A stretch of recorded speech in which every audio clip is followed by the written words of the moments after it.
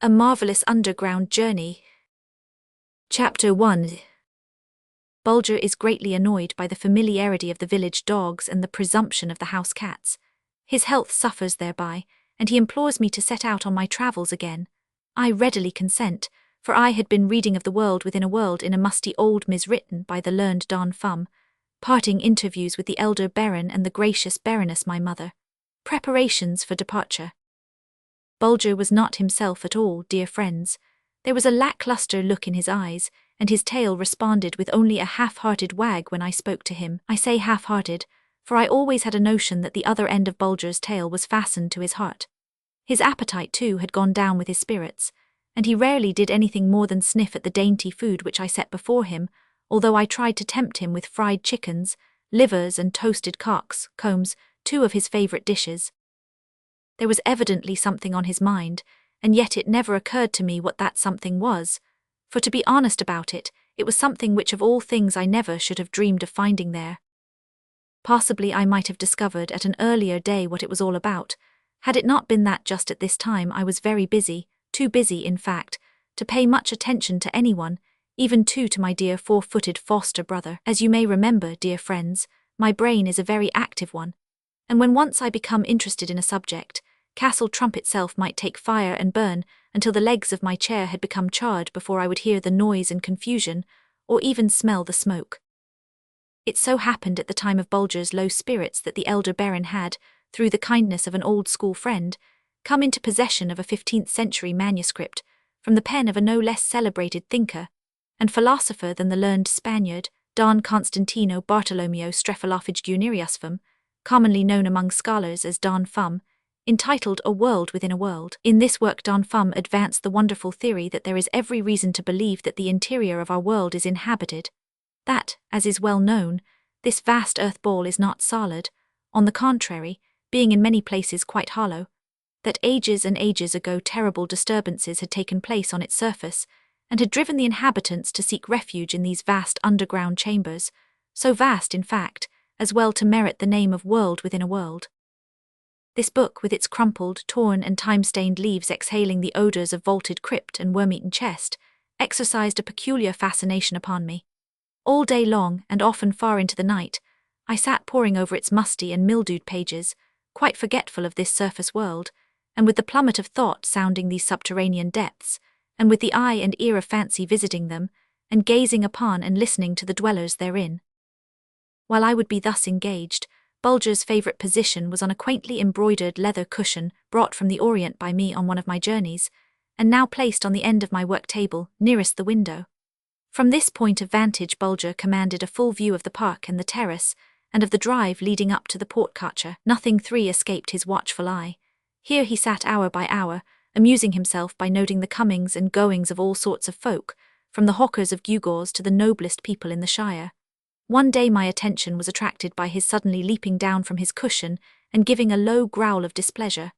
I paid little heed to it, but to my surprise the next day about the same hour it occurred again. My curiosity was now thoroughly aroused, and laying down Don Fum's musty manuscript, I hastened to the window to learn the cause of Bulger's irritation. Lo, the secret was out. There stood 6 mongrel curs belonging to the tenantry of the baronial lands, looking up to the window, and by their barking and antics endeavouring to entice Bulger out for a romp. Dear friends, need I assure you that such familiarity was extremely distasteful to Bulger. Their impudence was just a little more than he could stand. Ringing my bell, I directed my servant to hunt them away, whereupon Bulger consented to resume his seat by the window. The next morning, just as I had settled myself down for a good long read, I was almost startled by Bulger bounding into the room with eyes flashing fire and teeth laid bare in anger. Laying hold of the skirt of my dressing-gown, he gave it quite a savage tug, which meant, "Put thy book aside, little master, and follow me." I did so. He led me downstairs across the hallway and into the dining-room, and then this new cause of discontent on his part became very apparent to me. There grouped around his silver breakfast plate sat an ancient tabby cat and 4 kittens, all calmly licking or lapping away at his breakfast. Looking up into my face, he uttered a sharp, complaining howl, as much as to say, "There, little master, look at that. Isn't that enough to roil the patience of a saint? Canst thou wonder that I am not happy with all these disagreeable things happening to me? I tell thee, little master, it is too much for flesh and blood to put up with. And I thought so too, and did all in my power to comfort my unhappy little friend. But judge of my surprise upon reaching my room and directing him to take his place on his cushion, to see him refuse to obey. It was something extraordinary, and set me to thinking. He noticed this and gave a joyful bark, then dashed into my sleeping apartment. He was gone for several moments, and then returned bearing in his mouth a pair of oriental shoes which he laid at my feet. Again and again he disappeared, coming back each time with some article of clothing in his mouth.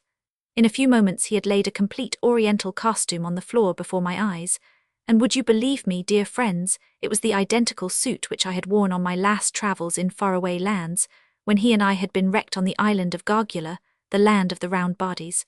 What did it all mean? Why, this, to be sure. Little master, canst thou not understand thy dear Bulger? He is weary of this dull and spiritless existence. He is tired of this increasing familiarity on the part of these mongrel curs of the neighbourhood, and of the audacity of these kitchen tabbies and their families. He implores thee to break away from this life of reverie and inaction, and for the honour of the Troomps to be up and away again. Stooping down and winding my arms around my dear Bulger, I cried out. Yes, I understand thee now, faithful companion, and I promise thee that before this moon has filled her horns, we shall once more turn our backs on Castle Troomp, up and away in search of the portals to Don Fum's world within a world. Upon hearing these words, Bulger broke out into the wildest, maddest barking, bounding hither and thither as if the very spirit of mischief had suddenly nestled in his heart. In the midst of these mad gambols, a low rap on my chamber door caused me to call out. Peace, peace, good Bulger, someone knocks, peace, I say. 5. It was the elder Baron. With sombre mien and stately tread, he advanced and took a seat beside me on the canopy.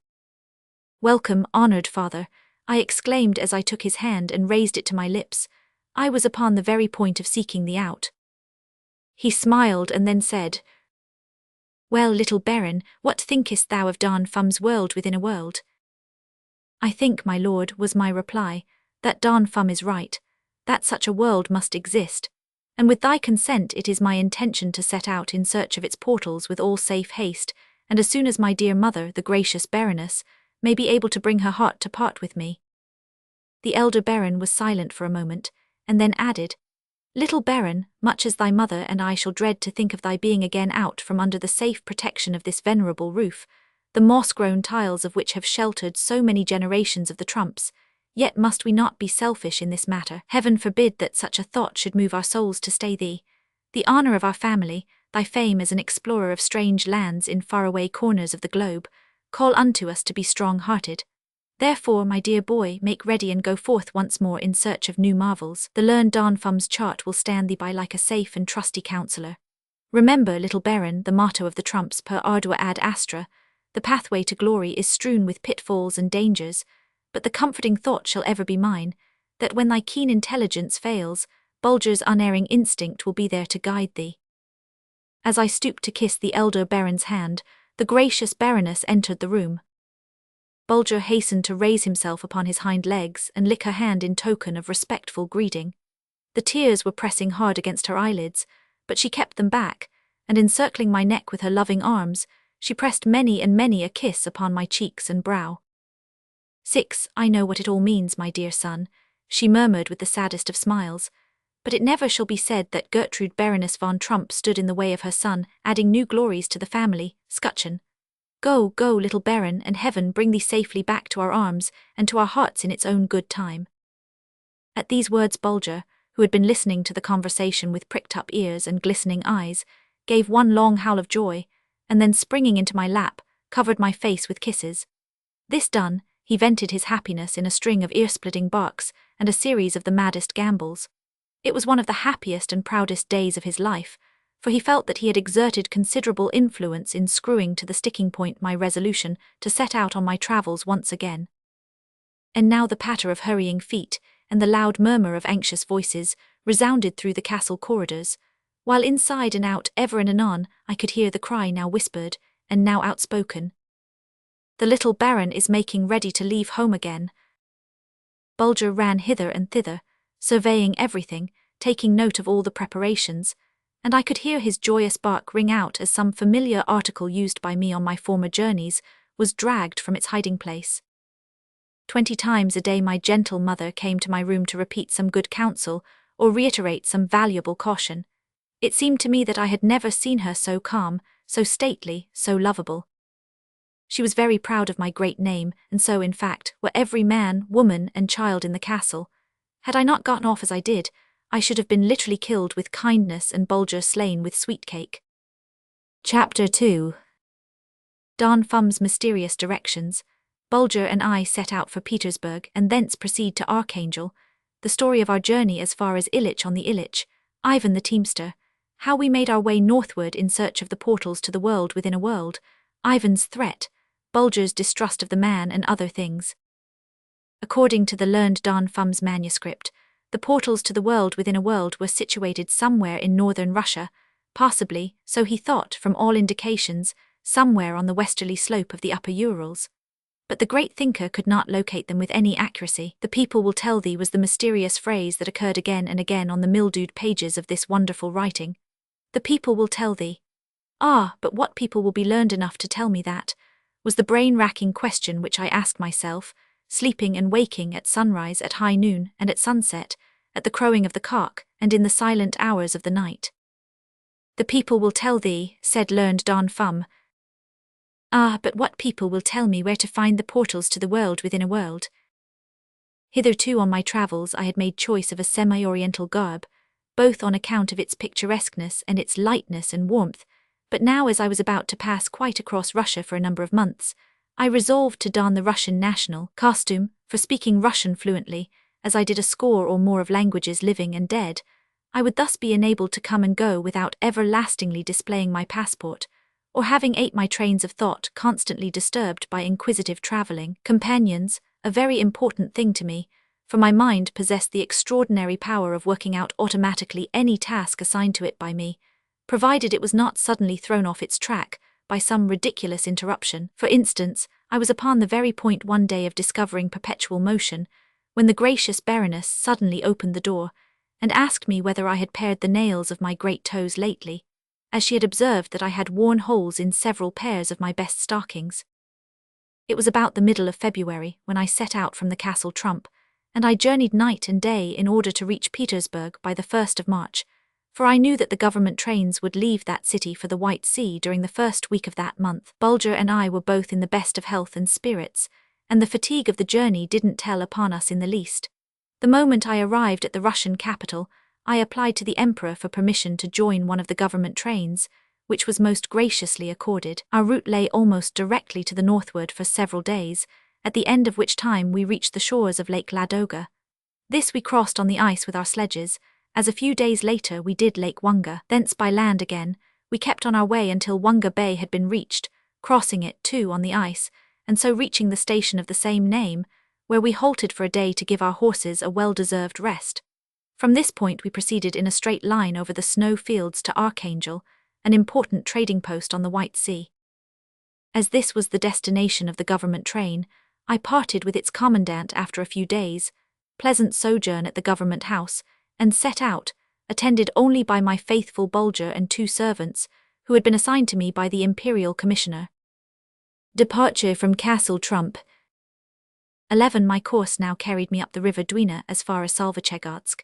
Thence I proceeded on my way over the frozen waters of the Wichegda River until we had reached the government post of Yarensk, and from here on we headed due east until our hardy little horses had dragged us into the picturesque village of Illich on the Illich.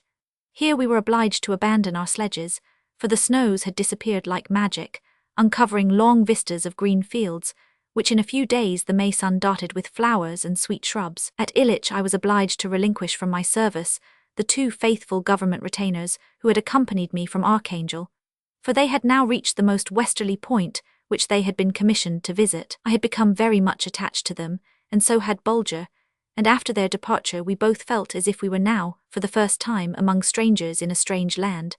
But I succeeded in engaging, as I thought, a trustworthy teamster, Ivan by name, who made a contract with me for a goodly wage to carry me 100 miles farther north. But not another step farther, little Baron, said the fellow doggedly. I was now really at the foothills of the northern Urals, for the rocky crests and snow-clad peaks were in full sight. I turned many a wistful look up toward the wild regions shut in by their sheer walls and parapets, shaggy and bristling with black pines, for a low, mysterious voice came whispering in my inward ear that somewhere in that awful wilderness, I should one day come upon the portals of the world within a world. In spite of all I could do, Bulger took a violent dislike to Ivan and Ivan to him, and if the bargain had not been made and the money paid over, I should have looked about me for another teamster. And yet it would have been a foolish thing to do, for Ivan had 2 excellent horses, as I saw at a glance, and what's more, he took the best of care of them, at every post rubbing them until they were quite dry, and never thinking of his own supper until they had been watered and fed. His tarantass, too, was quite new and solidly built and well-furnished with soft blankets, all in all as comfortable as you can make a wagon which has no other springs than the 2 long wooden supports that reach from axle to axle. True, they were somewhat elastic, but I could notice that Bulger was not over-fond of riding in this curious vehicle, with its rattle-bang gait up and down these mountain roads, and often asked permission to leap out and follow on foot. At length Ivan reported everything in readiness for the start, and although I would have fain taken my departure from Illich on the Illich in as quiet a manner as possible, yet the whole village turned out to see us off. Ivan's family, father, mother, sisters and brothers, wife and children, uncles and aunts and cousins by dozens alone, making up people enough to stock a small town. They cheered and waved their kerchiefs, Bulger barked, and I smiled and raised my cap with all the dignity of a trump. And so we got away at last from Illich on the Illich, Ivan on the box and Bulger and I at the back, sitting close together like 2 brothers that we were, 2 breasts with but a single heartbeat and 2 brains busy with the same thought, that come perils or come sudden attacks, come covert danger or bold and open-faced onslaught, we should stand together and fall together. Many and many a time, as Ivan's horses went crawling up the long stretches of mountain road, and I lay stretched upon the broad cushioned seat of the tarantass, with a blanket rolled up for a pillow, I would find myself unconsciously repeating those mysterious words of Don Fum. The people will tell thee, the people will tell thee. So steep were the roads that some days we would not make more than 5 miles, and on others a halt of several hours would have to be made to enable Ivan to tighten his horses' shoes, grease the axles, or do some needful thing in or about his wagon. It was slow work, it was very slow and tedious, but what matters it how many or great the difficulties? To a man who has made up his mind to accomplish a certain task, do the storks or the wild geese stop to count the thousands of miles between them and their faraway homes, when the time comes to turn their heads southward? Do the brown ants pause to count the hundreds of thousands of grains of sand, which they must carry through their long corridors and winding passages, before they have burrowed deep enough to escape the frost of midwinter? There had been many Troomps, but never one that had thrown up his arms and cried, "I surrender," and should I be the first to do it? Never, not even if it meant never to see dear old Castle Troomp again.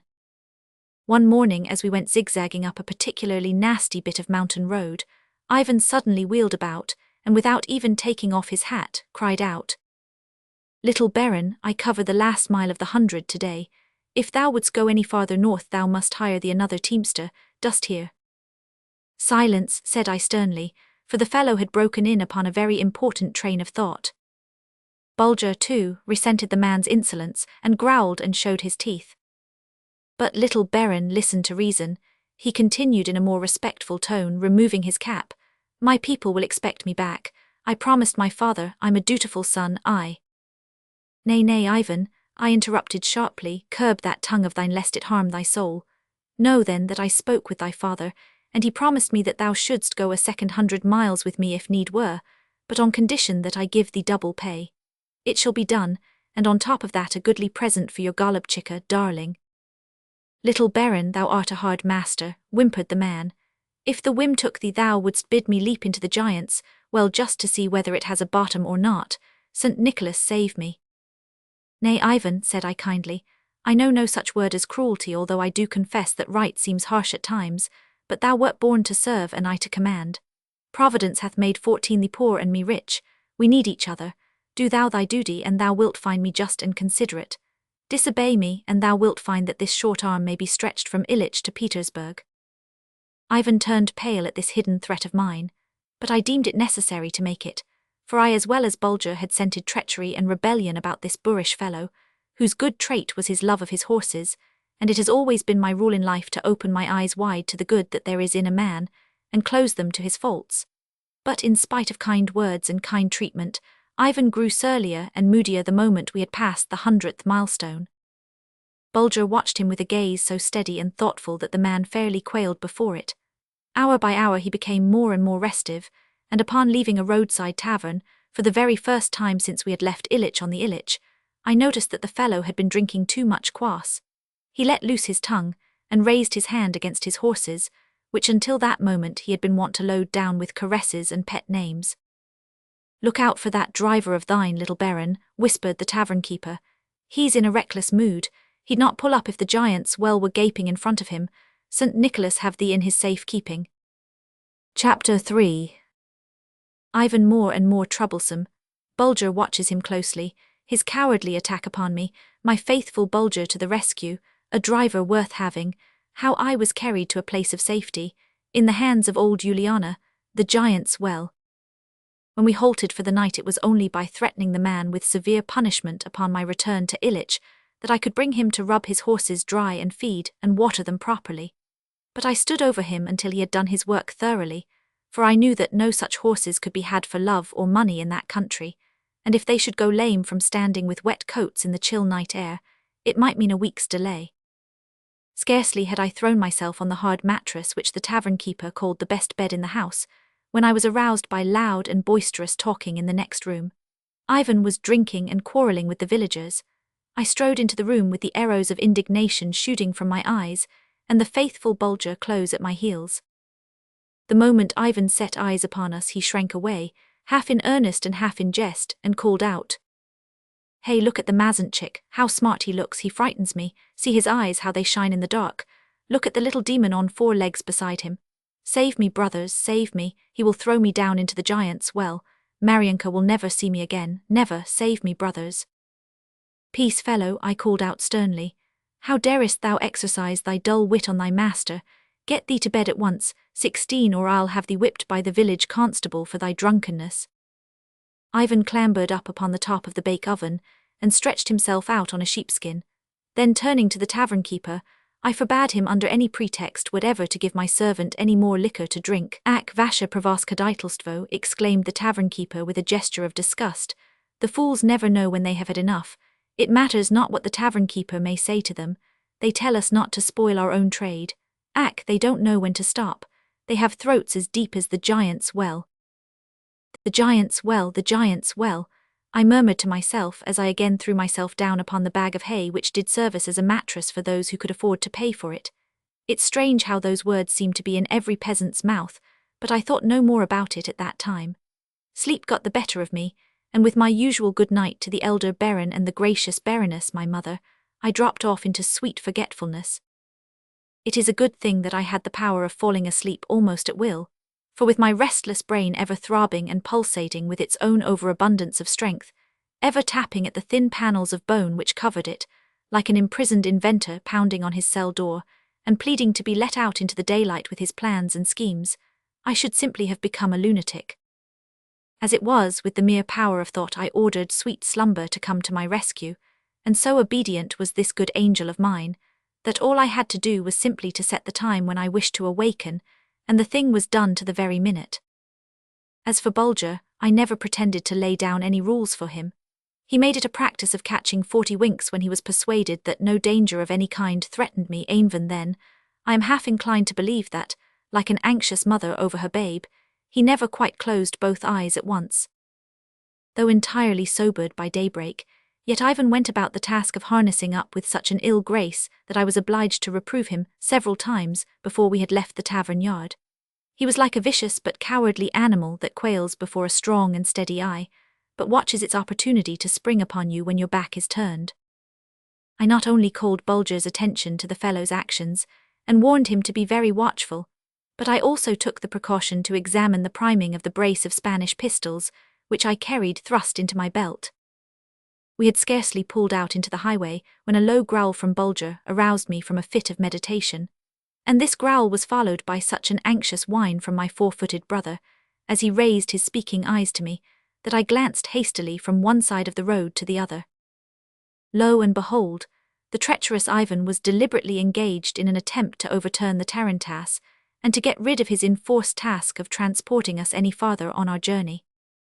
"Wretch," I cried, springing up and laying my hand on his shoulder, "I perceive very plainly what thou hast in mind, but I warn thee most solemnly that if thou makest another attempt to overturn thy wagon, I'll slay thee where thou sittest." For only answer, and with a lightning-like quickness, he struck a backhand blow at me with the loaded end of his whipstock. It took me full in the right temple, and sent me to the bottom of the tarantass like a piece of lead. For an instant the terrible blow robbed me of my senses, but then I saw that the cowardly villain had turned in his seat, and had swung the heavy-handled whip aloft with intent to dispatch me with a second and a surer blow. Poor fool, he reckoned without his host, for with a shriek of rage, Bulger leaped at his throat like a stone from a catapult, and struck his teeth deep into the fellow's flesh. 18 He roared with agony, and attempted to shake off this unexpected foe, but in vain. By this time I had come to a full realizing sense of the terrible danger Bulger and I were both in, for Ivan had dropped his whip and was reaching for his sheath knife. But he never gripped it, for a well-aimed shot from one of my pistols struck him in the forearm, for I had no wish to take the man's life, and broke it. The shock and the pain so paralyzed him that he fell over against the dashboard half in a faint, and then rolled completely out of the wagon, dragging Bulger with him. The horses now began to rear and plunge. I saw no more. There was a noise as of the roar of angry waters in my ears, and then the light of life went out of my eyes entirely. I had swooned dead away. It seemed to me hours that I lay there on my back in the bottom of the tarantass, with my head hanging over the side, but of course it was only minutes. I was aroused by a prickling sensation in my left cheek, and as I slowly came to myself, I discovered that it proceeded from the gravel thrown up against it by one of the front wheels of the tarantass, for the horses were galloping along at the top of their speed, and there on the driver's seat sat my faithful Bulger, the reins in his teeth, bracing himself so as to keep them taut over the horses' backs. And as I sat up and pressed my hand against my poor hurt head, the whole truth broke upon me. The moment Ivan had struck the ground, Bulger had released his hold upon the fellow's throat, and ere he had had a chance to revive had leaped up into the driver's seat, and, catching up the reins in his teeth, had drawn them taut and thus put an end to the rearing and plunging of the frightened beasts, and started them on their way, leaving the enraged Ivan brandishing his knife and uttering imprecations upon mine and Bulger's heads, as he saw his horses and wagon disappear in the distance. Now was it that a mad shouting assailed my ears, and I caught a glimpse of half a dozen peasants who, seeing this as they thought, 19 empty tarantass come nearer and nearer with its galloping horses, had abandoned their work and rushed out to intercept it. Judge of their amazement, dear friends, as their eyes fell upon the calm and skillful driver bracing himself on the front seat, and with oft-repeated backward tosses of his head urging those horses to bear his beloved master farther and farther away from the treacherous Ivan's sheath knife. As the peasants seized the animals by the heads and brought them to a standstill, I staggered to my feet and threw my arms around my dear Bulger. He was more than pleased with what he had done, and licked my bruised brow with many a piteous moan. "St. Nicholas, save us," cried one of the peasants, devoutly making the sign of the cross, "but if I should live long enough to fill the giant's well with pebbles, I never would expect to see the like of this again." The giant's well, the giant's well, I murmured to myself as I followed one of the peasants to his cart, standing a little back from the highway, for I stood sore in need of rest after the terrible experience I had just had. The blow of Ivan's whip handle had jarred my brain, and I was skilled enough in surgery to know that the hurt called for immediate attention. As good luck would have it, I found beneath the peasant's roof one of those old women, half-witches perhaps, who have recipes for everything and who know an herb for every ailment. After she had examined the cut made by the loaded whip handle, she muttered out, "It is not as broad as the mountain, nor as deep as the giant's well, but it's bad enough, little master." The giant's well again, thought I, as I laid me down on the best bed they could make up for me. I wonder where it may be, that giant's well, and how deep it is, and who drinks the water that is drawn from it. Chapter 4. My wound heals. Juliana talks about the giant's well. I resolve to visit it. Preparations to ascend the mountains. What happened to Juliana and to me? Reflection and then action. How I contrived to continue the ascent without Juliana for a guide. It was a day or so before I could walk steadily, and meantime I made unusual efforts to keep my brain quiet, but in spite of all I could do every mention of the giants. Well, by one of the peasants sent a strange thrill through me, and I would find myself suddenly pacing up and down the floor, and repeating over and over again the words, "Giant's Well, Giant's Well." Bulger was greatly troubled in his mind, and sat watching me with a most bewildered look in his loving eyes. He had half a suspicion, I think, that cruel blow from Ivan's whip handle had injured my reasoning powers, for at times he uttered a low, plaintive whine. The moment I took notice of him, however, and acted more like myself, he gambolled about me in the wildest delight, as I had directed the peasants to drive Ivan's horses back towards Illich on the Illich, until they should meet that miscreant and deliver them to him. I was now without any means of continuing my journey northward, unless I set out, like many of my famous predecessors, on foot. They had longer legs than I, however, and were not loaded with so heavy a brain in proportion to their size, and a brain, too, that scarcely ever slept, at least not soundly. I was too impatient to reach the portals to the world within a world to go trudging along a dusty highway. I must have horses and another tarantass, or at least a peasant's cart. I must push on. My head was quite healed now, and my fever gone. 21 Hearken, little master, whispered Juliana, such was the name of the old woman who had taken care of me. Thou art not what thou seemst. I never saw the like of thee before. If thou wouldst, I believe thou couldst tell me how high the sky is, how thick through the mountains are, and how deep the Giant's Well is. I smiled, and then I said, Didst ever drink from the Giant's Well, Juliana? At which she wagged her head and sent forth a low chuckle. Hearken, little master, she then whispered, coming close to me and holding up one of her long, bony fingers, thou canst not trick me. Thou knowest that the Giant's Well hath no bottom. No bottom, I repeated breathlessly as Don Fum's mysterious words, the people will tell thee, flashed through my mind. No bottom, Juliana. Not unless thine eyes are better than mine, little master, she murmured, nodding her head slowly. Listen, Juliana, I burst out impetuously. Where is this bottomless well? Thou shalt lead me to it, I must see it. Come, let's start at once, thou shalt be well paid for thy pains. Nay, nay, little master, not so fast, she replied. It's far up the mountains, the way is steep and rugged, the paths are narrow and winding, a false step might mean instant death, were there not some strong hand to save thee. Give up such a mad thought as ever getting there, except it be on the stout shoulders of some mountaineer. Ah, good woman, was my reply, thou hast just said that I am not what I seem, and thou saidst truly. Know then thou seest before thee the world-renowned traveller, Wilhelm Heinrich Sebastian von Troomp, commonly called Little Baron Trump, that though short of stature and frail of limb, yet what there is of me is of iron. There, Juliana, there's gold for thee, now lead the way to the Giant's Well. 22 Gently, gently, little baron, almost whispered the old peasant woman as her shriveled hand closed upon the gold piece. I have not told thee all, for leagues about I ween no living being excepting me knows where the Giant's Well is. Ask them and they'll say, it's up yonder in the mountains, away up under the eaves of the sky. That's all they can tell thee. But little master, I know where it is, and the very herb that cured thy hurt head and saved thee from certain death by cooling thy blood, was plucked by me from the brink of the well.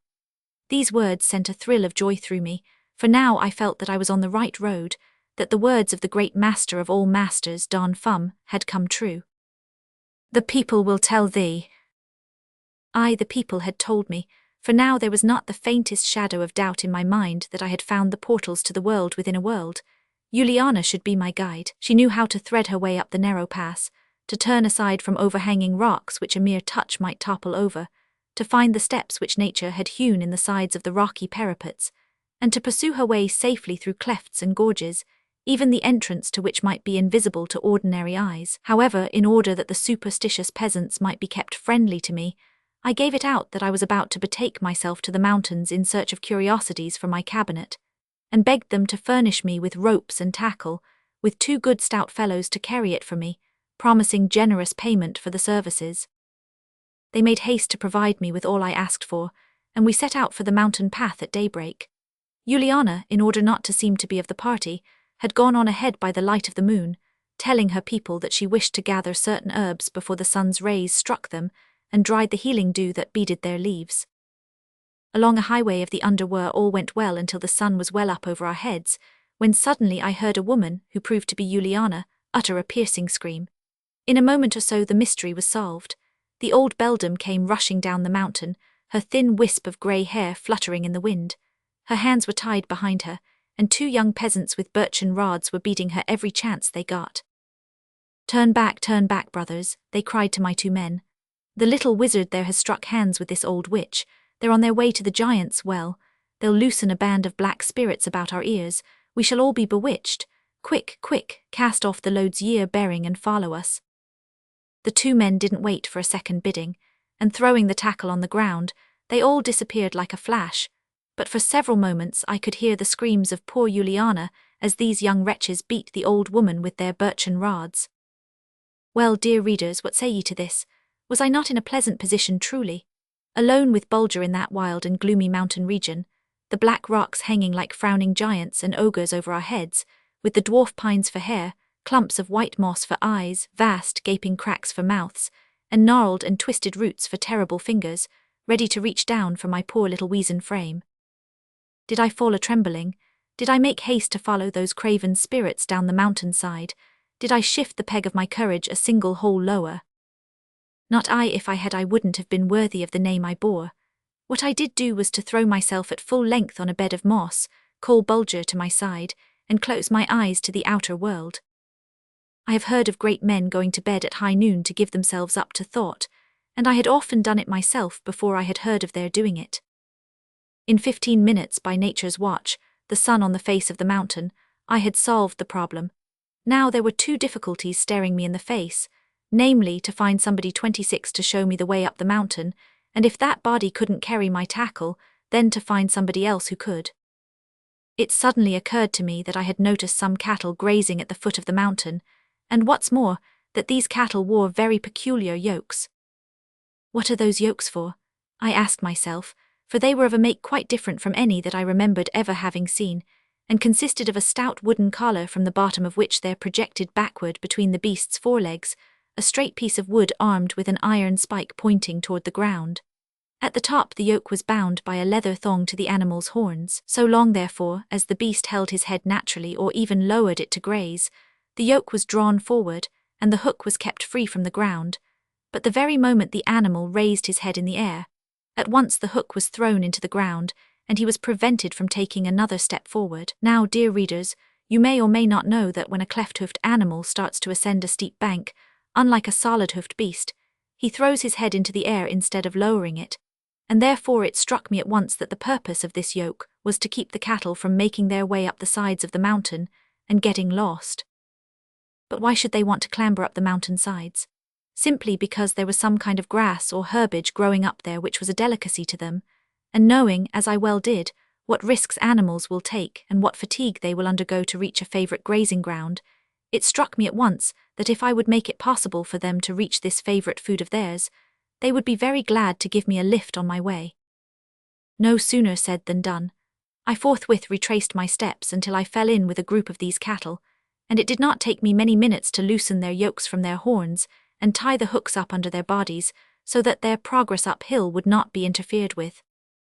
27, they were delighted to find themselves so unexpectedly freed from the hateful drawback, which permitted them merely to view the coveted grazing grounds from afar, and then having cut me a suitable goad, I again started up the mountain, driving my new friends leisurely on ahead of me. Upon reaching the spot where the superstitious peasants had thrown the tackle to the ground, I proceeded to load it upon the back of the gentlest beast of the lot, and was soon on my way again. Chapter 5. Up and still up and through the quarries of the demons, how the cattle kept the trail, and how we came at last upon the brink of the giant's well. The terraces are safely passed, beginning of the descent into the well itself, all difficulties overcome, we reach the edge of Polyphemus funnel.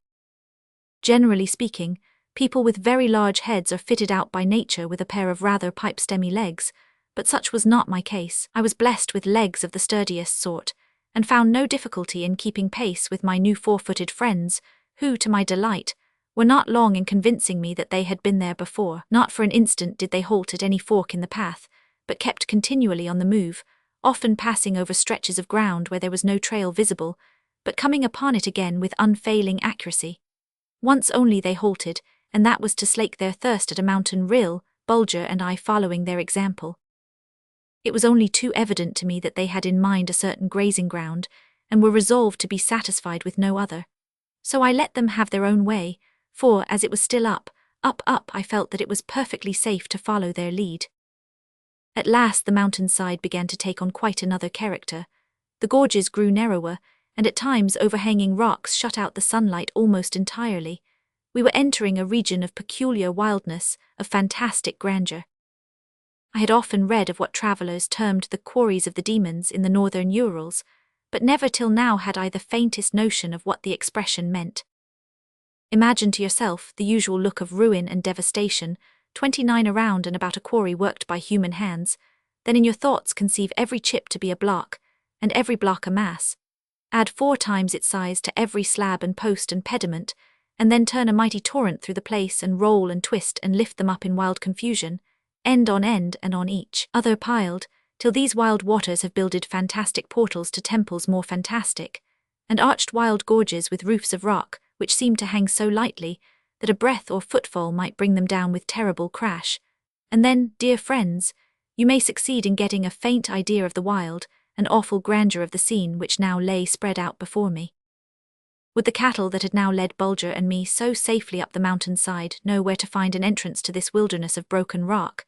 And what was more important still, would they, when once engaged within its winding courts and corridors, its darkened maze of wall and parapet, its streets and plazas roughly paved as if by demon hands impatient of the task, know how to find their way out again?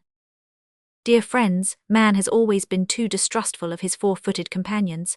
They have much that they might tell us had they but speech to tell it with. I have often trusted them when it would have seemed foolhardy to you, and never once have I had cause to repent of doing so. So Bulger and I, with stout hearts, followed straight after these silent guides, although I must confess my legs were beginning to feel the terrible strain I had put them to.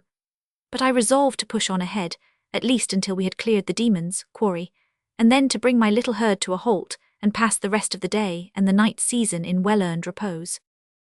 Once within the quarry, however, all sense of fatigue vanished, and my thankful mind, entranced and fascinated by the deep silence, the awful grandeur, the mysterious lights and shadows of the place, lent me new strength.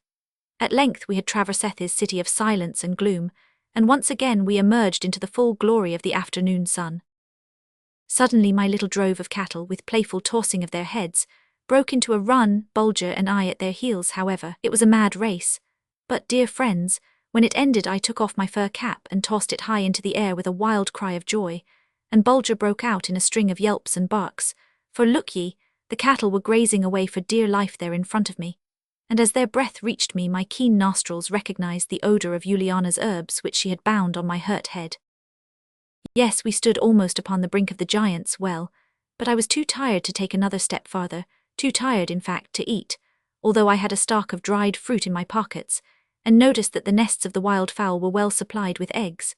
Having unloosened the tackle from the back of the good beast that had carried it up the mountain for me, I threw myself on the ground and was soon fast asleep, with my faithful Bulger coiled up close against my breast.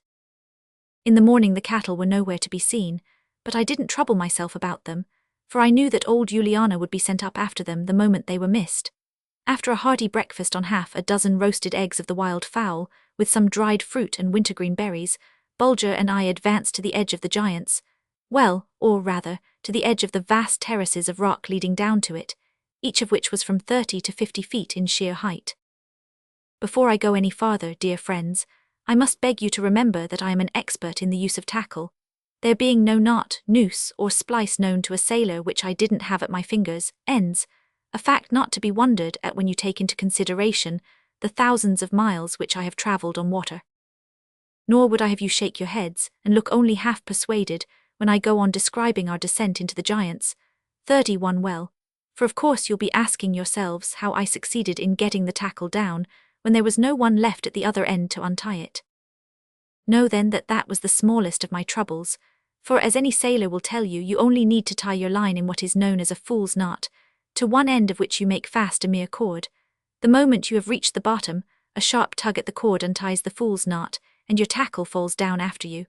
My method was to lower Bulger down first, and then let myself down after him. In this way we proceeded from parapet to parapet, until at last we stood upon the very edge of the vast well, the existence of which had been so mysteriously hinted at in Don Fum's manuscript. Its mouth was probably 50 feet in width, and by straining my eyes I satisfied myself of the existence of a shelf of rock on one side, as nearly as I could judge about 75 feet down. It was a goodly stretch, and would require every foot of my rope. You will not smile, I'm sure, when I tell you that I pressed Bulger to my breast, and kissed him fondly before lowering away. He returned my caresses, and by his joyous yelp gave me to understand that he had perfect faith in his little master. In a few moments I had joined him on this narrow shelf of rock. Below us now was darkness, but think you I hesitated?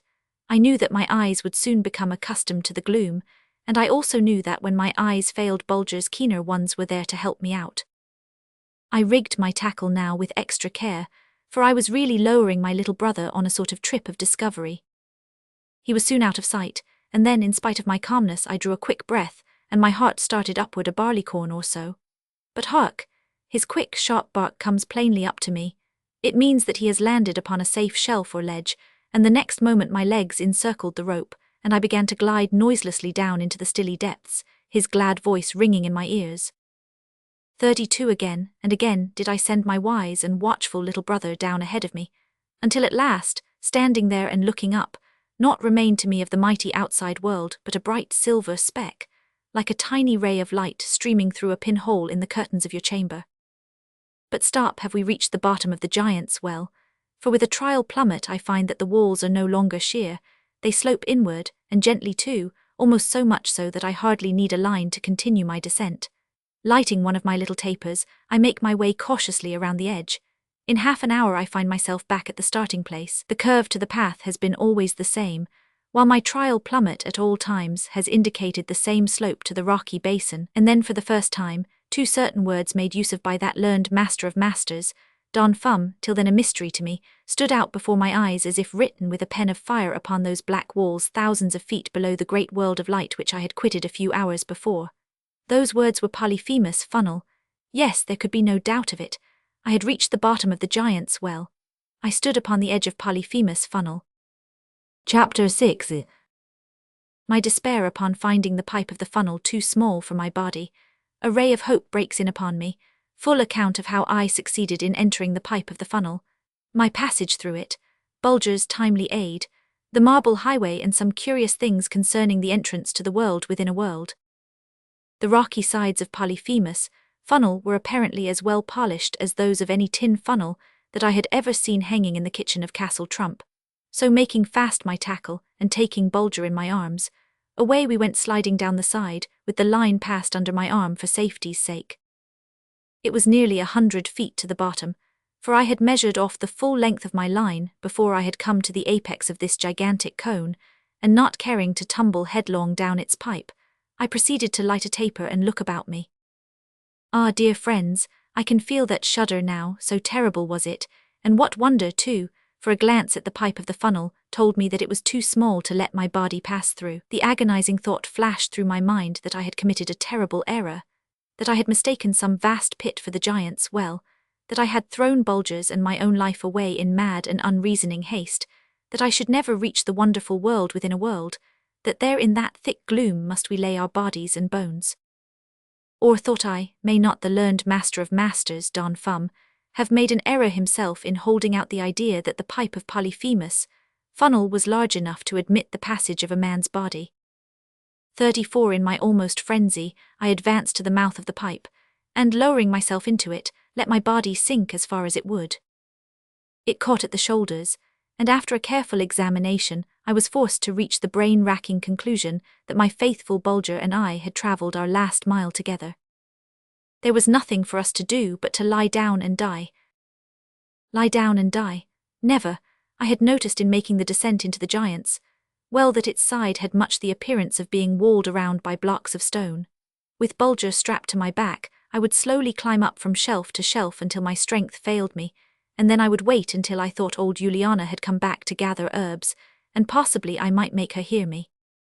In my despair I sighed and clutched my own arms, and as I did so one of my hands came into contact with something cold and slippery, having the feel of tallow. Taking a pinch of the substance between my thumb and finger, I rubbed it thoughtfully for a moment, and then a ray of hope broke through the awful gloom that enshrouded me so pitilessly. It was black lead, there could be no doubt of it. It had made its way through a crack or crevice in Polyphemus funnel, and I had rubbed it off in sliding down the side. With this greasy material to rub on the inside of the pipe to the funnel, and also to besmear myself with, mayhap I might yet slip through into the world within a world. At any rate, I determined to make the trial, even if I left some of my skin on the flinty rock. In order to collect my thoughts thoroughly, and that I might proceed step by step in that systematic order so characteristic of all my wonderful exploits, I sat down, and putting my arm around dear Bulger's neck and drawing him up against me, I communed with myself for a good half-hour. Before Her Majesty Galaxa, Queen of the Mickey Monkeys. 37 then all was in readiness for action, and to prove to you, dear friends, how careful Bulger was not to interrupt my train of thought, I have to report to you that although a small animal of the rat family came out from a crevice in the rock while I sat there thinking, as I could see by the light of my tiny wax taper, and had the temerity first to sniff at Bulger's tail, and then to give it a playful nip, yet the sagacious animal never budged a hair's breadth. Mind hath ordered, now let hands obey, I exclaimed, as I sprang up and began stripping off my outer garments. This done, I clambered up on the side of the funnel, and began to collect a supply of the black lead, which I deposited near the opening of the pipe. The next thing to do was to get Bulger through the pipe ahead of me. To this end I tied him up in my clothing, bag fashion, and began to lower away. After paying out 65 or 70 feet of the line, he struck bottom, and by his loud barking gave me to understand that it was all right, that I might make the descent myself. Upon hearing his voice, I gave the line a few sharp tugs. He was not slow to comprehend my meaning, and in a moment or so had not only scrambled out of the bag himself, but pulled my clothing loose, so that I might draw the line up again. My next step was to contrive a way to weight myself when the moment arrived to begin the descent, for I felt sure that I never should be able to arrange it so as to slip through the pipe, unless something was pulling at my heels. Cutting off about 10 feet of the rope, I made fast one end of the piece to a long piece of rock, weighing about 100 pounds. This I laid near the mouth of the pipe ready for use. But now came the most difficult thing of all. It was to draw my shoulders in on my breast and lash them securely in that position, by which plan I expected to reduce my width by at least 2 good inches. These 2 inches thus gained, or rather lost, might be the means by which I would be able to slip through the pipe of Polyphemus, funnel, and reach the vast underground passage leading to the world within a world. Putting a noose around my chest, just below my collarbone, I drew my shoulders in as 38 tight as I could bear, and changed the slip knot into a hard one. Then, having made the other end of the line fast to the side of the funnel, I proceeded to wind myself up as the housewives often do a big sausage to keep it from bursting. This done, I set about rolling in the black lead until I was thoroughly smeared with it. There was now but one thing more to do before dropping myself into the pipe, and that was to make fast the weight to my feet. It was no easy task, wound up as I was, with my arms lashed down against my body, but by the use of slip knots I finally accomplished the feat, and sitting down put my legs into the pipe and drew a long breath, for I felt as if I was skewered up in a straight jacket. Bending down, I called out to Bulger. He answered with a yelp of joy that brought fresh vigour to my heart. Now was come the supreme moment, which was to witness success or failure. Failure, oh, what a dread word is that! And yet how often must human lips pronounce it, and in so doing breathe out the sigh in which it ends. Quickly lowering the weight, I wriggled off the edge of the opening and straightened myself out as I slipped into the pipe. Had I stopped it like a cork, or was I moving? Yes, down, down, gently, slowly, noiselessly, I went slipping through the pipe to Polyphemus funnel. What did I care how that weight caused the line to cut into my ankles? I was moving, I was drawing nearer and nearer to Bulger, whose joyous bark I could hear now and then, nearer to the inner gates of the world within a world. But woe is me, I suddenly stop, and in spite of all my efforts to start again by twisting, turning and shaking my body, it refused to sink another inch, and there I stick. Oh, Bulger, Bulger, I moan, faithful friend, if thou couldst but reach me, one tug from thee might save thy little master. In a sort of a wild and desperate way, I now began to feel about 39 me, as well as I could with my hands wedged in so close to my sides. But in a moment or so, I had discovered the cause of my coming to such a sudden standstill. I had struck a portion of the pipe that had a thread to it, like that which encircles a bolt of iron and makes a screw of it, and the thought came to me that if I could only succeed in giving a revolving motion to my body, I would with every turn twist myself farther down toward the end of the pipe. I could feel that my knuckles and finger tips were being bruised and lacerated by this arduous work, But what cared I for the keen pain that darted from hands to wrists, and wrists to elbows? It was like twisting a screw slowly through a long nut, only the thread in this case was on the nut and the grooves in the screw, and that screw was my poor bruised little body. All of a sudden, by the swinging of the weight, I could tell that it had passed out at the lower end of the pipe. It was pulling cruelly hard on my tender ankles, but I could twist myself no more. My strength was gone. I was at the point of swooning when I heard Bulger utter a loud yelp, and the next instant there was such a strong tug at my ankles that I sent forth a groan, but that tug saved me. It was Bulger who had leaped into the air, and catching the rope in his teeth had dragged his little master out of the pipe of Polyphemus, funnel. We all fell into the same heap, Bulger, I, and the weight, fully 10 feet, and very serious might have been the consequences for me had my fall not been broken by my striking on the pile of my clothing, placed directly under the opening. And, dear friends, if you talked until the crack doom, you could not make me believe that my 4-footed brother hadn't placed those clothes there to catch me. They weren't thrown higgledy-piggledy into a heap either, but were laid one upon the other, the heaviest at the bottom. Having unwound myself and lighted one of my wax tapers, 40 made haste to cast away the undergarment with its coating of black lead and resume my clothing. Then stooping down, I made an examination of the floor. It was composed of huge blocks of marble of various colors, polished almost as smooth as if the hand of man had wrought the work. And then I knew that I was on nature's marble highway, leading to the cities of the underworld, which Don Fum had mentioned in his book. And I remembered, too, that he had spoken of nature's mighty mosaics, huge fantastic figures on the walls of these lofty corridors, made up of various coloured blocks and fragments laid one upon the other as if with design, and not by the wild, tempestuous whims of upbursting forces thousands of years ago, when the earth was in its mad and wayward youth. After a rest of several hours, during which I nursed my torn hands and bruised fingers, Bulger and I were up and off again along this broad and glorious marble highway. Strange to say, it was not the inky darkness of the ordinary cavern which filled these magnificent chambers, through which the marble highway went winding in stately and massive grandeur. Far from it. The gloom was tempered by a faint glow that met us on the way ever and anon, like a ray of twilight gone astray. Anyway, Bulger, I noticed, could see perfectly well, so tying a bit of twine to his collar, I sent him on ahead, convinced that I could have no surer guide. At times our path would be lighted up for an instant by the bursting out of a little tongue of flame, either on the sides, or from the roof of the gallery. I was puzzled for quite a while to tell what it proceeded from, but at last I caught sight of the source, or rather the maker, of this welcome illumination. It proceeded from a lizard-like animal, which, by suddenly uncoiling its tail, had the power to emit this extremely bright flash of phosphorescent light, and in so doing he made a sharp crack, for all the world like the noise of an electric spark. Bulger was delighted with this performance, and on one occasion, not being able to control his feeling, he uttered a sharp bark, whereupon apparently 10,000 of these little torch-bearers, 41, snapped their tails at me at the same instant, and filled the vast place with a flash of light of almost lightning-like intensity. Bulger was so frightened by the result of his applause that he took good care to keep quiet after this. Chapter 7. Our first night in the underworld, and how it was followed by the first break of day, Bulger's warning and what it meant.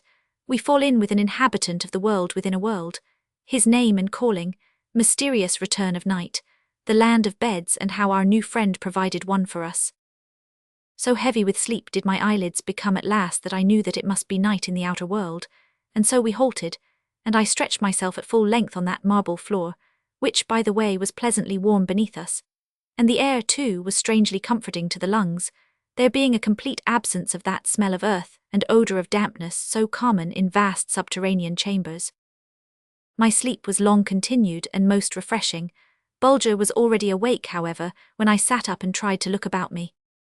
He began tugging at the string which I had fastened to his collar as if he wanted to lead me somewhere, so I humoured him and followed along after. To my delight, he led me straight to a pool of deliciously sweet and cold water.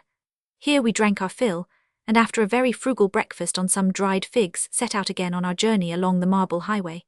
Suddenly, to my more than joy, the faint and uncertain light of the place began to strengthen. Why, it seemed almost as if the day of the upper world were about to break, so delicate were the various hues in which the ever-increasing light clothed itself. Then, as if affrighted at its own increasing glory, it would fade away again to almost gloom. Ere many moments again this faint and mysterious glow would return, beginning with the softest yellow, then changing through a dozen different tints, and, like a fickle maid uncertain which to wear, put all aside and donned the lily's garb. Bulger and I wandered along the marble highway, almost afraid to break a stillness so deep that it seemed to me as if I could hear those sportive rays of light in their play against the many-coloured rocks arching this mighty corridor. Now, as the marble highway swept around in a graceful curve, a dazzling flood of light burst upon us. It was sunrise in the world within a world. Whence came this flood of dazzling light, which now caused the sides and arching roof to glow and sparkle, as if we had suddenly entered one of nature's vast storehouses of polished gems? Shading my eyes with my hand, I looked about me in order to try and solve the mystery. It did not take me long to understand it all. Know then, dear friends, that the ceilings, domes, and arched roofs of this underground world were fretted with a metal of greater hardness than any known to us children of sunshine. It seems ran hither and thither like the veins of gigantic leaves, and at certain hours currents of electricity from some vast internal reservoir of nature's own building streamed through these metal traceries until they glowed with a heat so white as to give off the flood of dazzling light of which I have already spoken. The current never came with a sudden rush or burst, but began gently and timidly, so to speak, as if feeling its way along. Hence the beautiful tints that always preceded sunrise in this lower world, and made it so much like the coming and going of our glorious sunshine. The marble highway now divided, and the two halves of the fork curving away to the right and left enclosed a small but exquisitely ornamented park, or pleasure ground I might call it, provided with seats of some dark wood beautifully polished and carved.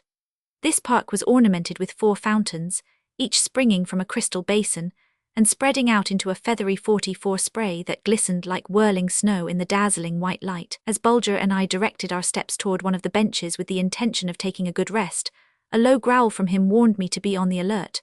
I gave a second look. A human being was seated on the bench, beside myself as I was, with curiosity to come face to face with this inhabitant of the underworld, the first we had met. I made a halt, determined to ascertain, if possible, whether he was quite harmless before accosting him. He was small in stature and clad entirely in black, a sort of loose, flowing robe much like a Roman toga. His head was bare, and what I could see of it was round, smooth, and rosy, with about as much hair, or rather fuzz, upon it as the head of an infant 6 weeks old. His face was hidden by a black fan which he carried in his right hand, and the uses of which you will learn later on. His eyes were shielded from the intense glare of the light by a pair of coloured glass goggles. As he raised his hand between me and the light, I couldn't help catching my breath. I could see right through it. The bones were as clear as amber, and his head, too, was only a little less opaque. Suddenly 2 words from Don Fum's manuscript flashed through my mind, and I exclaimed joyously, "Bulger, we're in the land of the transparent folk." At the sound of my voice, the little man arose and made a low bow, lowering his fan to his breast where he held it. His baby face was ludicrously sad and solemn. "Yes, Sir Stranger," said he in a low, musical voice, "thou art indeed in the land of the Mickey Monkeys, Mica men, in the land of the transparent folk, called also Goggle Land. But if I should show thee my heart, thou wouldst see that I am deeply pained to think that I should have been the first to bid thee welcome, for know, Sir Stranger, that thou speakest with Master Cold Soul, the court depressor, the saddest man in all Goggle Land. And by the way, sir, permit me to offer thee a pair of goggles for thyself, and also a pair for thy 4-footed companion. 45 for our intense white light would blind thee both in a few days." I thanked Master Cold Soul very warmly for the goggles, and proceeded to set one pair astride my nose and to tie the other in front of Bulger's eyes. I then in most courteous manner informed Master Cold Soul who I was, and begged him to explain the cause of his great sadness. "Well, thou must know, little Baron," said he, after I had taken a seat beside him on the bench, "that we, the loving subjects of Queen Galaxa, whose royal heart is almost run down, excuse these tears, living as we do in this beautiful world so unlike the one you inhabit, which our wise men tell us is built, strange to say, on the very outside of the earth's crust, where it is most exposed to the full sweep of blinding snow, freezing blast, pelting hail, drowning rain, and choking dust.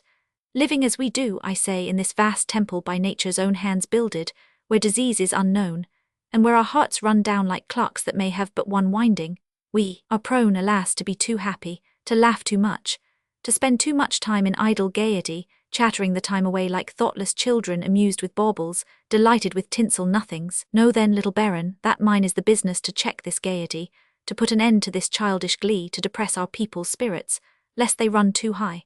Hence my garb of inky hue, my rueful countenance, my frequent outflowing of tears, my voice ever attuned to sadness. Excuse me, little baron, my fan slipped then, didst see through me. I would not have thee see my heart today, for some way or other I cannot bring it to a slow pace, it is dreadfully unruly. I assured him that I had not seen through him as yet. And now, dear friends, I must explain that by the laws of the Mickey-Monkeys each man, woman and child must wear in their garments a heart-shaped opening on their breast directly over their hearts, with a corresponding one at the back, so that under certain conditions, when the law allows it, each may have the right to take a look at his neighbour's heart and see exactly 46 how it is beating, whether fast or slow, whether throbbing or leaping, or whether pulsating calmly and naturally. But this privilege is only accorded, as I have said, under certain conditions.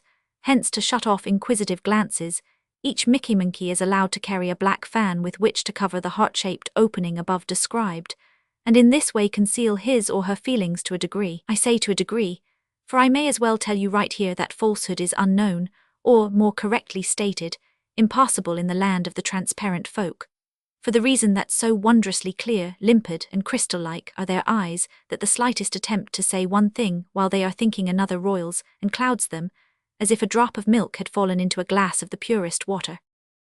As I sat gazing at this strange little being seated on the bench there beside me, I recalled a conversation which I had had with a learned Russian at Solvechegardsk. Said he, speaking of his people, "We are all born with light hair, brilliant eyes, and pale faces, for we have sprung up under the snow." And I thought to myself how delighted, how entranced he would have been to look upon this curious being, born not under the snow, but far under the surface of the earth, where in these vast chambers of this world within a world, this strange folk had, like plants grown in a dark, deep cellar, gradually parted with all their colouring until their eyes glowed like orbs of pure crystal, until their bones had been bleached to amber clearness, and their blood coursed colourless through colourless veins. While sitting there following out this train of thought, the clear white light suddenly began to flicker, and to play fantastic tricks upon the walls by dancing in garbs of ever-changing hues, now brightest yellow, now palest green, now glorious purple, now deepest crimson. "Ah, little baron," exclaimed Master Cold Soul, "that was an uncommonly short day. Rise, please." I made haste to obey, whereupon he touched a spring and the bench opened in the centre, disclosing 2 very comfortable beds. "A dinner easily provided for." 49 In a few moments night will be upon us, continued the Mickey-Monkey, "but thou seest that we have not been taken by surprise. I should explain to thee, little baron, that owing to the capricious manner in which our river of light is apt both to begin and to cease flowing, we are never able to tell how long a day or a night will prove to be. This is what we call twilight. In thy world, I suppose, day goes out with a terrible bang, for our wise men tell us that nothing can be done in the upper world without making a noise, that your people really love noise, and that the man who makes the greatest noise is considered the greatest man. Owing to the fact, little baron, that no one in Gargle Land can tell how long the day will last, or how long it may be necessary to sleep, our laws permit no one to set any exact time when a thing shall be done, or to exact any promise to do this or that certain day, for bless thy soul, that day may not be 10 minutes long. Hence we say, if tomorrow be over 5 hours long, come to me at the beginning of the 6th hour, and we never wish each other a plain good night, but say, good night as long as it lasts. What's more, little baron, as night is apt to come upon us this way unawares, by law all the beds belong to the state. No one is allowed to own his own bed, for when night overtakes him he may be at the other end of the city, and some other subject of Queen Galaxa may be in front of his door, and no matter where night may overtake a Mickey-Monkey, he is sure to find a bed. There are beds everywhere. By touching a spring they drop from the walls, they pull out like drawers, they are under the tables and divans in the parks, in the marketplace, by the roadside. Benches, bins, boxes, barrows and barrels by pressing a spring may in an instant be transformed into beds. It is the land of beds, little baron. But ah, behold, the twilight goes to its end, good night as long as it lasts. And with this Master Cold Soul stretched himself out and began to snore, having first carefully covered up the 2 holes in the front and back of 50 his garment, so that I shouldn't have a chance to take a peep through him in case I should wake up first. Bulger and I were right glad to lay our limbs on a real bed, although from the way my 4-footed brother followed his tail around and around, I could see that he wasn't particularly delighted with the softness of the couch. Chapter 8. Good morning as long as it lasts. Plain talk from Master Cold Soul, Wonders of Goggle Land. We enter the city of the Mickey-Minkies. Brief description of it. Our approach to the royal palace. Queen Galaxa and her crystal throne. Master Cold Soul's tears. I don't think the darkness lasted over 3 hours, perhaps it was longer, but Master Cold Soul was obliged to shake me gently ere he could rouse me. Now, little Baron, said he, after he had wished me a good morning with the usual as long as it lasts tact to it, if thou art quite willing, I'll conduct thee to the court of our gracious mistress, Queen Galaxa. Our wise men have often discoursed to her concerning the upper world and the terrible sufferings of its people, exposed as they are to be first frozen by the pitiless cold, and then burned by the scorching rays of what they call their sun, and she will no doubt deign to be pleased at sight of thee, although I must warn thee that thou art most uncomely, that thou seemst so black and hard to me as scarcely to be human, but rather a bit of living earth or rock. I greatly fear me that thou wilt make our people extremely vain by comparison. Thy 4-footed companion we know well by sight, having often seen his petrified image in the rocks of the dark chambers of our world. Master Cold Soul, said I as we walked along, when thou gettest to know me better thou wilt find me more comely, and although I shall not be able to show thee my heart, I hope to be able to prove to thee and thine that I have such a thing. No doubt, little Baron, exclaimed Master Cold Soul, but be not offended. It is not more pleasant for me to tell thee these disagreeable things than it is for thee to hear them, but I am paid to do it and I must earn my wage. Vanity grows apace in our world, and I prick its bubbles whenever I see them. To my great wonder I now discovered that the world of the Mickey-Minkies had its lakes and rivers like our own, only of course they were smaller and mirror-faced, being never visited by the faintest zephyr. To my question as to whether they were peopled with living things, Master Cold Soul informed me that they literally swarmed with the most delicious fish, both in scales and shells. But think not, little Baron, he added, that we of Goggle Land have no other food than such as we draw from the water, for in our gardens grow many kinds of delicate vegetables, springing up in a single night almost as light as foam and just as white. But we are small eaters, little Baron, and rarely find it necessary to put to death a large shellfish. We merely lay hold of his great claw, which he obligingly drops into our hand, and forthwith sets about growing another. But tell me, I pray thee, Master Cold Soul, said I, where ye find the silk to weave such soft and beautiful stuff as that thy garment is fashioned from. In this underworld of ours, little Baron, replied Master Cold Soul, there are many vast recesses not reached by the river of light, and in these dark chambers flit about huge night moths, like restless spirits forever on the wing, but of course they are not, for we find their eggs glued against the rocky sides of these caverns, and collect them carefully. The worms that are hatched from them spin huge cocoons so large that one may not be hidden in my hand, and these unwound give unto our looms all the thread they need. And the beautiful wood, I continued, which I see about me carved and fashioned into so many articles, whence comes it? 53 from the quarries, answered Master Cold Soul. Quarries, I repeated wonderingly. Why, yes, little Baron, said he, for we have quarries of wood as no doubt thou hast quarries of stone. Our wise men tell us that thousands and thousands of years ago vast forests grown in your world were in the upheavals and fallings in of the earth's crust thrust down into ours, the gigantic trunks wedged closely together, and standing bolt upright just as they grew. At least, so we find them when we have dug away the hardened clay that has shut them in these many ages. But see, little Baron, we are now entering the city. Yonder is the royal palace, wilt walk with me thither? Ah, dear friends, would that I could make you see this beautiful city of the underworld just as it showed itself to me then, spread out so gloriously beneath the glittering domes and vaulted corridors, from which poured down upon the exquisitely carved and polished entrances to the living chambers of this happy folk, a flood of white light apparently more dazzling than our noonday sun. It was a sight so strangely beautiful that many times I paused to gaze upon it. Young and old, all clad in the same gracefully flowing garbs of silk, now purple, now royal blue, and now rich vermilion, were hurrying hither and thither, each armed with the inevitable black fan, and the baby face of each aglow with life and sweet content, while 100 fountains springing from crystal basins glistened in the dazzling white light, and 10 times 100 flags and gonfalons hung listless, but rich in splendor from invisible wires. Strange music came floating along from the gracefully shaped barges with silken awnings, which were gliding noiselessly over the surface of the winding river, the oars stirring the waters until the wake seemed a path through molten silver. As Bulger and I followed Master Cold Soul along the streets of polished marble, It was not long before a crowd of Mickey monkeys was at our heels, whispering all sorts of uncomplimentary 54 things about us, mingled with not a few fits of suppressed laughter. The court depressor reproved them sternly. "Cease your ill-timed mirth," said he, "and go about your business. Must I pause and tell you a gruesome tale to check your foolish gaiety? Know ye not that all this silly mirth doth quicken your hearts and make them run down just so much sooner?" At these words of Master Cold Soul they fell back, and put an end to their giggling, but it was only for a moment, and by the time we reached the portal of the royal palace, a still louder and noisier crowd was close behind us.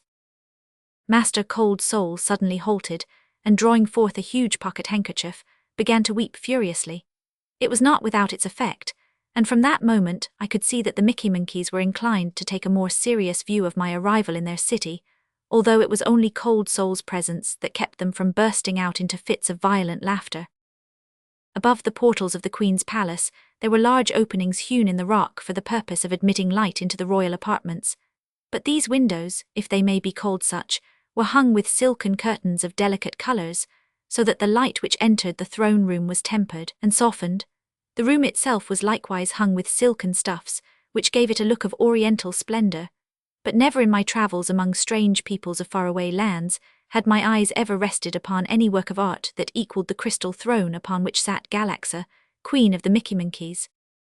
In the upper world, most diligent search had never been able to unearth a piece of rock crystal more than about 3 feet in diameter, but here in Queen Galaxa's throne 4 glorious columns at least 15 feet in height, and at their base 3 feet in diameter, shot up in matchless splendour, their lower parts shut in spangles of gold that glittered with ever-varying hues as a different light fell upon them. The cross-pieces and pieces making up the back and arms had been chosen on account of the exquisitely beautiful hair and needle-shaped crystals of other metals which they enclosed. A silken baldachin of rare beauty covered in the throne, and from its edges dropped heavy cords and tassels of rich colour and the perfection of human handicraft as to fineness and finish. At the foot of the throne sat the young Princess Crystallina, and standing behind her and engaged in combing her long silken tresses was her favourite waiting maid, Damoiselle Glowstone, while around and about in files and group-wise stood lords and ladies, courtiers and councillors by the dozen. As Master Cold Soul advanced to salute the Queen, a throng of the idlers who had followed at our heels crowded into the anteroom with loud outbursts of laughter. The court depressor was greatly incensed, and turning upon the throng he began weeping again with wonderful energy, but I noticed that it was nothing but sound. Not a tear fell to obscure the crystal clearness of his eyes. Then he began chanting a sort of song which was intended to have a depressing influence on the wild mirth of the Mickey monkeys. I can only recollect one verse of this solemn chant of the court depressor. It ran as follows: "Weep, Mickey monkeys, weep, oh weep, for the eyeless man in the city of light, for the mouthless man in plenty's bowers, for the earless man in music's realm, for the noseless man in the kingdom of flowers. Weep, Mickey monkeys, weep, oh weep." But they only laughed the louder, crying out, "Nay, Master Cold Soul, we will not weep for them thyself." At last Queen Galaxa raised the slender golden wand, tipped with a diamond point that lay within her hand, and instantly a hush came upon the whole place, while every eye was riveted upon Bulger and me. Chapter 9. Bulger and I are presented to Queen Galaxa, the Lady of the Crystal Throne. How she received us, her delight over Bulger, who gives proof of his wonderful intelligence in many ways, how the Queen creates him Lord Bulger, all about the 3 wise men in whose care we are placed by Queen Galaxa. Owing to the soft air, the never-varying temperature and the absence of all noise and dust, the Mickey monkeys, although they die in the end like other folk, yet do they never seem to grow old. Their skin remains soft and free from wrinkles, and their eyes as clear and bright as the crystal of Queen Galaxa's throne. At the time of our arrival in the land of the transparent folk, Queen Galaxa's heart had almost run down. In about 2 weeks more it would come quietly and gently to a stop. For, as I have already told you, dear friends, the heart of a Mickey monkey being perfectly visible when the dazzling white light in its full strength was allowed to shine through his body, why, it was a very easy matter for a physician to take a look at the organ of life, and, almost to the hour when it would exhaust itself, in other words, run down, Galaxa looked every inch a real queen as she half reclined upon her glorious crystal throne. She was clad in long, flowing silk garments of a right royal purple, and the gems which encircled her neck and wrists would have put to shame the crown jewels of any monarch of the upper world. Her garb had very much the cut and style of the ancient Greek costume, and the gold sandals worn by her added to the resemblance. But the one thing that excited my 57 wonder more than all the others put together was her hair. So long, so fine and silken was it, such a mass of it was there, and so dazzling white was it, not the blue or yellow white that comes of age in our world, but a milk white, a cotton white. And as we drew near, to Bulger's but not to my amazement, her hair began to quiver and rustle and rise, until it buried her whole throne completely out of sight. Of course I knew that, seated as she was upon a throne of glass, it was only necessary to send a gentle current of electricity through her to make her wonderful head of hair stand up in this manner, like the white and filmy tentacles of some gigantic creature of the sea, half plant, half animal. "Rise, little Baron," said Queen Galaxa, as I dropped upon my right knee on the lowest step of the throne, "and be welcome to our kingdom. Whilst thou may be pleased to tarry here, my people shall bestir themselves to show thee all that may seem wonderful in thine eyes, for although our wise men have often discussed to us of the upper world, yet art thou its first inhabitant to visit us, and thy wonderful companion is right welcome too. Can he talk, little Baron?"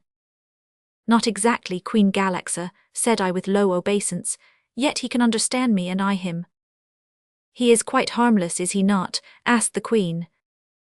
You may try to imagine how I felt, dear friends, when, as I was about to say, "Perfectly so, royal lady," to my amazement I saw Bulger advance and sniff at the Princess Crystallina, and then draw back and show his teeth as she stretched out her hand to caress him.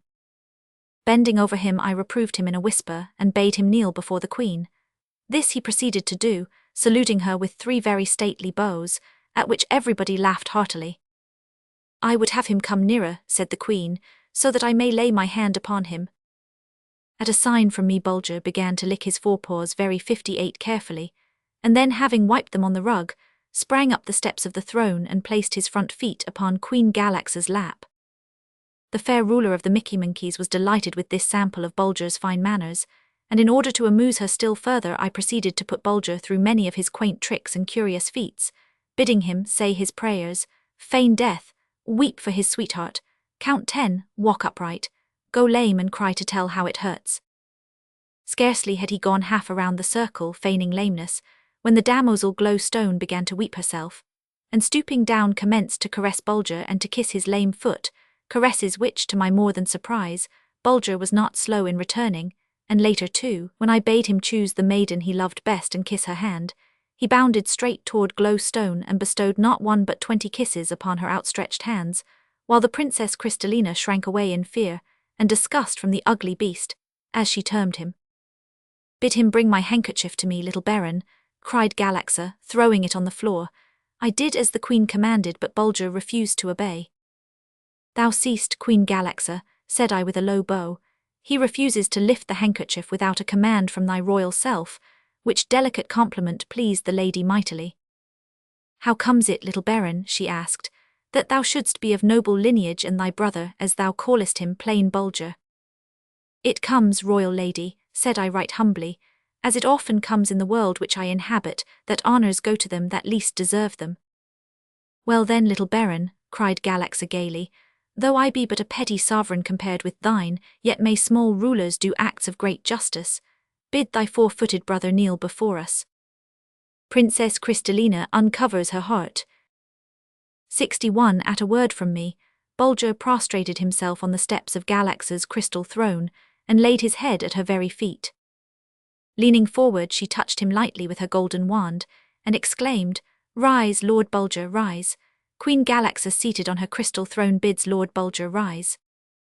In an instant Bulger raised himself on his hind feet and laid his head in the Queen's lap, while the whole room rang with loud huzzas, and every lady gently clapped her frail and glass-like hands, save the Princess Crystallina, who feigned to be asleep. Queen Galaxa now undid a string of pearls from her neck and tied them with her own hands around Lord Bulger's, and so it was that my 4-footed brother ceased to be plain Bulger. Then turning to her councillors of state, Queen Galaxa bade them assign a royal apartment to Lord Bulger and me, and gave strict orders that the severest punishment be at once visited upon any Mickey Monkey who should dare to laugh at us or to make disrespectful remarks concerning our dark eyes and skins and weather-beaten appearance, For, as the royal lady said to her people, "Ye might look worse than they were ye compelled to live on the outside instead of the inside of the world, exposed to biting blasts, piercing cold, and clouds of suffocating dust." By the Queen's orders, 3 of the wisest of the Mickeymonkeys were selected to attend Bulger and me, look after our wants, explain everything to us, in a word, do all in their power to make our stay in Gargle Land as pleasant as possible.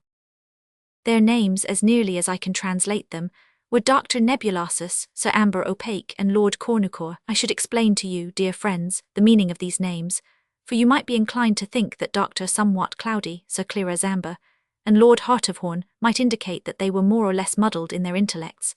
Far from it.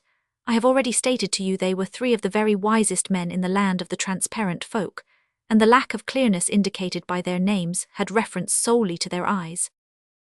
62 now, as you know, the learned men of our upper world have a different look from ordinary folk. They are stoop-shouldered, shaggy-eyebrowed, long-haired, pursed-lipped, near-sighted, shambling-gaited.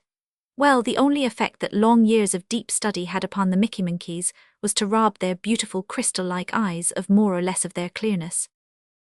Now I think you'll understand why these 3 learned Mickeymonkeys were named as they were. At any rate, they were, in spite of their strange names, 3 most charming gentlemen, and no matter how many times I might ask the same question over again, they were always ready with an answer quite as polite as the one first given me. They did everything that I had a right possibly to expect them to do. Indeed, there was but one single thing which I would have fain had them do, and that was to let me look through them.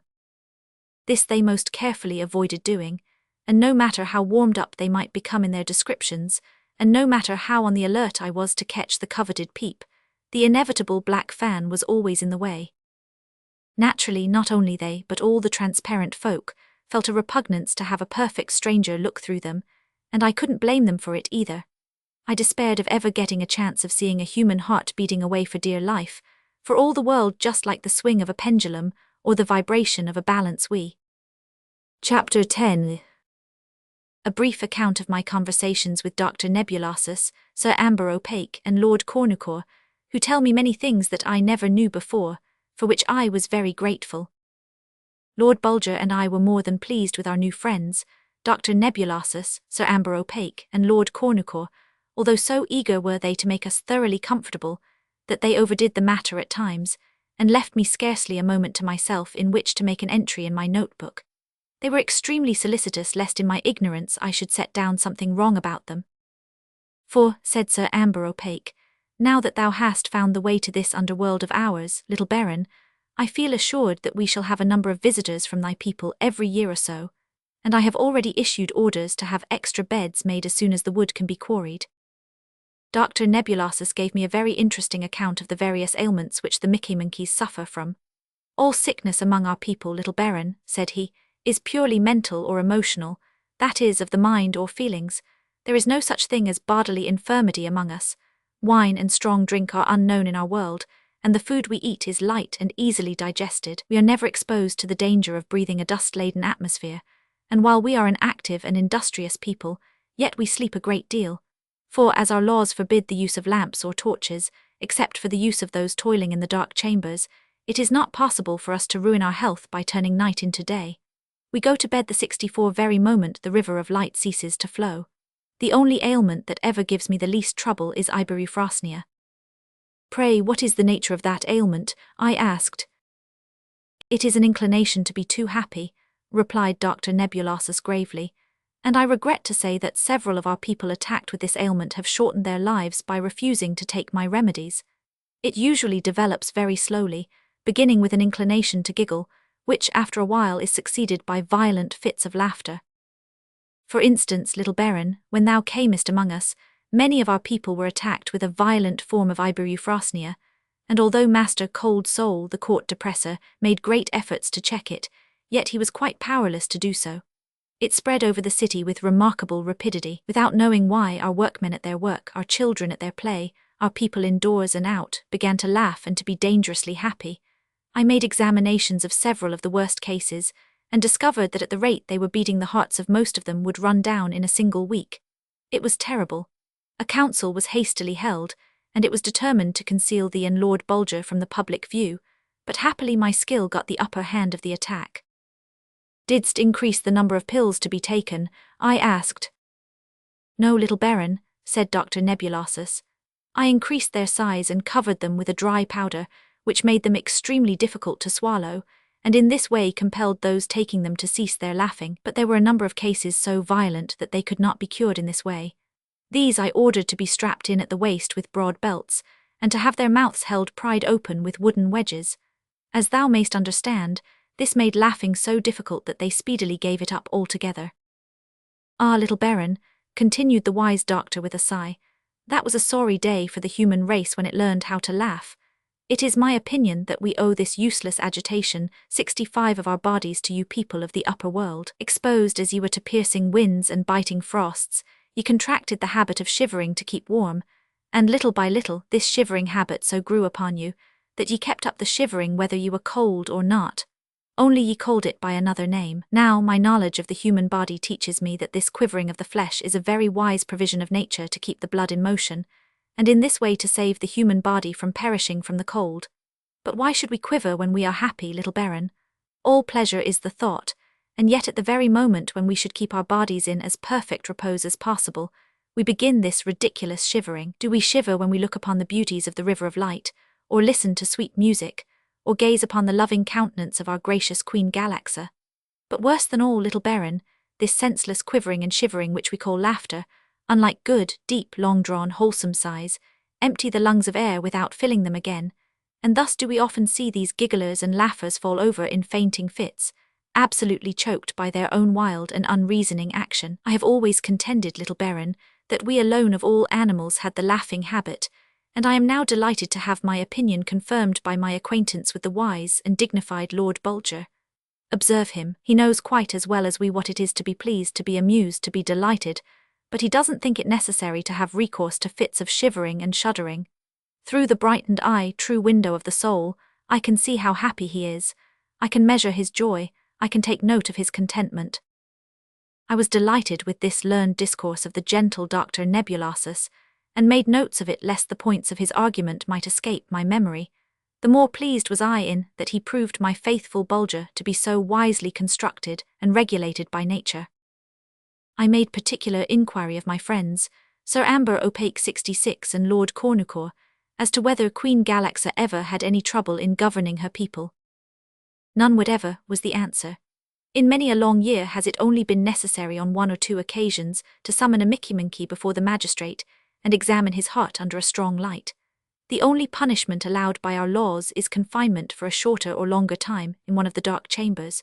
The severest sentence ever known to have been passed by one of our magistrates was 12 hours in length. But in all honesty, we must admit, little baron, that falsehood and deception are unknown amongst us for the simple reason that, being transparent, it is impossible for a Mickey-Monkey to deceive a brother without being caught in the act. Therefore, why make the attempt? The very moment one of us begins to say one thing while he is thinking another, his eyes cloud up and betray him, just as the crystal-clear weather glass clouds up at the approach of a storm in the upper world. But this, of course, little baron, is only true of our thoughts. Our laws allow us to hide our feelings by the use of the black fan. No one may look upon another's heart unless its owner wills it. It is a very grave offence for one Mickey-Monkey to look through another without that one's permission. But as thou wilt readily understand, inasmuch as we are by nature transparent, it is utterly impossible for a marriage to prove an unhappy one, for the reason that when a youth declares his love for a maiden, they both have the right by law to look upon each other's hearts, and in this way they can tell exactly the strength of the love they have for each other. This and many other strange and interesting things did my new friends, Dr. Nebulosus, Sir Amber Opaque, and Lord Cornucore impart unto me, and right grateful was I to good Queen Galaxa for having chosen them for me.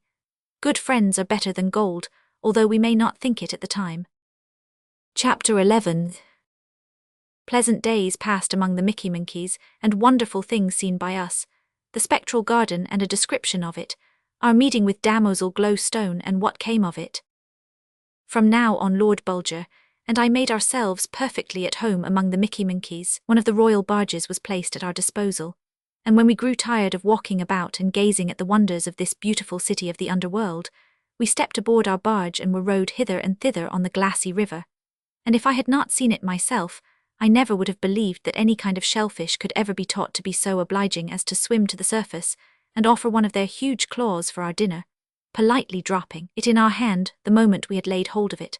On one of the river banks, I noticed a long row of wooden compartments looking very much like a grocer's bins, but you may think how amused Bulger and I were upon coming closer to this long row of little houses to find that they were turtle nests, and that quite a number of the turtles were sitting comfortably in their nests busy laying their eggs, which, let me assure you, were the most dainty tidbits I ever tasted. I think I informed you that the river flowing through Goggle Land was fairly swarming with delicious fish, the carp and sole being particularly delicate in flavour. And knowing, as I did, what a tender-hearted folk the Mickey Monkeys are, I had been not a little puzzled in my mind as to how they had ever been able to summon up courage enough to drive a spear into one of these fish, which were as tame and playful as a lot of kittens or puppies. 68, and followed our barge hither and thither, snapping up the food we tossed to them and leaping into the air, where they glistened like burnished silver as the white light sparkled on their scales. But the mystery was solved one day when I saw one of the fishermen deking a score or more of fish into a sort of pen, shut off from the river by a wire netting.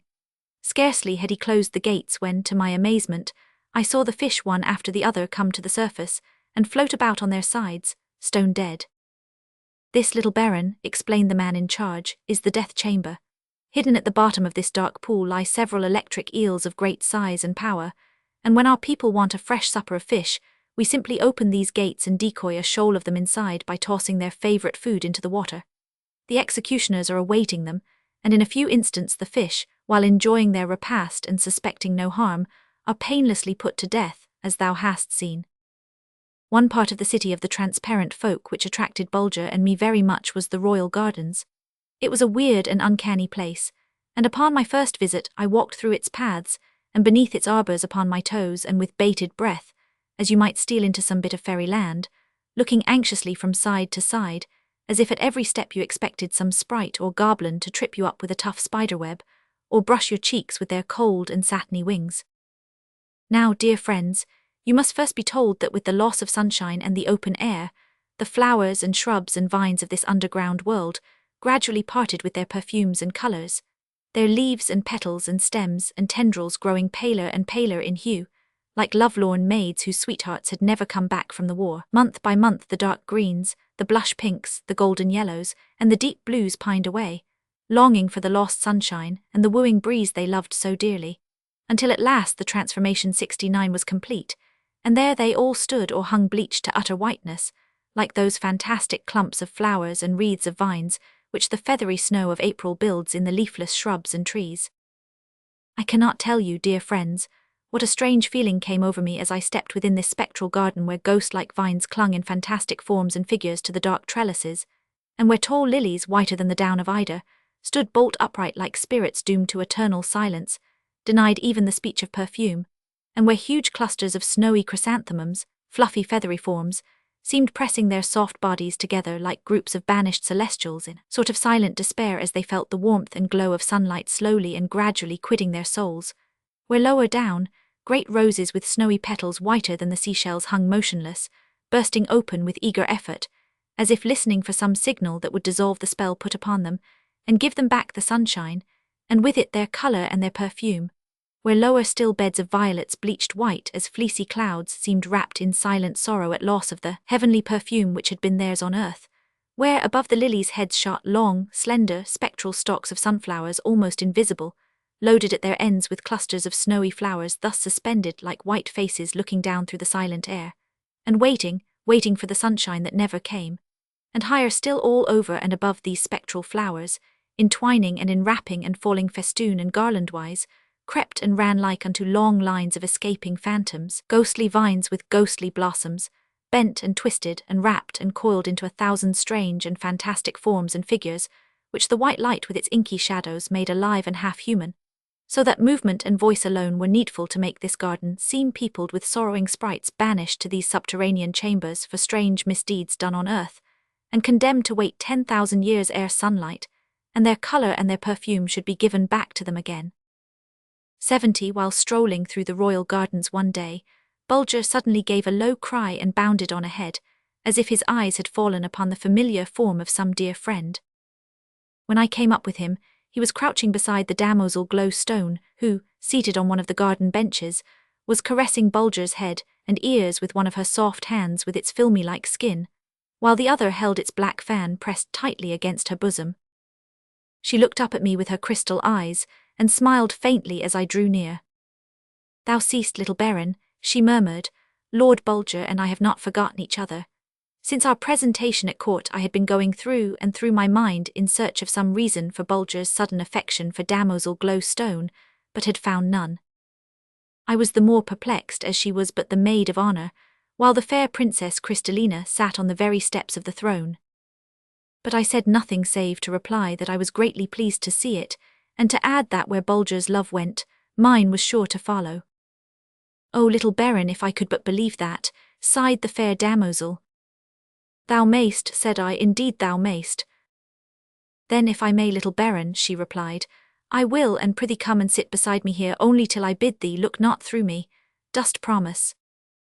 "I do, fair damozel," was my answer. "And thou, Lord Bulger, lie there at my feet," she continued, "and keep thy wise eyes fixed upon me and thy keen ears wide open. Little Baron, if both thine and our worlds were filled with sorrowing hearts, mine would be the heaviest of them all. List, oh list to the sad, sad tale of the sorrowing maid with the speck in her heart, and when thou knowest all, give me of thy wisdom." Crystallina's Heart on a Screen. Chapter 12. The sad, sad tale of the sorrowing princess with a speck in her heart, and what all happened when she had ended it, which the reader must read for himself if he would know. "Little Baron and dear Lord Bulger," began the crystal-eyed damozel, after she had eased her soul of its load of woe by 3 long and deep, deep sighs, "know then that I am not the Damozel Glowstone, but none other than the royal Princess Crystallina herself, that she whose hair I comb should comb mine, that she whom I have served for 10 long years should have served me. And to think, O Princess," I burst out joyfully, "that my beloved Bulger should have been the first to discover that she who was seated on the steps of the crystal throne was not entitled to the seat. To think that his subtle intellect should have been the first to scent out the wrong that had been done thee, his keen eye the first to go to the bottom of truth's well. But, fair Princess, I am bursting with impatience to know how thou thyself didst ever discover the wrong that has been done thee." "That thou shalt speedily know, little Baron," answered Crystallina, "and that thou mayst know all that I know, I'll begin at the very beginning. The day I was born there was great rejoicing in the land of the Mickey Monkeys, and the people gathered in front of the royal palace and laughed and cried by turns. So happy were they to think they were to be governed by another princess after Queen Galax's heart should run down. For many years ago, a bad king had made them very unhappy, 74, and they had hoped and prayed that no more such would come to reign over them. And pretty soon one of them began to tell the others what he thought the little princess would be like. "She will be the fairest that ever sat upon the crystal throne. Her hands and feet will be like pearls tipped with coral, her hair whiter than the river's foam, and from her beautiful eyes will burst the radiance of her pure soul, and her heart, oh, her heart will be like a little lump of frozen water, so clear and so transparent will it be, so like a bit of purest crystal, bright and flawless as a diamond of the first water, and therefore let her be called the Princess Crystallina, or the Maid with the Crystal Heart." Forthwith the cry went up, "Aye, let her be called Crystallina, or the Maid with the Crystal Heart," and Queen Galaxa heard the cry of her people, and sent them word that it should be as they wished, that I should be the Princess Crystallina. But ah me, that I should have lived to tell it. After a few days the nurse came to my royal mother wringing her hands and pouring down a flood of tears. Throwing herself on her knees, she whispered to the Queen, "Royal mistress, bid me die rather than tell thee what I know." Being ordered to speak, the nurse informed Queen Galaxa that she had that day for the first time held me up to the light, and had discovered that there was a speck in my heart. The Queen uttered a cry of horror and swooned. When she came to herself she directed that I should be brought to her and held up to the light so that she might see for herself. Alas, too true, there was the speck in my heart sure enough. I was not worthy of the sweet name which her loving people had bestowed upon me. They would turn from me with horror. They would never consent to have me for their queen when the truth should become known. They would not be moved by a mother's prayers. They would turn a deaf ear to everyone who should be bold enough to advise them to accept a princess with 75 speck in her heart, when they had thought they were getting one well deserving of the title they had bestowed upon her. Queen Galaxa knew that something must be done at once, that it would be time and labor lost to attempt to reason with the disappointed people, so she set to work thinking up some way out of her trouble. Now it so happened, little Baron, that the very day I had come into the world, a babe had been born to one of Queen Galaxa's serving women, and so hastily summoning the woman she ordered her to bring her babe into the royal bedchamber and leave it there, promising that it should be brought up as my foster sister. But no sooner had the serving woman gone her way rejoicing than the nurse was ordered to change the children in the cradle, and in a few moments Glowstone was wrapped in my richly embroidered blanket, and I swathed up in her plain coverlets. How things went for several years I know not, but one day, how well I recollect it, my little mind was puzzled by hearing Crystallina cry out, "Nay, nay, dear mamma, 'tis not fair, I like it not. Each day when thou comest to us thou givest Glowstone 10 kisses and me but a single one." Then would Queen Galaxa smile a sad smile and bestow some bauble upon Crystallina to coax her back to contentment again. And so we went on, Crystallina and I, from one year to another until we were little maids well grown, and she sat on the throne and wore royal purple stitched with gold, and I plain white, but still most of the kisses fell to my share.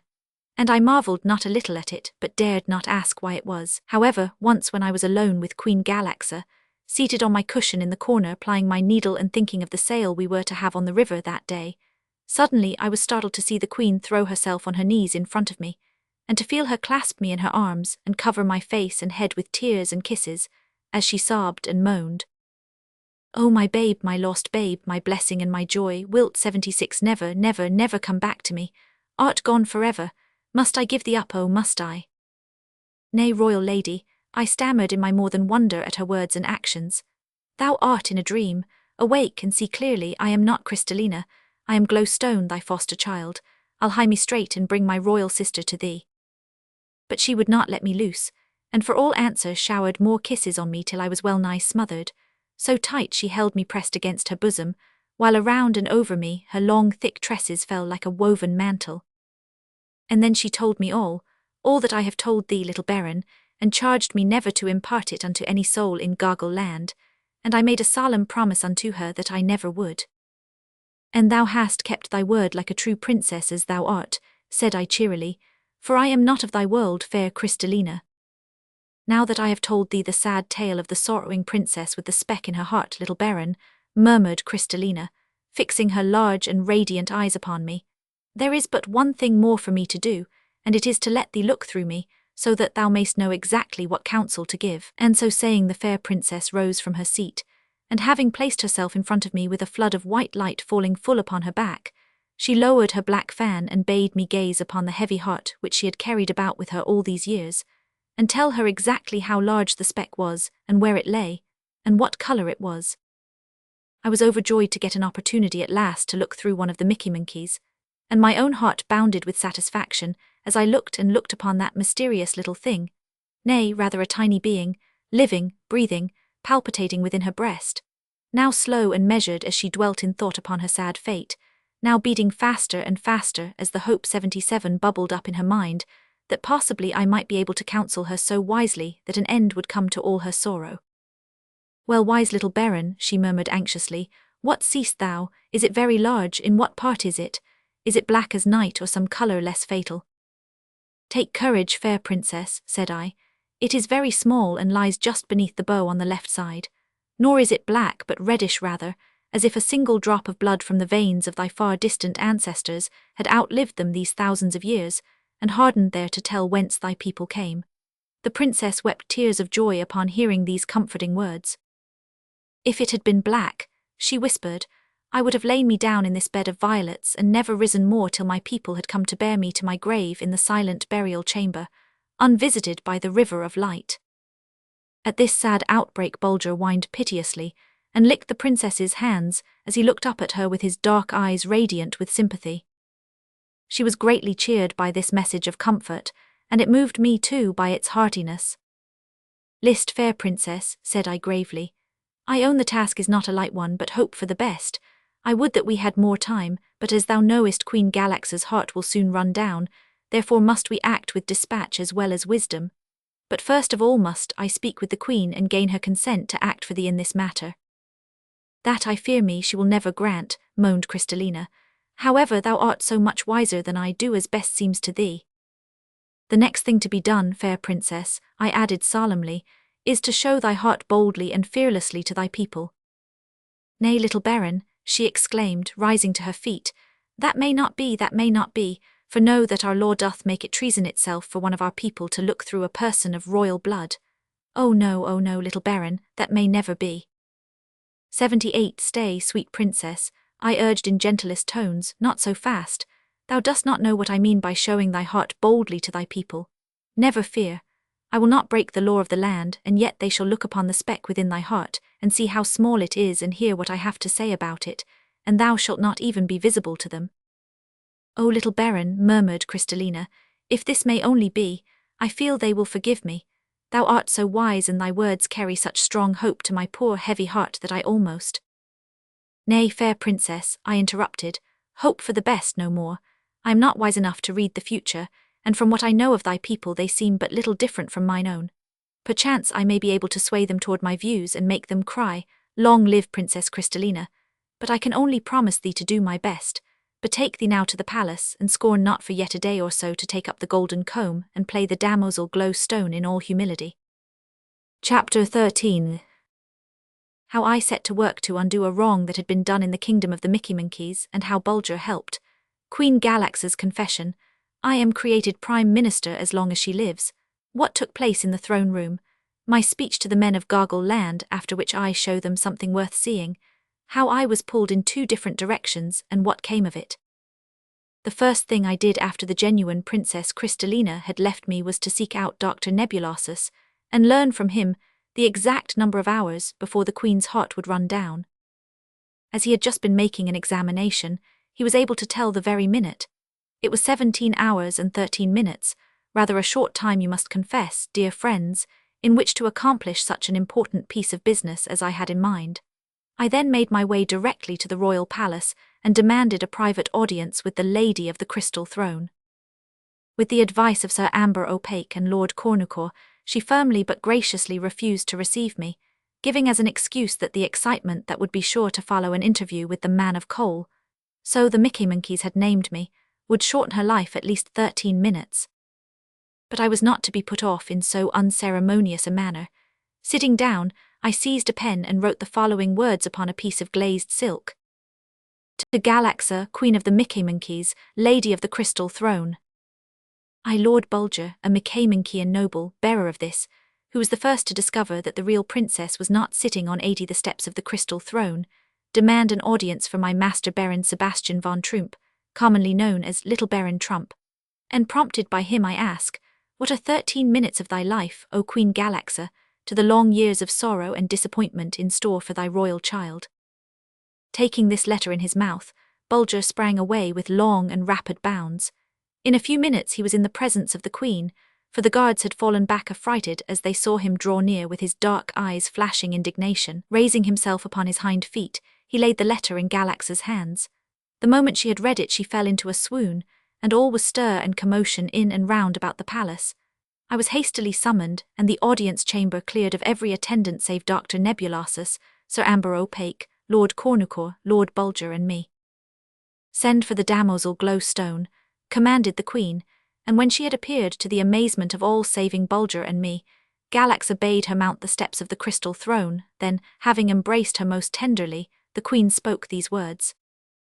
O faithful counsellors and wise friends from the upper world, this is the real Princess Crystallina, whom I have for all these years wickedly and wrongfully kept from her high state and royal privileges. She was born with a speck in her heart, and I feared that it would be useless to ask my people to accept her as my successor. I, Lady of the Crystal Throne, exclaimed Lord Cornucore, thou hast wisely done. Thy people would never have received her as Princess Crystallina, for being by the laws of our land denied the privilege to look for themselves, they never would have believed that this spot in the princess's heart was but a tiny speck like a single hair crystal in the arm of thy magnificent throne. Therefore, O Queen, we counsel thee not to embitter thy last hours by differences with thy loving subjects. 81 My Lord Cornucore, said I with a low bow, I make bold to raise my voice against thine, and I crave permission from Queen Galaxa to parley with her people. Forbid it, royal lady, cried Sir Amber Opaque savagely, at which Bulger gave a low growl and showed his teeth. Queen Galaxa, I added gravely, a wrong confessed is half redressed. This fair princess, 'tis true, hath a speck in her heart which ill accords with the name bestowed upon her by thy people. Bid me be master until thy heart runs down, and by the knighthood of all the trumps I promise thee that thou shalt have 3 hours of happiness ere thy royal heart has ceased to beat." "Be it so, little baron," exclaimed Galaxa joyfully. "I proclaim thee prime minister for the rest of my life." At these words Bulger broke out into a series of glad barks, and, raising upon his hind legs, licked the queen's hand in token of his gratitude, while the fair princess looked a love at me that was too deep to put into words. I had now but a few hours to act. The excitement, so Dr. Nebulosus assured me, would shorten the queen's life a full hour. It had always been my custom to carry about with me a small but excellent magnifying glass, a double convex lens, for the purpose of making examinations of minute objects, and also for reading inscriptions too fine to be seen with the naked eye. Hastily summoning a skillful metal worker, I instructed him to set the lens in a short tube, and to enclose that tube within another, so that I could lengthen it at my pleasure. Then, having called together as many of the head men of the nation as the throne room would hold, I requested Lord Cornucore to inform them of the confession which Queen Galaxa had made, namely, that in reality Damosel Glowstone was Princess Crystallina, and Princess Crystallina was Damosel Glowstone. They were stricken speechless by this piece of information, but when Lord Cornucore went on to tell the whole story, and to explain to them why the Queen had practiced this deception AD2 upon them, they broke out into the wildest lamentation, repeating over and over again in piteous tones, "A speck in her heart, a speck in her heart, O dire misfortune, O woeful day, she never can be our princess if she hath a speck in her heart." By this time my arrangements were complete. I had placed the Princess Crystallina just outside the door of the throne room, where she stood concealed behind the thick hangings, and near her I had stationed Dr. Nebulosus with a large circular mirror of burnished silver in his hand. Calling out in a loud voice for silence, I thus addressed the weeping subjects of Queen Galaxa. "O Mickey Monkeys, men of Gargle Land, transparent folk, I count myself most happy to be among you at this hour, and to be permitted by your gracious queen to raise my voice in defense of the unfortunate princess with the speck in her heart. Being of noble birth and an inhabitant of another world, it was lawful for me to look through the soaring princess, and I have done it. Yes, Mickey Monkeys, I have gazed upon her heart, I have seen the speck within it. Give ear, men of Gargle Land, and you shall know how that speck came there, for it is not, as you doubtless think, a coal-black spot within that fair enclosure, clearer than the columns of Galaxa's throne. Oh no, Mickey Monkeys, 1,000 times no. It is a tiny blemish of reddish hue, a drop of princely blood from the upper world which I inhabit, and this drop in all these countless centuries has coursed through the veins of 1,000 kings, and still kept its roseate glow, still remembered the glorious sunshine which called it into being. And now, men of Gargle Land, lest you think that for some dark purpose of mine own I speak other than the pure and sober truth, behold, I show you the fair Crystallina's heart, in its very life and being as it is, beating and throbbing with hope and fear commingled. Look and judge for yourselves." And with this, I signalled to those on the outside of the palace to carry out my instructions. Bulger parts his master from Princess Crystallina. 85 in an instant the thick curtains were drawn, and the throne room was wrapped in darkness, and at the same moment Dr. Nebulosus with his mirror caught the strong white rays of light and threw them upon Crystallina's body, while I through an opening in the hangings made haste to apply the tube to which the lens had been fitted, and, catching the reflected image of her heart, threw it up in plain and startling view upon the opposite wall of the throne room. Upon seeing how small the speck was and how truthfully I had described it, the Mickey Monkeys fell a-weeping for purest joy, and then, as if with one voice, they burst out, "Long live the fair Princess Crystallina with the ruby speck in her heart, and 10,000 blessings on the head of little Baron Troomp and Lord Bulger for saving our land from cruel dissensions." The people on the outside took up the cry, and in a few moments the whole city was thronged with bands of Queen Galaxa's subjects, singing and dancing and telling of their love for the fair princess with the ruby speck in her heart. I had kept my word. Queen Galaxa would have at least 3 hours of complete happiness ere her heart ran down. But suddenly the river of light began to flicker and dim its flood of brilliant white rays. Night was coming. Noiselessly, as if by magic, the Mickey Monkeys faded from my sight, stealing away in search of beds, and as the gloom crept into the great throne room, someone plucked me gently by the hand, and a soft voice whispered, I love thee. Oh, who other than I can tell how I love thee?" And then a grip stronger than that gentle hand seized me by the skirt of my coat and dragged me away slowly, but surely away through the darkness, through the gloom, out into the silent streets, ever away until at last that soft voice, choking with a sob, ceased its pleading and gasped, "Farewell, oh farewell, I dare go no farther." And so Bulger, in his wisdom, led me on and ever on out of the city of the Mickeymonkeys, out upon the marble highway. Chapter 14. Bulger and I turn our backs on the fair domain of Queen Crystallina, nature's wonderful speaking tube. Crystallina's attempt to turn us back, how I kept Bulger from yielding, some incidents of our journey along the marble highway, and how we came to the glorious gateway of solid silver. Me, the soaring Sebastian, loaded with as heavy a heart as ever a mortal of my size had borne away with him, did the wise Bulger lead along the broad and silent highway, farther and yet farther from the city of the Mickeymonkeys, until at last the music of the fountains pattering in their crystal basins died away in the distance, and the darkness far behind me. I felt that my wise little brother was right, and so I followed on after, with not a sigh or a syllable to stay him. But he halted at last, and as I felt about me, I discovered that I was standing beside one of the richly carved seats that one so often meets with along the marble highway. I was quite as foot-weary as I was heart-heavy, and reaching out I touched the spring which I knew would transform the seat into a bed, and clambering upon it with my wise Bulger nestled beside me, I soon fell into a deep and refreshing sleep. When I awoke and, sitting up, looked back toward Queen Crystallina's capital, I could see the river of light pouring down its flood of white rays far away in the distance. But only a faint reflection came out to where we had passed the night, and then I knew that my faithful companion had led me to the very uttermost limit of the Mickeymonkey domain before he had halted. Yes, sure enough, for, as I raised my eyes, there towering above the bed stood the slender crystal column, which 87 marked the end of Goggle Land, and upon its face I read the extract from a royal decree forbidding a Mickeymonkey to overstep this limit, under pain of incurring the Queen's most serious displeasure. Before me was darkness and uncertainty. Behind me lay the fair kingdom of the transparent folk yet in sight, lighted up like a long line of happy homes in which the fires were blazing bright and warm on the hearthstones. Did I turn back? Did I hesitate? No, I could see a pair of speaking eyes fixed upon me and could hear a low whine of impatience coaxing me along. Stooping down, I fastened a bit of silken cord taken from the bed to Bulger's collar and bade him lead the way. It was a long while before the light of Queen Crystallina's city faded away entirely, and even when it ceased to be of any service in making known to me the grandeur and beauty of the vast underground passage, I could still see it glitter like a silver star away behind me. But it disappeared at last, and then I felt that I had parted forever with the dear little princess with the speck in her heart.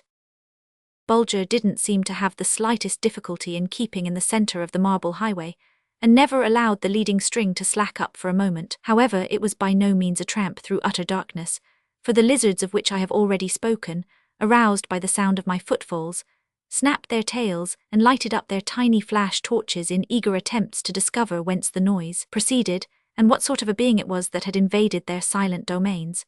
We had covered possibly 2 leagues when suddenly a low and mysterious voice, as soft and gentle as if it had dropped from the clear, starry heavens of my own beautiful world, reached my ear. "Sebastian, Sebastian," it murmured. Before I could stop to think, I uttered a cry of wonder, and the noise of my voice 88 seemed to awaken 10,000 of the tiny living flashlights inhabiting the cracks and crevices of the vast arched corridor, flooding it for a moment or so with a soft and roseate radiance. "Sebastian, Sebastian," again murmured the mellow and echo-like voice coming from the very walls of rock beside me. Hastily drawing near to the spot whence the words seemed to come, I laid my ear against the smooth face of the rock. Again the same soft sighing voice pronounced my name so clearly and so close beside me that I reached out to grasp Crystallina's hand, for hers was the voice, the same low, sweet voice that had told me of her sorrow in the spectral garden, but there was no one there. In reaching out, however, I had passed my left hand along the face of the wall, and it had marked the presence of a round, smooth opening in its rocky face, an opening about the size of a rain-water pipe in the upper world. Instantly it flashed upon my mind that through some whim of nature this opening extended for leagues back towards the city of the Mickeymonkeys through the miles of solid rock, and opened in the very throne room of the Princess Crystallina. Yes, I was right, for after a moment or so again the same low, sweet voice came through the speaking tube of nature's own making and fell upon my eager ear. I waited until it had ceased, and setting my mouth in front of the opening I murmured in strong but gentle tones, Farewell, dear Princess Crystallina. Bulger and the little Baron both bid thee a long farewell. And then raising Bulger in my arms, I bade him weep for his royal friend whom he would never see again. He gave a long, low, piteous cry, half whine, half howl, and then I listened for Crystallina's voice. It was not long in coming. Farewell, dear Bulger. Farewell, dear Sebastian. Crystallina will never forget you until her poor heart with the speck in it runs down and the crystal throne knows her no more. Poor Bulger. It now became my turn to tear him from this 89 spot, for Crystallina's voice, sounding thus unexpectedly in his ears, had aroused all the deep affection which he had so ruthlessly smothered in order to bring his little master to his senses and free him from the charm of Crystallina's grace and beauty. But in vain. All my strength, all my entreaties were powerless to move him from the place. Evidently Crystallina had heard me pleading with Bulger, and had imagined that now I would waver and stand irresolute. Heed dear Bulger's prayer, O beloved, she pleaded, and turn back to thy disconsolate Crystallina, whom thou madest so happy for a brief moment. Turn back, oh, turn back. Bulger now began to whine and cry most piteously. I felt that something must be done at once, or the most direful consequences might ensue. That Bulger, crazed by the sweet tones of Crystallina's voice, might break away from me and dart away in mad race back to the city of the Mickey-Minkies, back to the fair young queen of the crystal throne. It became necessary for me to resort to trick and artifice to save my dear little brother from his own loving heart. Drawing his head up against my body and covering his eyes with my left arm, I quickly unloosened my neckerchief, and thrusting it into this wonderful speaking tube closed it effectively. And thus I saved my faithful Bulger from himself, thus I closed his ears to the music of Crystallina's voice, but it was not until after a good hour's waiting that he could bring himself to believe that his beloved friend would speak no more. After several hours more of journeying along the marble highway, a speck of light caught my eye, far on ahead, and I redoubled my pace to reach it quickly.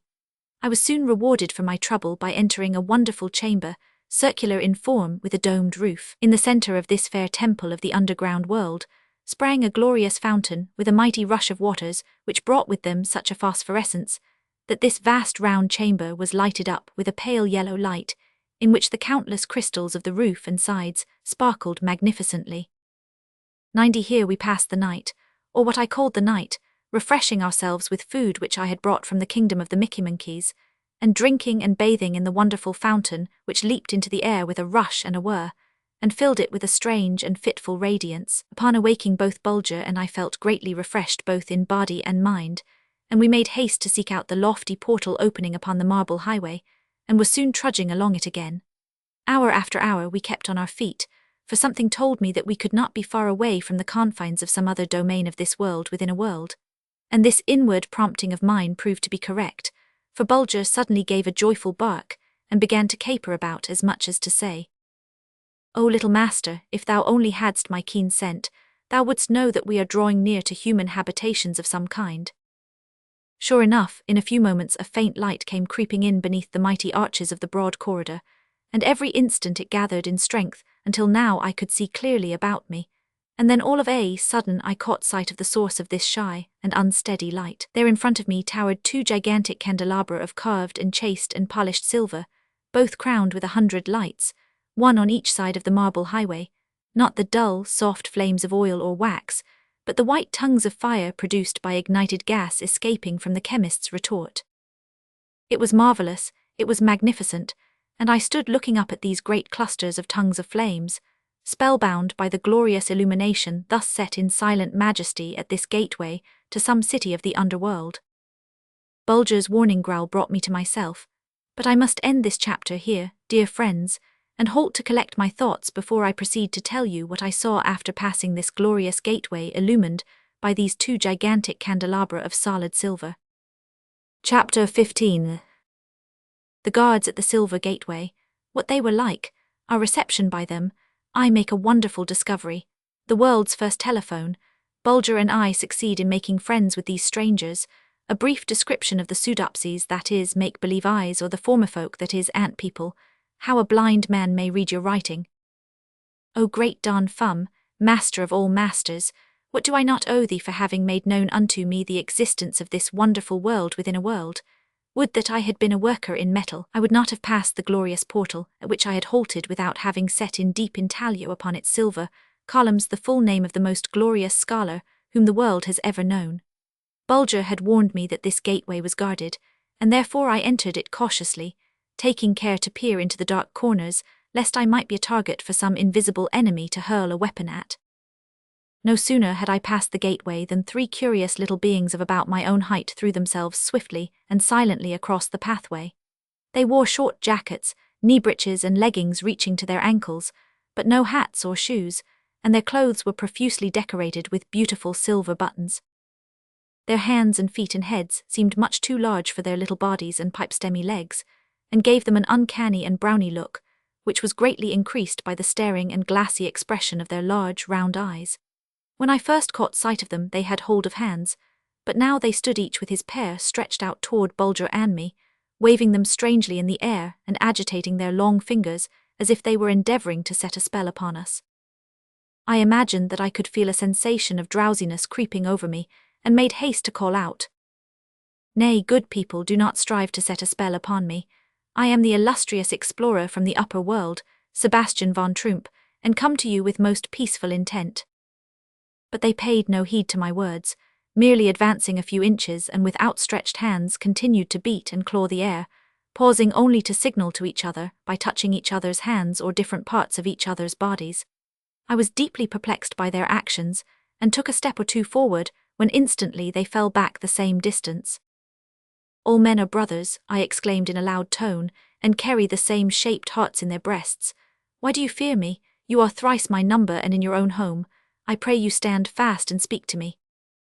As I was pronouncing these words, they kept jerking their heads back as if the sound of my voice was smiting them in the face. It was very strange. Suddenly one of them drew from his pocket a ball of silken cord, and deftly unrolling it, tossed one end toward me. It flew directly towards me, for its end was weighted with a thin disc of polished silver, as was the end retained in the hand of the thrower. His next move was to open his jacket and apparently press his disc against his bare body right over his heart. I made haste to do the same with mine, holding it firmly in place. This done, he retreated a step or two until the silken cord had been drawn quite taut. Then he paused and stood for several instants without moving a muscle, after which he passed the disc to one of his companions, who, having pressed it against his heart in turn, passed it to the third of the group. With the quickness of thought the truth now burst upon me. The 3 brownie-like creatures in front of me were not only blind, but they were deaf and dumb. The one sense upon which 93 they relied, and which in them was of most marvellous keenness, was the sense of feeling. The strange motions of their hands and fingers, so much like the beating and waving of an insect's feelers, were simply to intercept and measure the vibrations of the air set in motion by the movements of my body. Their large round eyes, too, had but the sense of feeling, but so wondrously acute was it that it was almost like the power of sight, enabling them by the vibration of the air upon the balls to tell exactly how near a moving object is to them. Their purpose in throwing the silken cord and silver disc to me was by measuring the beating of my heart and comparing it with their own to determine whether I was human like them. Judge of my astonishment, dear friends, upon seeing one of their number point to the silver disc, and by means of sign language, give me to understand that they wanted to feel the heart of the living creature in my company. Stooping down, I hastened to gratify their curiosity by applying it over my dear Bulger's heart.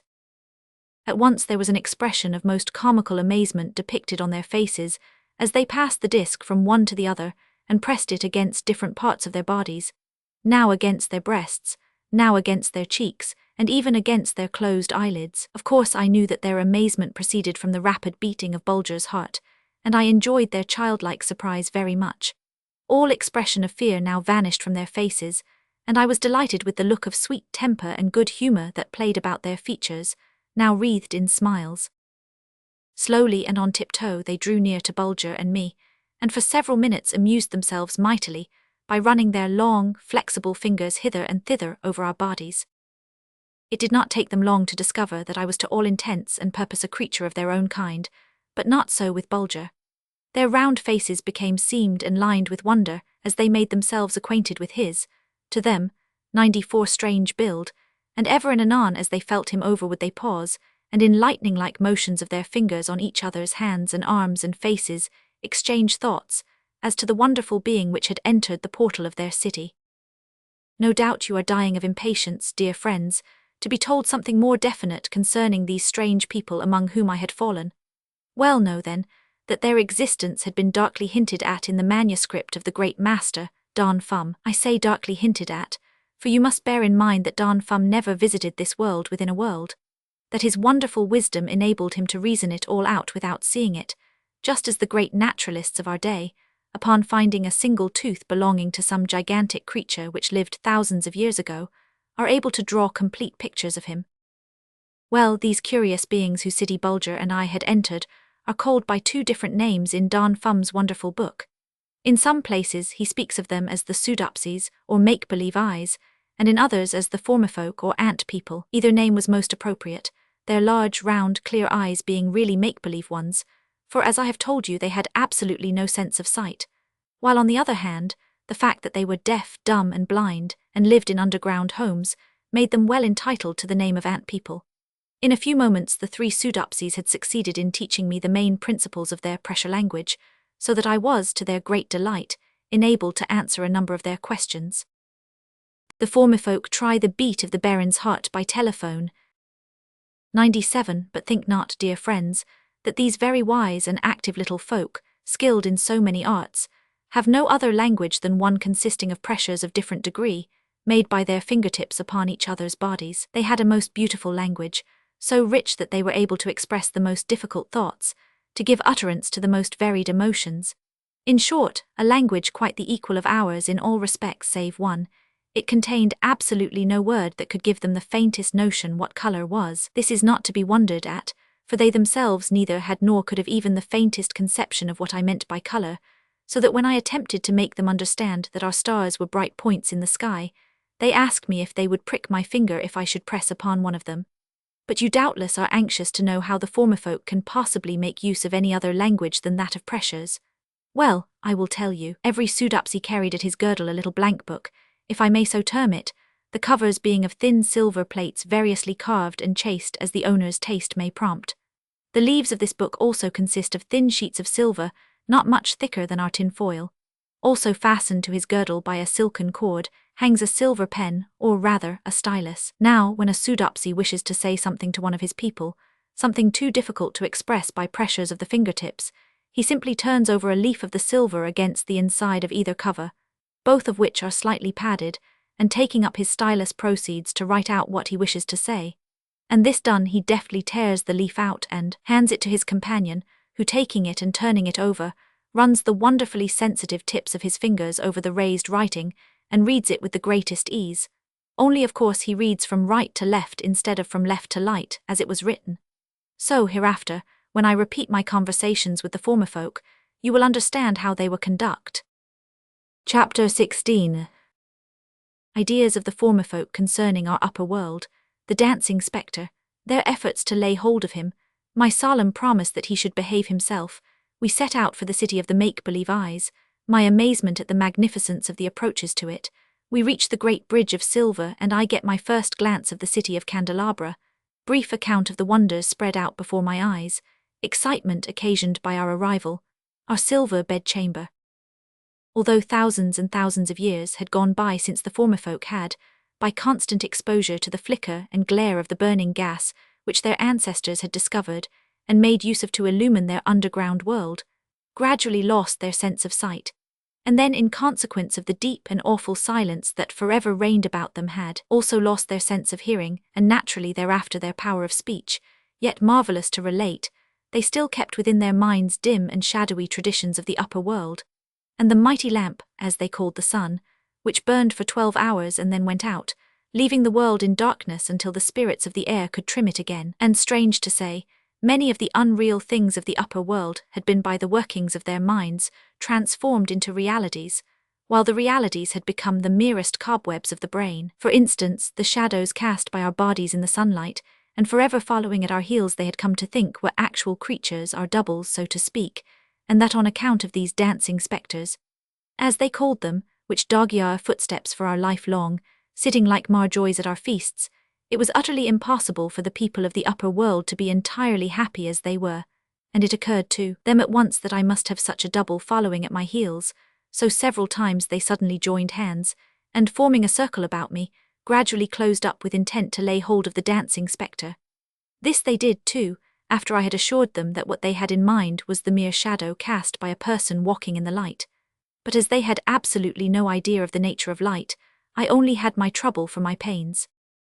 Nor did they give over making every now and then the most frantic and laughable efforts to catch the little dancing gentleman who, as they were bound to think, was quietly trudging along at my heels, but who, so they informed me, was far quicker in his motions than any escaping water or falling object. Finally, they held one of their silent but very excited powwows, during which the 1,000 lightning-like pressures and tappings which they made upon each other's bodies gave the spectator the idea that they were 3 deaf and dumb schoolboys engaged in a scrimmage over a bag of marbles.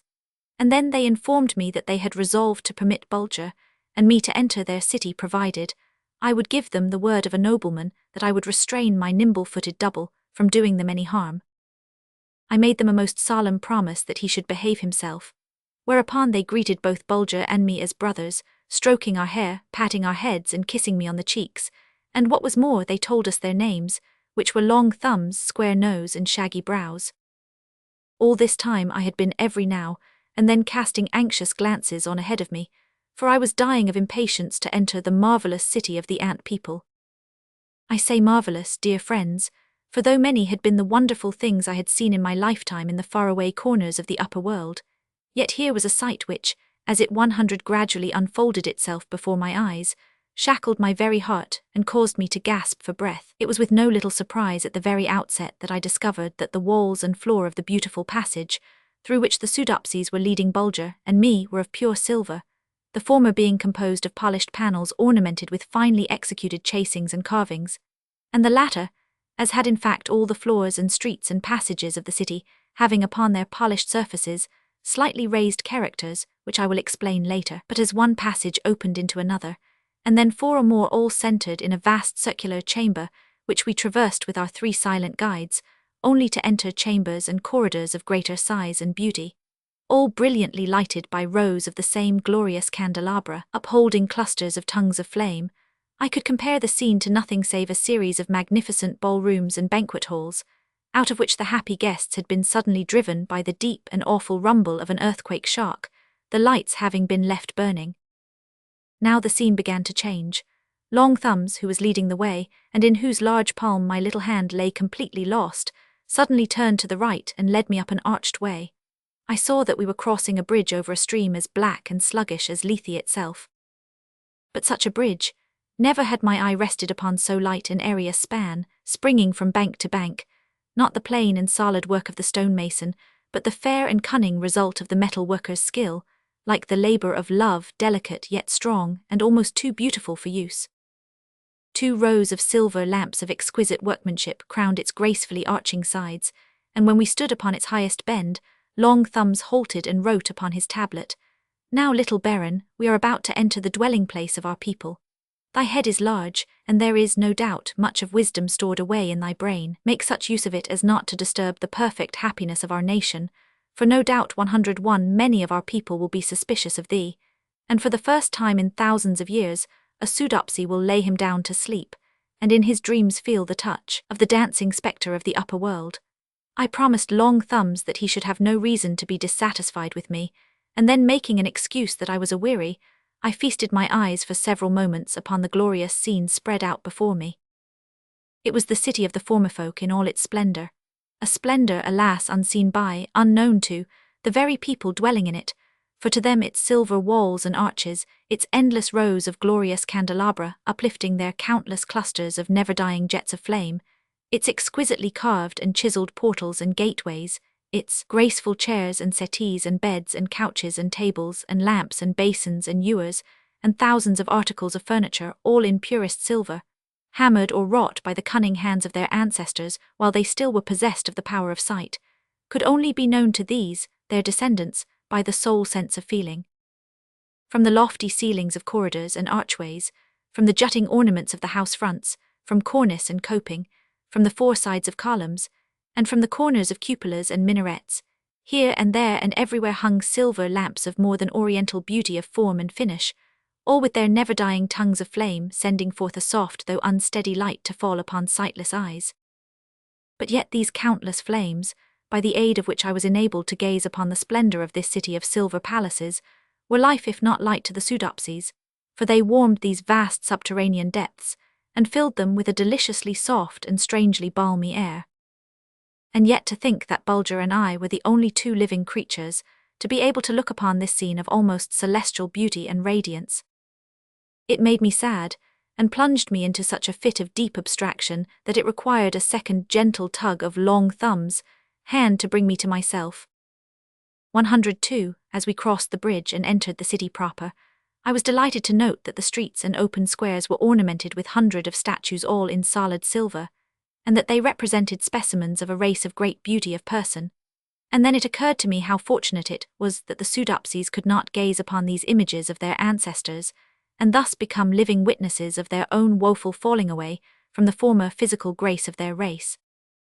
Now, like human ants that they were, the former folk began to swarm forth from their dwellings on every side of the city, and my keen ear caught the low shuffling sound of their bare feet over the silver streets as they closed in about us, their arms flashing in the light and their faces lined with strange emotions as they learned of the arrival among them of two creatures from the upper world. They were all clad, men and women alike, in silk garments of a chestnut brown, and I at once concluded that they drew this material from the same sources as the Mickeymonkeys, for, dear friends, you must not get an idea that the former folk were not well deserving of the name which Don Fum had bestowed upon them.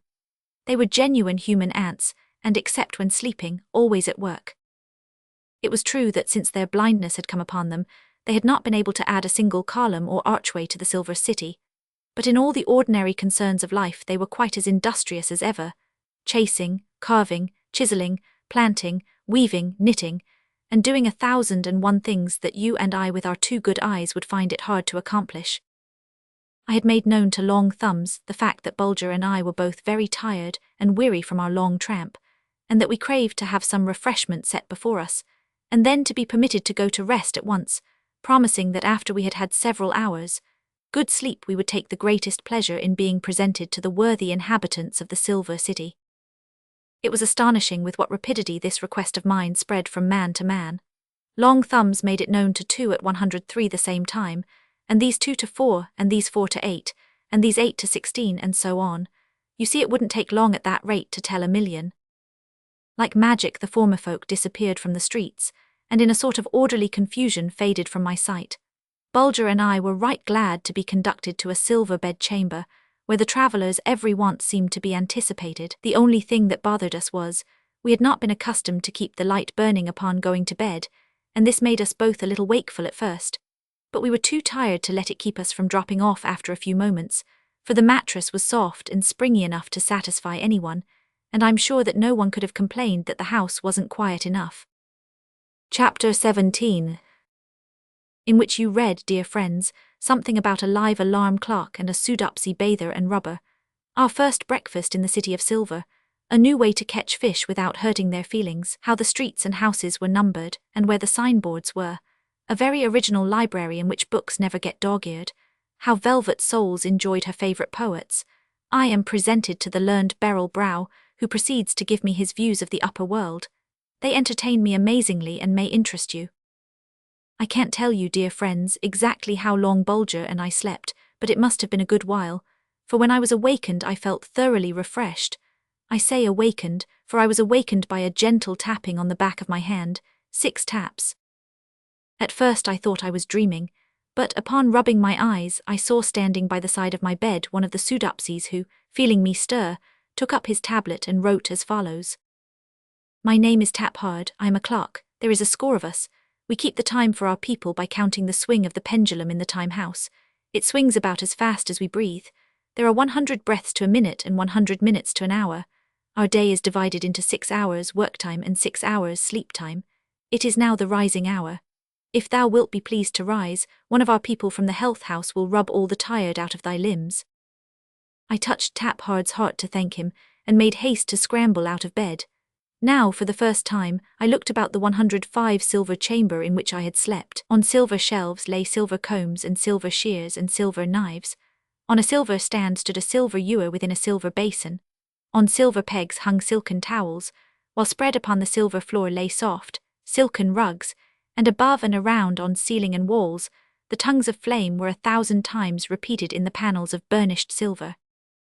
I had made trial of all sorts of oriental rubber and bath attendants in my day, but the silent little Sudopsy who laved and rubbed and tapped and stroked me exceeded them all in dexterity, added to which was a new charm, for I was not obliged to listen to long and senseless tales of adventure and intrigue, but was left quite alone to my own thoughts. Bulger was also treated to a sponging and a rubbing, a luxury which he had not enjoyed since we had left Castle Troomp.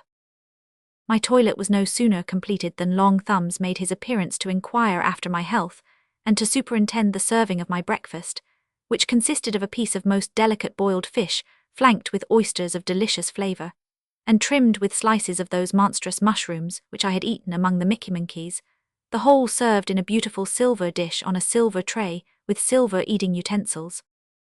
Remembering the strange way in which the fish were caught and killed in the land of the Mickey-monkeys, I was curious to know how the Sudopsies managed it, for I knew enough of them to know that the sensation of anything struggling for its life in their hands would suffice to throw them into fits of great suffering, to fill their gentle hearts with nameless terror. At the end of one of the many corridors leading out of our city, explained Long Thumbs, there is a rocky chamber which was called by our ancestors up Haslock, or the death hole, because any being which breathes its air for a few moments is sure to die. So they closed it up forever, leaving only a small pipe projecting through the door. But strange to say, those who breathe this air suffer no pain whatever, but presently drop off 106 into a pleasant dream, and unless they be rescued, would of course never wake again. Now, as our laws forbid us to cause any pain to the most insignificant creature, it occurred to our ancestors that by means of a long pipe they could turn this poisoned air into the river, whenever they wanted a supply of fish for food. This they did, and strange to say, the moment the fish felt the gas bubbling into the river, they at once swam up to the mouth of the pipe, and struggled with each other for a chance to catch the deadly bubbles as they left its mouth. So pleasant a sensation do they cause as they gradually plunge, the creature breathing them into his last sleep. And in this way it is we are enabled to feed upon the fish in our river, without breaking the law of the land. I began to understand that I had fallen in with a very original and interesting folk, but Bulger was not altogether pleased with them, for several reasons, as I soon observed. In the first place, he couldn't accustom himself to the cold and glassy look of their eyes, and in the next, he was a bit jealous of their wonderfully keen scent, a sense which with them was so strong that they invariably gave signs of being conscious of Bulger's approach even before I could see him, and always turned their faces in the direction in which he was coming. You will remember, dear friends, that I mentioned the fact that the former folk went barefoot, and that their feet as well as their hands seemed altogether too large for their bodies, and I wish to add that while Bulger and I were being led through the long corridors and winding passages on our way into the City of Silver, the three Sudopsies frequently half-halted and seemed to be feeling on the floor for something with the balls of their feet. I thought no more about it, until Bulger and I started out for our first stroll through their wonderful town, when to my great delight I made the discovery that the numbers of the houses, the names of the occupants, the names of the streets, as well as all signboards, so to speak, and all guideposts were in slightly raised letters on the floors and pavements, and then the truth dawned upon me, that Long Thumbs and his companions were simply halting now and then to read the names of the streets with the balls of their feet, in order to know if they were taking the right rower. Beryl Brow engaged in reading 4 books at once. 109 more than this, dear friends, the first time Bulger and I passed through one of the open squares of the City of Silver. You may imagine my satisfaction upon the discovery that the silver pavements were literally covered with the writings of the Sudopsy authors in raised characters. Now, in Don Fum's wonderful book he had, in his masterly manner, given me the key to the language of the former folk, so that with very slight effort I was able to make the additional discovery that some of the streets were given up to the writers of history, and some to story writers, while others were filled with the learned works of philosophers, and others still contained many thousands of lines from the best poets which the nation had produced. And I had very little difficulty in discovering which were the favourite poems of the Sudopsies, for, as you may readily suppose, these were polished like a silver mirror by the shuffling of the many thankful feet over their sweet and soulful lines. I noticed that the writings of the philosophers in this, as in my own world, found few readers, for the raised letters were, in many cases, tarnished and black from lack of souls trampling over them in search of wisdom. Somewhat later, when I had become acquainted with Velvet Souls, the daughter of Long Thumbs, a gracious little being as full of inward light as she was blind to the outer world, and she invited me to come for a read, I had a hard task of it in persuading her that I could not remove what she called my ridiculous footboxes, and join her in enjoying some of her favourite poems. It was to me a delicious pastime to accompany this happy little maiden when she went for a read, to walk beside her and watch the ever-varying expression of her beautiful face as the soles of her tiny feet pressed the 110 words of love and hope and joy, and her heart expanded, and she clasped her hands in attitudes of blissful enjoyment, seemingly just as deep and fervent as if the blessed sunlight rested on her brow and her eyes were drinking in the glory of a summer sunset. O dwellers in the upper world, with the light streaming into the windows of your souls, with your ears open to the music of pipe and flute and violin, and to the sweeter music of the voice of love, how much more have ye than she? And yet how rarely are ye as happy, how rarely do ye know that sweet contentment which, as in this case, came from within? Go to the ant, consider her ways and be wise, which, having no guide, overseer, or ruler, provideth her meat in the summer and gathereth her food in the harvest. In a short time, the former folk seemed to become quite accustomed to having Bulger and me among them, and they apparently touched hands with me in quite as friendly a fashion as if I had been one of them. One day Long Thumbs conducted me to the house of the most aged and learned of the Pseudopsies, Beryl Brow by name. He received me very cordially, although I interrupted him at his studies, for as I entered his apartment, he was in the act of reading 4 different books at the same time.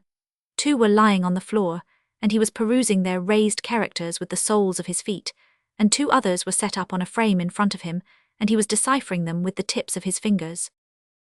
But when informed who I was, he stopped work at once and, taking up his tablets, asked me a number of questions concerning the upper world, of which he had, however, no very exalted opinion. You people, said he, if I understand correctly the ancient writings of those of our nation who still preserved certain traditions of the upper world, are endowed with several senses which are utterly lacking in us, I am happy to say, for if I understand correctly, ye have in the first place a sense which ye call hearing, 111 a most troublesome sense, for by means of it ye are being constantly disturbed and annoyed by vibrations of the air coming from afar. Now they can be of no possible good to you. Ye might as well have a sense that would inform you what was going on in the moon. Therefore my conclusion is that the sense of hearing only serves to distract and weaken the brain. Another sense that ye are possessed of, continued Beryl Brow, ye call the sense of sight, a power even more useless and distracting than hearing, for the reason that it enables you to know things which it is utterly bootless to know, such as what your next-door neighbours may be doing, how the mountains are acting on the other side of your rivers, how your sky, as ye call it, might feel if you could touch it with your fingers, which ye can't do, however, how soon rain will fall, which is a useless piece of knowledge if ye have roofs to cover you, as I suppose ye have. But the most ridiculous use which ye make of this sense of sight is the manufacture of what ye call pictures, by means of which ye seem to take the greatest pleasure in deceiving this very sense of which ye are so very proud. If I understand correctly, these pictures, if felt of, are quite as smooth as that panel there. But so cunningly do ye draw the lines and lay in the colours, whatever they may be, that ye really succeed in deceiving yourselves, and stand for hours in front of one of these bits of trickery when ye might, if ye chose, feast your eyes, as ye call it, upon the very thing which the trickster has imitated. Now, as life is much shorter in the upper world than in ours, it seems very strange to me that ye should wish to waste it in this foolish manner. Then there is another thing, little Baron, continued the learned Beryl Brow, which I wish to mention. It is this: the people of the upper world pride themselves very much upon what they term the power of speech, which, if I understand correctly, is a faculty they have of expressing their thoughts to each other by violently expelling the air from their lungs, and that this air, rushing into the ventilators of the brain, which ye call ears, produces a sensation of soundness, ye term it, and in this way one of thy people standing at one end of the town might make his wishes known to another standing at the other end.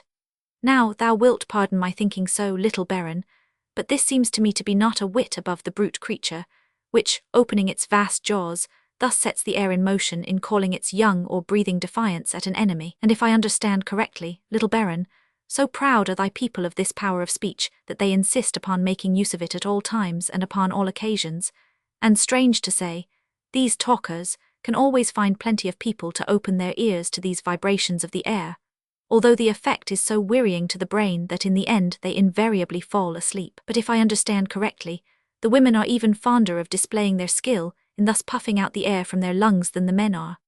But that not satisfied with this superior power of puffing out the words, they actually have recourse to a potent herb which they steep in boiling water and drink as hot as possible on account of its effect in loosening the tongue and allowing the talker to do more puffing than she could otherwise. But all this, little Baron, continued the learned beryl brow, might be overlooked and regarded in the light of mere amusement were it not for the fact, if I understand correctly, that brain ventilators being of different sizes in different persons, the consequence is that these puffs of air which you used to make known your thoughts to each other produce different effects upon different persons, and the result is that the people of the upper world spend half their time repeating the puffs which they have already sent out, and that even then thou canst rarely find two people who will agree exactly as to the number, kind, strength, and meaning of the puffs blown into each other's brain ventilators, and that therefore has it become necessary to provide what ye call judges to settle these disputes which often last for lifetimes, the two parties spending their entire fortunes hiring witnesses to come before these judges and imitate the 113 sound which the air made when it was set in motion years ago by the angry puffs of the two parties. I sincerely trust, little Baron, wrote the learned beryl brow on his tablet of silver, that when thou returnest to thy people thou wilt make known to them what I have written for thee today, for it is never too late to correct a fault, and the longer that fault has lasted the greater the credit for correcting it. I promised the learned Pseudopsy to do as he requested, and then we touched each other on the back of the head, which is the way they say goodbye in the land of the former folk, a touch on the forehead meaning, how do you do? Chapter 18. Early history of the Pseudopsies as related by Beryl Brow, how they were driven to take refuge in the underworld, and how they came upon the marble highway, their discovery of natural gas which yields them light and warmth, and of nature's magnificent treasure house, how they replaced their tattered garments and began to build the city of silver, the strange misfortunes that came upon them, and how they rose superior to them, terrible as they were. And no doubt, dear friends, you would be glad to hear something about the early history of the Pseudopsies, who they were, where they came from, and how they happened to find their way down into the world within a world. At least this was the way I felt after I had been presented to the learned Beryl Brow, and so the next time I called upon him, I waited patiently for him to finish reading the 4 books in front of him, and then I said, "Be pleased, dear master, to tell me something concerning the early history of thy people, and to explain to me how they came to make their way down into this underground world." "Ages and ages ago," wrote the learned Beryl Brow, "my people lived upon the shores of a beautiful land with a vast ocean to the north of it, and in those days they had the same senses as the other people of the upper world. It was a very fair land indeed, so fair that, in the words of the ancient chronicles, the sun looked in vain for a fairer. Its rivers were deep and broad, its plains were rich and fertile, and its mountains stored full of silver and gold and copper and tin, and so 115 easily mined were these metals that our people became famous as metal workers, so deft in their workmanship that the other nations from far and near came to us for swords and shields and spear heads and suits of armor and table service and armlets and bracelets, and above all, for lamps most gloriously chased and carved to hang in their palaces and temples. And so we were very happy, until one terrible day the great round world gave a twist, and we were turned away from the sun, so that its rays went slantingly over our heads and gave us no warmth." "Ah me, I could weep now," exclaimed the learned Beryl Brow, "after all these centuries, when I think of the cruel fate that overtook my people. In a few months the whole face of our fair land was covered with ice and snow, and our cattle died, and many of our people too, before they could weave thick cloth to keep their delicate bodies from the pinching cold. But this was not all. The great blue ocean, which had until then dashed its warm waves and white foam up against our shores, now breathed its icy breath full upon us, driving into our cellars to escape its fury. And in a few brief months, to our horror, there came drifting down upon us fields and mountains of ice, which the tempestuous waters cast up against our shores with deafening crash. To remain there meant death, swift and terrible, so the command was given to abandon homes and firesides and escape to the southward, and this most of them did. But it so happened that several hundred families belonging to the metalworking guilds, who knew the underground passages to the mines as foresters know the pathless wood, had taken refuge in the vast underground caverns with all the goods they could carry. Poor deluded creatures, they thought that this sudden coming of the winter blast of the blinding snow and vast floating fields of ice, was but a freak of nature, and that in a few months the old warmth and the old sunshine would come back again. Alas, months went by and their supply of food was almost exhausted, and the entrances to the mines were closed by 116 gigantic blocks of ice, cemented into one great mass by the snow which the grey clouds had sifted down upon them. There was now no escape that way. Their only hope was to make their way underground to some portal to the upper world.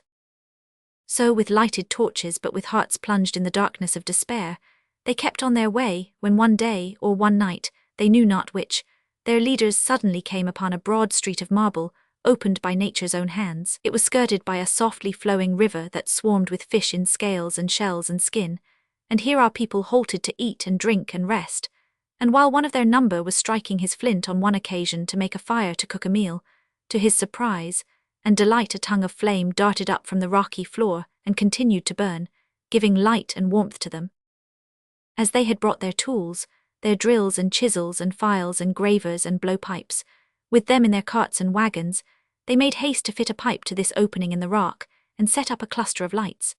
With food and water and warmth and light their hearts grew lighter, especially as they soon discovered that in many of the vast caverns gigantic mushrooms grew in the wildest profusion. The wisest of them, continued the learned beryl brow, at once made up their minds that there must be reservoirs of this gas farther along on this beautiful marble highway. So, day by day, they pushed farther into this world within a world, halting every now and then to set up a lighthouse as they called it.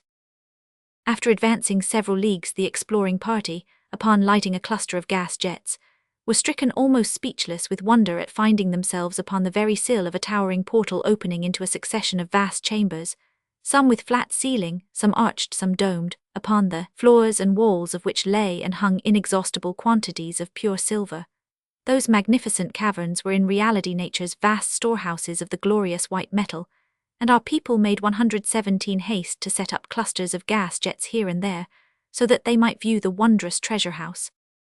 Here they determined to remain, for here was food and water in never-failing supplies, and here they would have light and warmth, and here they could forget their miseries by working at their calling, using the precious metal with lavish hand to build them living chambers, and to fashion the 1,001 things necessary for everyday life. So great was their delight as metal workers to come upon this exhaustless supply of pure silver that they could hardly sleep until they had set up clusters of gas jets throughout these vast caverns. For no doubt, little Baron, thou hast already guessed that this is the spot I am telling thee of, that right here it was where our people halted to build the city of silver. But one thought troubled them, and that was where to find needful clothing, for the old was fast falling into shreds and tatters, when to their delight they came upon a bed of mineral wool, and with this they managed to weave some cloth. Although it was rather stiff and harsh, yet it was better than none. While exploring a new cavern one day, one of my wise ancestors saw a large night moth alight near him, and gently loosening some of its eggs, he carried them home, more as a curiosity than aught else. Imagine how rejoiced he was, however, to see one of the worms which hatched out set to work spinning a cocoon of silk, half as big as his fist. There was great feasting and merry-making among our people upon hearing of this glad news, and it was not very long before many a silver shuttle was rattling in a silver loom, and the soft bodies of our people were warmly and comfortably clad. Now long periods of time went by, which cut up into your months would have made many, many years. Our people had everything but sunlight, and this, of course, those who were born in the underworld knew nothing about, and therefore did not miss. But as was to be expected, great changes gradually took place 118 in our people. To their inexpressible grief, they noticed that as they busied themselves beautifying their new homes by erecting arches and bridges and terraces, and lining them with glorious candelabra and statues, all in cast and wrought or hammered silver, their sight was gradually failing them, and that in not a very great length of time they should be totally blind. This result, little Baron, continued the learned beryl brow, was very natural, for the sense of sight was in reality created for sunlight, for as thou no doubt knowest, all the fish that swim in our rivers have no eyes, having no need of them. It happened just as they had expected. In a few generations more our people discovered that their eyes could no longer see things as thou dost, but yet they could feel them if they were not too far away, just as I can feel thy presence now and tell where thou sittest, and how tall thou art and how broad thou art, and whether thou movest to right or left, forward or backward, But I cannot tell exactly how thou art made until I reach out and touch thee. Then I know all. Yes, far better than thou canst know, for our sense of feeling is keener than thy so-called sight. One of my people can feel a grain or roughness upon a silver mirror, which to thy eyes seems smoother than glass.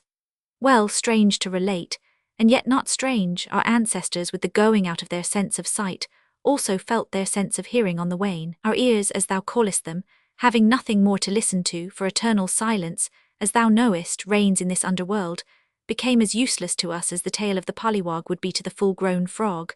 And of course with the loss of our sense of hearing our children were soon unable to learn to talk, and in a certain lapse of time we came to merit full well our new name of formerfolk, or ant people, for we were now blind and deaf and dumb. A Sudopsy maiden reading her favourite poet. 121. It is long, very, very long, little baron, continued the learned Sudopsy, since all recollection of sunlight, of colour, of sound, died out of our minds. Today my people don't even know the names of these things, and thou wouldst have as much chance of success wert thou to attempt to tell them what light or sound is, as thou wouldst have if thou shouldst try to explain to a savage that there is nothing under the world to hold it up. And yet it doesn't fall. But if thou shouldst lay several pieces of metal in a row and ask one of my people to tell thee what they were, he would try the weight of each and feel its grain carefully, possibly smell them or touch his tongue to them, and then he would make answer, "That is gold, that is silver, that is copper, that is lead, that is tin, that is iron." But thou wouldst say, "They all are differently coloured, canst not perceive that?" "I know not what thou meanest by colour," he would reply. "But mark me, now I hide them all beneath this silken kerchief, and still by touching them with my finger-tips I can tell what metal each one is. If thou canst do it, then art thou as good a man as I." "What sayest now, little baron?" asked the learned beryl brow, while his face was wreathed in a smile of triumph. "Dost think thou wouldst be as good a man as this Sudopsy?" "Nay, indeed I do not, wise master," wrote I upon my silver tablet, "and I thank thee for all thou hast told me and taught me, and I ask leave, O beryl brow, to come again and converse with thee." "That thou mayest, little baron," traced the learned Sudopsy upon his silver tablet, and then as I turned to leave his chamber he reached quickly after me and touched me with a bent forefinger, which meant return. "Thy pardon, little baron," he wrote, "but thou art leaving my study without thy faithful Bulger, am I not right?" I was astounded, for indeed he was right, and though without the sense of sight he had seen more than I with two good eyes wide open. There lay Bulger fast asleep on a silken-covered hassock. 122. Our silent conversation had so wearied him that he had sailed off into the land of Nod, on the wings of a dream. He hung his head and looked very shamefaced when my call aroused him, and he discovered that I had actually reached the doorway without his knowing it. Chapter 19 begins with something about the little Sudopsies, but branches off on another subject, to wit, the silent song of singing fingers, the fair maid of the city of silver. Beryl Brow is kind enough to enlighten me on a certain point, and he takes occasion to pay Bulger a very high compliment, which of course he deserved. The longer I stayed among the Sudopsies, the more did I become convinced that they were the happiest, the lightest-hearted, the most contented human beings that I had met in all my travels. If it were possible for the links of a long chain suspended over a chasm to be living, thinking beings for a short while, it seems to me they would hang together in the most perfect accord, for each link would discover that he was no better than his neighbour, and that the welfare of all the other links depended upon him and his upon theirs. So it was with the former folk. Having no sense of sight, they knew no such thing as envy, and all hands were alike when reached out for a greeting. I was amazed at times to see how they could feel my approach when I would be 10 or 15 feet away from them, and I often amused myself by trying to steal by one of them in the street. But no, it was impossible. A hand would invariably be held out for a greeting. Little by little, they got over their distrust of me, and made up their minds that I had told them the truth when I said that no dancing spectre was forever following at my heels. One of the most interesting sights was to see a group of Sudopsy children at play, building houses with silver blocks, or playing a game very much like our dominoes. 124. I noticed that they kept no tally. Such wonderful memories had they that it was quite unnecessary. At first the children were so frightened upon feeling of me that they fled with terror pictured upon their little faces. Their parents explained to me that I made very much the same impression upon them as if I should feel of a person whose skin was as rough as a sea urchin. When at last I succeeded in coaxing several of them to my side, I was astounded to see one little fellow who had by chance pressed his tiny hand against my watch pocket spring away from me terror-stricken. He had felt it tick and didn't stop running until he had reached his mother's side. His wonderful tale that the little Baron carried some strange animal around in his pocket soon caused a crowd to collect about me, and it was some time before I could persuade even the parents that the watch was not alive, and that it was not the little animal's heart which they felt beating. On one occasion, when a little Sudopsy was sitting on my lap with its tiny arm twined affectionately around my neck, I happened to make some remark to Bulger, when, to my amazement, the child sprang out of my arms and darted away with a look of terror upon his little face. What had I done to him? Why, it seems that by the merest chance his tiny hand had been pressed against my throat, and that he had been terrified by feeling the strange vibration caused by my voice. Immediately the report was spread about that the little Baron carried another little Baron around in his throat, that anyone could feel him, if I would only consent.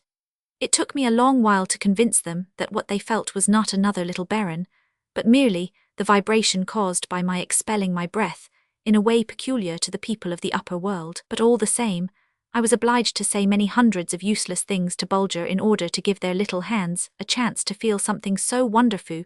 From the little I have told you about the names of the former folk, dear friends, you have no doubt understood that their names took their rise from some physical quality, defect, or peculiarity. Besides the names I have already mentioned, I remember sharp chin, long nose, silk ears, smooth palms, big knuckle, nail off, hammer, fist, soft touch, hole in cheek or hole in chin, dimple, crooked hair, cowlick, and so on and so on. But to my amazement one day, when asking the name of a young girl whose long and delicate fingers had attracted my attention, I was informed that her name was Singing Fingers, or possibly I might translate it Music Fingers. I had noticed that the Sudopsies had some idea of music, for the children often amused themselves dancing, and while so engaged, beat time with their finger-tips on each other's cheeks or foreheads. But I was completely in the dark as to what they meant by Singing Fingers, or why the young girl should have been so named. Hence was I greatly pleased to hear the maiden's mother ask me whether I would like to feel one of her daughter's songs, as she termed it.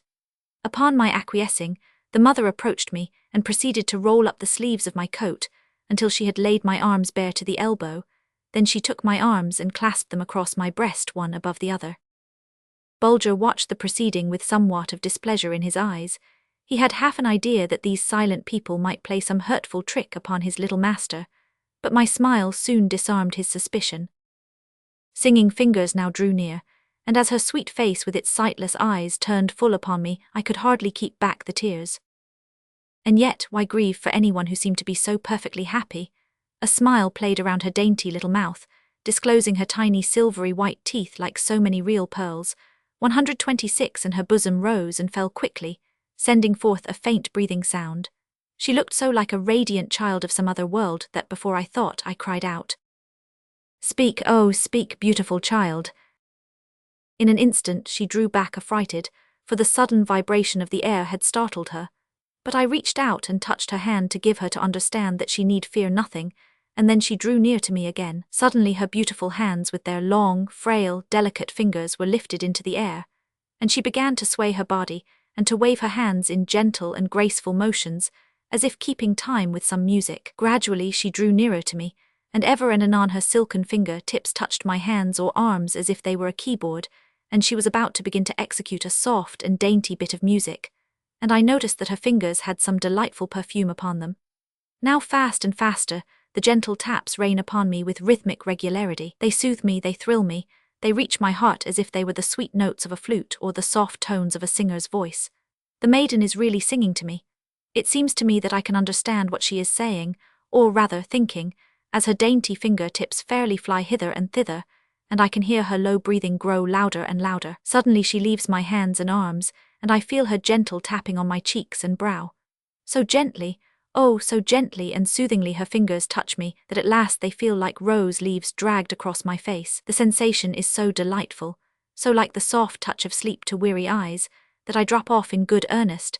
And when, after a moment or so, I opened my eyes, there sat the smiling formerfolk waiting for me to awake, and there stood the radiant-visaged Singing Fingers in front of me, childlike, waiting to be commended.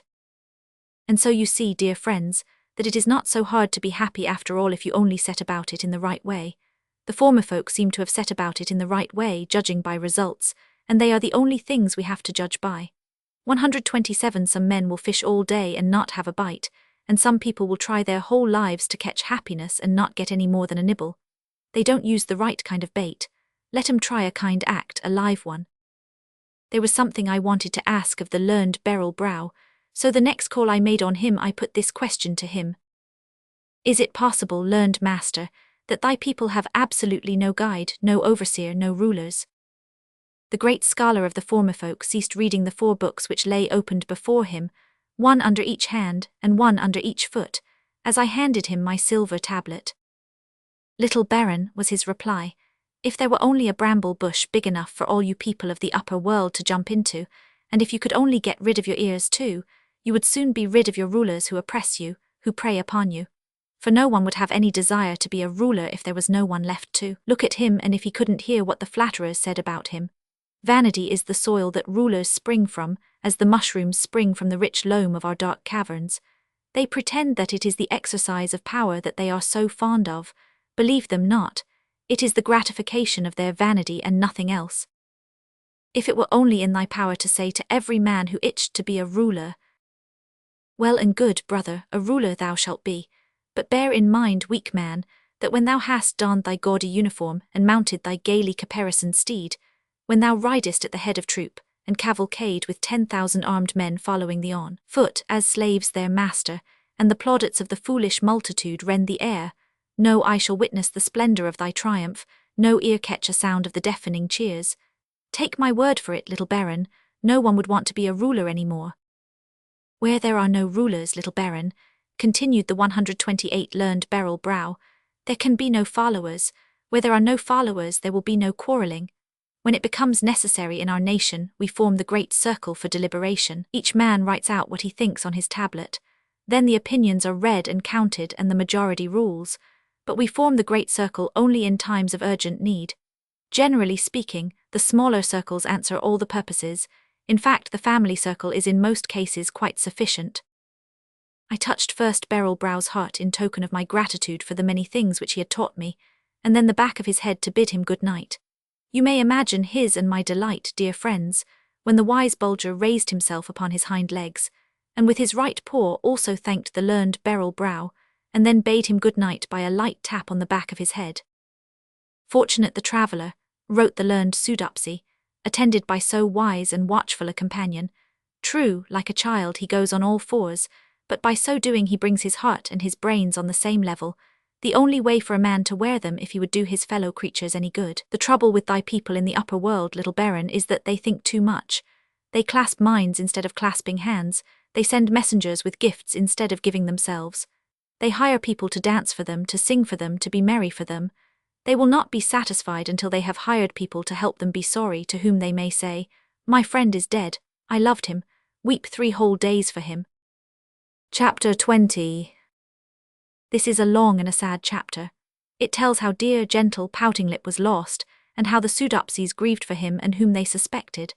Bulger gives a striking proof of his wonderful intelligence, which enables me to convince the Soodopsies that my dancing spectre did not cause Pouting Lip's death. The true tale of his terrible fate.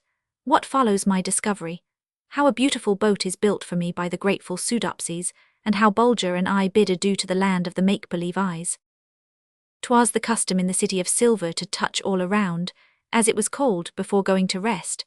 The touch all around began in a certain quarter of the city and passed with wonderful rapidity from man to man. Exactly how it was done I never could understand, but the purpose of the mysterious signalling was to make an actual count of all the former folk. If a single one were missing, it would be most surely discovered by the time the touch all around had been completed. It proceeded with lightning-like rapidity throughout the city, and then, if no return signal was made, the people knew that everyone was in his proper place, that no Soodopsy had lost his way or fallen ill in some unfrequented passage. I don't think that I had more than dropped off to sleep when I was aroused by Bulger's gentle tugging at my sleeve. Rubbing my eyes, I sat up in bed and listened. Instantly my ear caught that faint, shuffling sound which was always perceptible when any number of the former folk were hurrying hither and thither over the polished silver pavement. 130 I sprang out of bed and rushed to the door, Bulger close at my heels. What a strange sight confronted me. I could compare it to nothing save to the appearance of a large ant hill, when some mischievous boy suddenly drops a stone among the crowd of petty, patient, plodding people peacefully pursuing their work. In an instant all is changed. Lines are broken, workmen jostle workmen, order becomes disorder, regularity is changed to confusion. Hither and thither the affrighted creatures rush with waving feelers, seeking for the cause of the mad outburst of terror. So it was with the former folk as I looked out upon them. With outstretched hands and tremulously moving fingers they rushed from side to side, jostling and bumping one another, while a nameless dread was depicted upon their upturned faces. Anon a group would halt, join hands, and begin to exchange thoughts by lightning-like pressures, tappings, and strokes, when others would dash against them, break them apart, and confusion would reign greater than ever. But gradually, I noted that some sort of order seemed to be coming out of the movements of this mad throng. Here and there groups of 3 and 4 would form and clasp hands, then these smaller circles would break and form into larger ones, and I noted too that this ever-increasing circle was formed on the outside of the panic-stricken crowd, and as it grew it shut them in, so that when a fleeing Sudopsi hurtled up against this steady line, his terror left him at once, and he took his place in it. In a few moments the madly pushing, jostling throng had disappeared entirely, and the whole city was girt round about by these long, steady lines. The great circle had been formed. After half an hour the deliberation was completed, and to my surprise, the great circle broke up into squads and companies of 4s and 6s and 10s, and then each disappeared slowly and steadily with lockstep, passing out of the city into the dark, or only partially lighted chambers and passages that surrounded it. The search for the missing Sudopsi had been begun. The gigantic tortoise that devoured Pouting Lip. 133. It was hours before the last squad had returned to the square and the great circle had been formed again. Alas, the news was sad indeed. There came no tidings of the missing man. He was lost forever. And with clasped hands and slow and heavy step, the grieving former folk made their way back to their homes, where the sighing women and children were awaiting their coming. As Bulger and I went back to bed again, it almost seemed to me as if I could hear at times the deep and long-drawn sighs that escaped from the gentle breasts of the sorrowing Sudopsis. I noticed a very touching thing on the following day. It was that every man, woman, and child in the city of Silver grieved for the lost Sudopsi, as if he were actually brother to each of them. Love was not as with us in the upper world, a thing bestowed upon those in whom we see our own faces repeated, and in whose voices we heard our own ring out again, sweet and clear as in our childhood. In other words, a love almost of our very selves. Oh no, while it was true that a mother's touch was most tender to her own child, yet no little hand stretched out to her went without its caress. She was mother to them all. To her they were all beautiful, and as their little frocks were all woven in the same loom, there never could come into her mind a temptation to feel whether a rich neighbour's child was playing with hers, and that therefore it ought to receive a more loving caress. In that portion of the city where the children had their playgrounds, the silver pavement was in some places marked off with raised lines and letters, something after the manner of our hopscotch, for the purpose of a game which was very popular with the little Sudopsis. Its name is hard to translate, but it meant something like little bargeman, and many an hour had Bulger and I stood there watching these silent little gnomes at play, fascinated by the wonderful skill which they would display in feigning the drawing 134 near of the little bargeman, their hiding from him, his stealthy approach, the increasing danger, the attack, the escape, the new dangers, wild flight and mad pursuit. Fancy, therefore, my astonishment one morning to note that Bulger was coaxing me thither, although the place was quite deserted, the children being all at their lessons. But as it was a rule of mine always to humour Bulger's whims, I went patiently along. In a moment, as we came to the spot where the pavement was marked off and inscribed as I have explained, he halted and with an anxious whine began to play the game of the little bargeman, turning every now and then to see what effect his actions had upon me. He made no mistakes. As he entered each compartment, he rested his paw upon the raised letters as he had so often seen the children do with their little bare feet, and then mimicked with wonderful fidelity their actions, beginning with the first scent of danger, and ending with mad terror at the close pursuit of the bargeman. I was more than surprised. I was bewildered by this piece of mimicry on Bulger's part. To my mind it boded some terrible accident to him, for I have a superstitious notion that great danger to an animal's life gives him for the moment an almost human intelligence. It is nature caring for her own. But all of a sudden the real truth in this case burst upon me. It was not my dear little brother giving me to understand that some peril was threatening him, but that some danger was hanging over my head, the more real in that it was unseen and unsuspected by me. I called him to me and rewarded him with a caress. He was overjoyed to note that I had apparently understood him. I now made haste to seek out Beryl Brow. He was surprised to feel my salutation. In a moment or so I had told him all, nor was he slow in detecting my excitement. He, no doubt, felt that in the changed character of my handwriting. 135, Calm thyself, little baron, he wrote. The wise Bulger has told thee the truth. Thy life is in danger. I had resolved to send for thee this very day to warn thee of it, to bid thee quit the land of the former folk in all haste, for the notion has spread among our people that it was the dancing spectre at thy heels which caused the death of the gentle pouting lip, who disappeared so mysteriously the other day. I therefore counsel thee that thou make ready at once and quit our city tomorrow before the clerks rouse the people from their sleep. I thanked Beryl Brow, and promised that I would heed his advice, although I confessed to him that I would fain have bided a few weeks longer.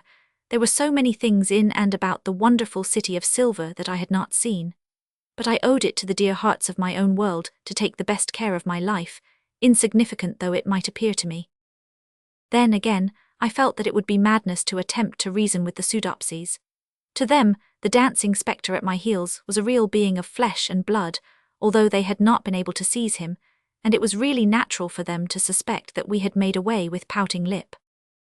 Calling out to Bulger to follow me, I left Beryl Brow's home, resolved to make one more round of the wonderful city, and then pack up some food and clothing and be all ready for a start before the clerks began their tapping. I should explain, dear friends, that, as happens in all cities, the people of this one imagined at times that they hadn't quite elbow room enough, and hence they surveyed other chambers and set up new candelabra within them in order to chase the cold and dampness away, and make them fit for human habitations. In the last one which they had in this way annexed to their fair city, fitting it with a silver doorway and tiling the floor with polished plates of the same beautiful metal, they had discovered a hard mound apparently of rock in one corner, and had resolved that they would come some day with their drills and picks and begin the task of removing this mound. A strange inclination came upon me to visit this new chamber in order to inspect the work of these eyeless workmen, and see how far they had proceeded with their task of transforming a cold and rocky vault into a bright, warm, healthy habitation. Imagine my surprise to hear Bulger utter a low growl as we reached the entrance, and I put out my hand to swing the door open, for the pseudopsies were not at work there that day, and the place was as silent as a tomb. Glancing through the grating, a sight met my gaze which caused my flesh to creep and my hair to stiffen. What think ye was it?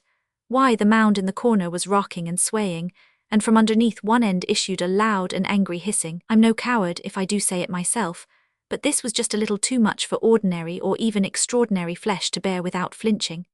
I staggered back with a suppressed cry of horror, and was upon the point of breaking into a mad flight, when the thought flashed through my mind that the door was securely fastened, and that there would be no danger in my taking another look at the terrible monster thus caged in this chamber.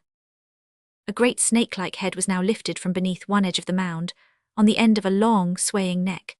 Its great round eyes, big as an ox's, stared with a dull, cold, glassy look from wall to wall, and then, with an awful outburst of hissing, the whole mound was suddenly raised upon 4 great legs, thick as posts, and ending in terrible claws, and borne rocking and swaying into the centre of the chamber. What was this terrible monster, and where had it come from? Why, I saw through it all now at a glance. It was a gigantic tortoise, 8 feet long by 5 wide at least, and once an inhabitant of the upper world.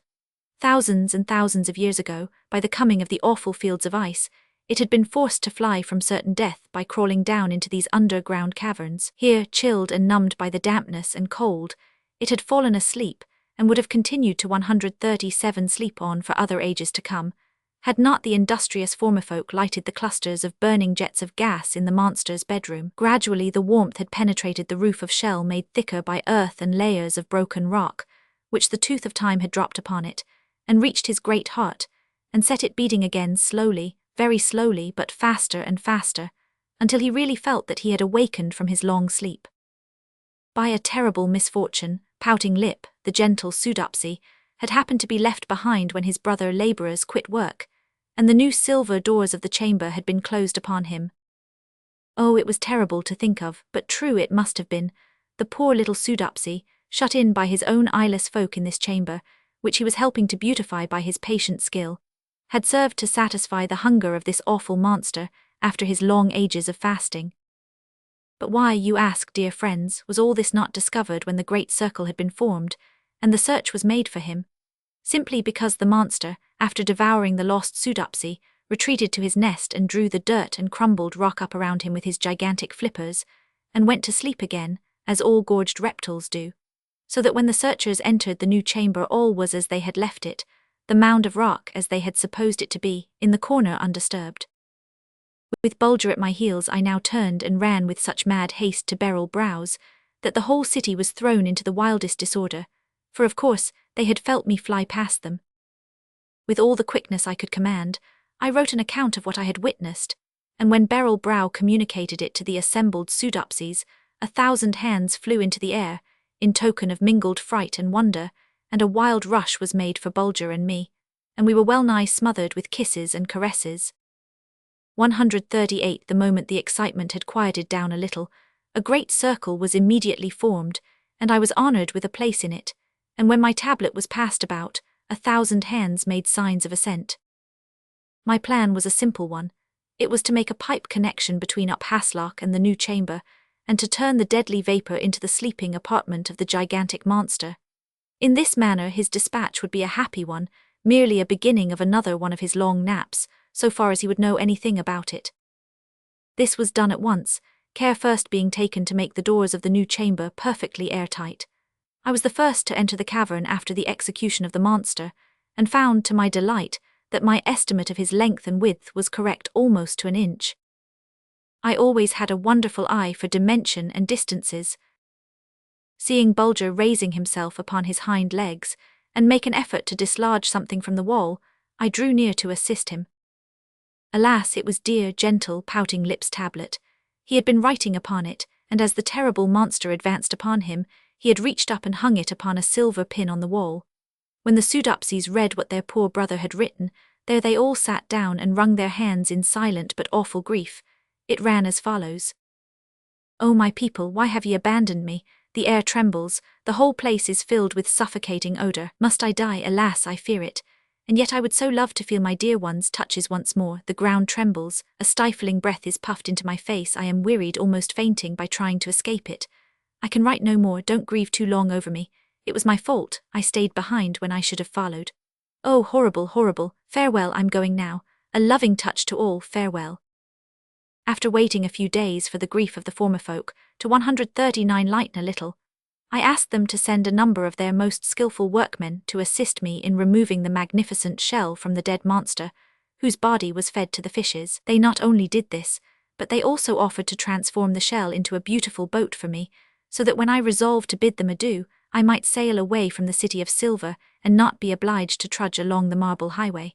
The work went on apace. At first the polishers began their task, and in a few days the mighty carapace glowed like a lady's comb. Then the dainty and cunning craftsmen in silver began their part of the work, and ere many days the shell was fitted with a silver prow curiously wrought, like a swan's neck and head, while quaintly carved trimmings ran here and there, and a dainty pair of silver sculls with a silver rudder, beautifully chased, from which ran 2 little silken ropes, were added to the outfit. I never had seen anything half so rich and rare, and I was as proud of it as a young king of his throne before he finds it is so much like my ship of shell. At last the day came when I was to bid the gentle Soodopsies a long farewell. They lined the shore as Bulger, and I proceeded to take our place in the bark of shell, which sat upon the water like a thing of life. It was with a great show of dignity that Bulger took his position in the stern with the tiller ropes in his mouth, ready to pull on either side as I might direct. And setting the silver oars in place, I threw my weight upon them, and away we glided, swiftly and noiselessly, over the surface of the dark and sluggish stream. In a few moments nothing but a faint glimmer was left to remind us of the wonderful city of silver, where the silent former folk live and love and labour, without ever a thought that human beings could be any happier than they. Dear happy folk, they have solved a mighty problem which we of the upper world are still struggling over. Chapter 21. How we were lighted on our way down the dark and silent river. sudden and fierce onslaught upon our beautiful boat of shell, a fight for life against terrible odds, and how Bulger stood by me through it all, cold air and lumps of ice, our entry into the cavern whence they came. The boat of shell comes to the end of its voyage, sunlight in the world within a world, and all about the wonderful window through which it poured, and the mysterious land it lighted. I dare say, dear friends, that you are puzzling your brains to think out how it was possible for me to row away from the wonderful city of the former folk, without running our boat continually ashore. Ah, you forget that the keen-eyed Bulger was at the helm, and that it was not the first time that he had piloted me through darkness impenetrable to my eyes. But more than this, I soon discovered that the plashing of my silver oars kept my little friends, the fire lizards, in a constant state of alarm, and although I couldn't hear the crackling of their tails, yet the tiny flashes of light served to outline the shore admirably. So I pulled away with a will, and down this dark and silent river, for there was a current, although hardly perceptible. Bulger and I were borne along in the beautiful bark of tortoise shell with its prow of carved and burnished silver. During my sojourn in the land of the Pseudopsies, I had one day, while calling upon the learned Beryl Brow, noticed a beautifully carved silver hand lamp of the Pompeian pattern among his curiosities. I asked him if he knew what it was. He replied that he did, adding that it had doubtless been brought from the upper world by his people, and he begged me to accept 141 it as a keepsake. I did so, and upon leaving the City of Silver, I filled it with fish oil and fitted a silken wick to it. It was well that I had done so, for after a while the fire lizards disappeared entirely, and Bulger and I would have been left in total darkness had I not drawn forth my beautiful silver lamp, lighted it, and suspended it from the beak of the silver swan which curved its graceful neck above the bow of our boat. After lying on my oars long enough to set some food before Bulger and partake of some myself, I again started on my voyage down the silent river, no longer shrouded in impenetrable gloom. I had not taken over half a dozen strokes, when suddenly one of my oars was almost twisted out of my hand by a vicious tug, from some inhabitant of these dark and sluggish waters. I resolved to quicken my stroke in order to escape another such a wrench, for the silver oars fashioned by the Pseudopsies for me were of very delicate make, intended only for very gentle usage. Suddenly another vicious snap was made at my other oar, and this time the animal succeeded in retaining its hold, for I dared not attempt to wrench the oar out of its grip, for fear of breaking it. It was a large crustacean of the crab family, and its milk-white shell gave it a ghost-like look as it struggled about in the black waters, fiercely intent to keep its hold upon the oar. The next instant, a similar creature had fastened firmly upon my other oar, and there I sat utterly helpless. But worse than this, the dark waters were now fairly alive with these white-armored guards of this underworld stream, each apparently bent upon setting an immediate end to my progress through their domain. They now began a series of furious efforts to lay hold of the sides of my boat with their huge claws, but happily its polished surface made this impossible for them to accomplish. Up to this moment Bulger had not stirred a muscle or uttered a sound, but now a sharp growl from him told me that something serious had happened at his end of the boat. It was serious indeed, for several of the largest of the fierce crustaceans had laid hold of the rudder and were wrenching it from side to side as if to tear it off. Every attempt, of course, caused a tug at the tiller ropes held between Bulger's teeth, but, bracing himself firmly, he resisted their furious efforts as well as he could, and succeeded in saving the rudder for the time being. All of a sudden our frail bark of shell crashed into some sort of obstruction, and came to a dead standstill. Peering into the darkness, to my horror I saw that the wily enemy had spanned the river with chains made up of living links by each laying hold of his neighbour's claw, the chain thus formed being then rendered almost as strong as steel by the interweaving of their double rows of small hooked legs. Our advance was not only blocked, but death, an awful death, seemed to be staring us in the face. For what possible hope of escape could there be if Bulger and I should leap into the water, now alive with these fast-swimming creatures, whirling their huge claws about in search for some way to get at us? From the brave manner in which Bulger was holding the madly swinging helm, I saw that he was determined not to surrender. But alas, bravery is but a sorry thing for two to fight 1,000 with, and yet I had not lost my head, don't think that. True, I was hard pressed, the very dust of the balance, if thicker on their side, might make my scale kick the beam. I had hauled both oars into the boat by reaching over and beating off the claws fastened upon them, and had up to this moment driven back every one of the fierce creatures which had succeeded in throwing one of his claws over the edge of the boat. But now, to my horror, I felt that our little craft was being slowly but surely drawn stern first toward the river bank, In order to accomplish this, the crustaceans had thrown out a line composed of their bodies gripped together and had made it fast to the rudder. Not an instant was to be lost. Once upon the river bank, the fierce creatures would swarm around us by the tens of thousands, drag us down, pinch us to death and tear us piecemeal. Sailing away from the land of the pseudopsies. 145. An idea flashed upon me. It was this. It is folly to attempt to resist these countless swarms of crustaceans by the use of one pair of weak hands, even though they be aided by Bulger's keen and willing teeth. We should, after a brief struggle, go down as the brave man in the sewer went down, when the famished rats leaped upon him from every side at once, or as the stray buffalo goes down when the pack of ravenous wolves closes up its circle about him. If I am to save my life, it must be by striking a blow that will reach every one of these small but fierce enemies at the same instant, and thus paralyze them, or at least bewilder them, until I can succeed in making my escape. Quickly drawing my brace of pistols, I held their muzzles close to the water and discharged them at the same instant. The effect was terrific, like a crash of a terrible thunderbolt. The report burst forth and echoed through these vast and silent chambers, until it seemed as if the great vaulted roof of rock had, by some awful convulsion of nature, been cast roaring and rattling down upon the face of these black and sluggish waters. When the smoke had cleared away, a strange but welcome sight met my gaze. Tens of thousands of the huge crabs floated lifeless upon the surface of the river, with their shells split by the concussion the full length of their bodies.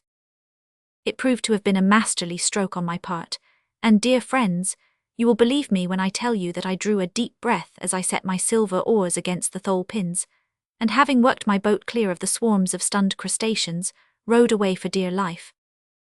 Dear life, ah yes, dear life, for whose life is not dear to him, even though it be dark and gloomy at times. Is there not always something or someone to live for?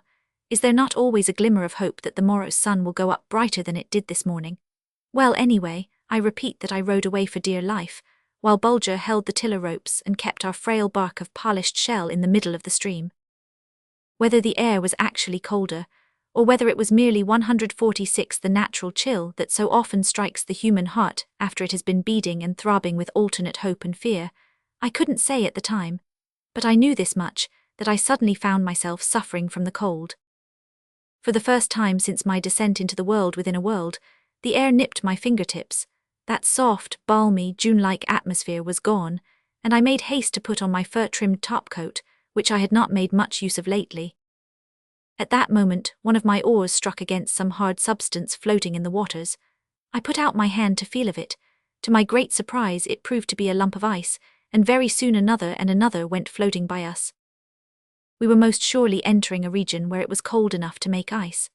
I was not sorry for this, for, to tell the truth, Bulger and I were both beginning to feel the effects of our long sojourn in the rocky chambers of this underworld, whose atmosphere, though soft and warm, yet lacked the elasticity of the open air. Ice caverns would be a complete change, and the cold air would, no doubt, send our blood tingling through our veins just as if we were out a-sleighing in the upper world on a winter's night, when the stars twinkle over our heads and the snow crystals creak beneath our runners. Soon now huge icicles began to dot the roof of rock that spanned the river, and shafts and columns of ice dimly visible along the shore seemed to be standing there like silent sentries, watching our boat as it threaded its way through the ever-narrowing channel. And now, too, a faint glow of light reached us from I knew not where, so that by straining my eyes I could see that the river had taken a sweep, and entered a vast cavern with roof and walls of ice fretted and carved into fantastic depths and niches and shelves and cornices, with here and there shapes so fanciful that it seemed to me I had entered some vast hall of statuary where hero and warrior, nymph and maiden, shepherd and birdcatcher filled these shelves and niches in glorious array. 147 farther advance by water was impossible, for the blocks of ice, knitted together like a floe, closed the river completely. I therefore determined to make a landing, draw my boat upon the shore, and continue my journey on foot. The mysterious light which up to this moment had shed its pale glimmer like an Arctic night upon the roofs and walls of ice of these silent chambers now began to strengthen so that Bulger and I had no difficulty in picking our way along the shore. In fact, we crossed and recrossed the river itself when the whim seized us, for it now went winding on ahead of us, like a broad ribbon of ice through caverns and corridors. Suddenly I came to a halt and stood as motionless as the fantastic forms of ice surrounding me. What could it mean? Were my eyes weakened by my long sojourn in the world within a world, playing me cruel tricks? Surely there can be no mistake, I whispered to myself, that light yonder which pours its glorious effulgence upon those spires and pinnacles, those towers and turrets of ice, is the sunshine of the upper world. Can it be that my marvellous underground journey is ended, that I stand upon the threshold of the upper world once more?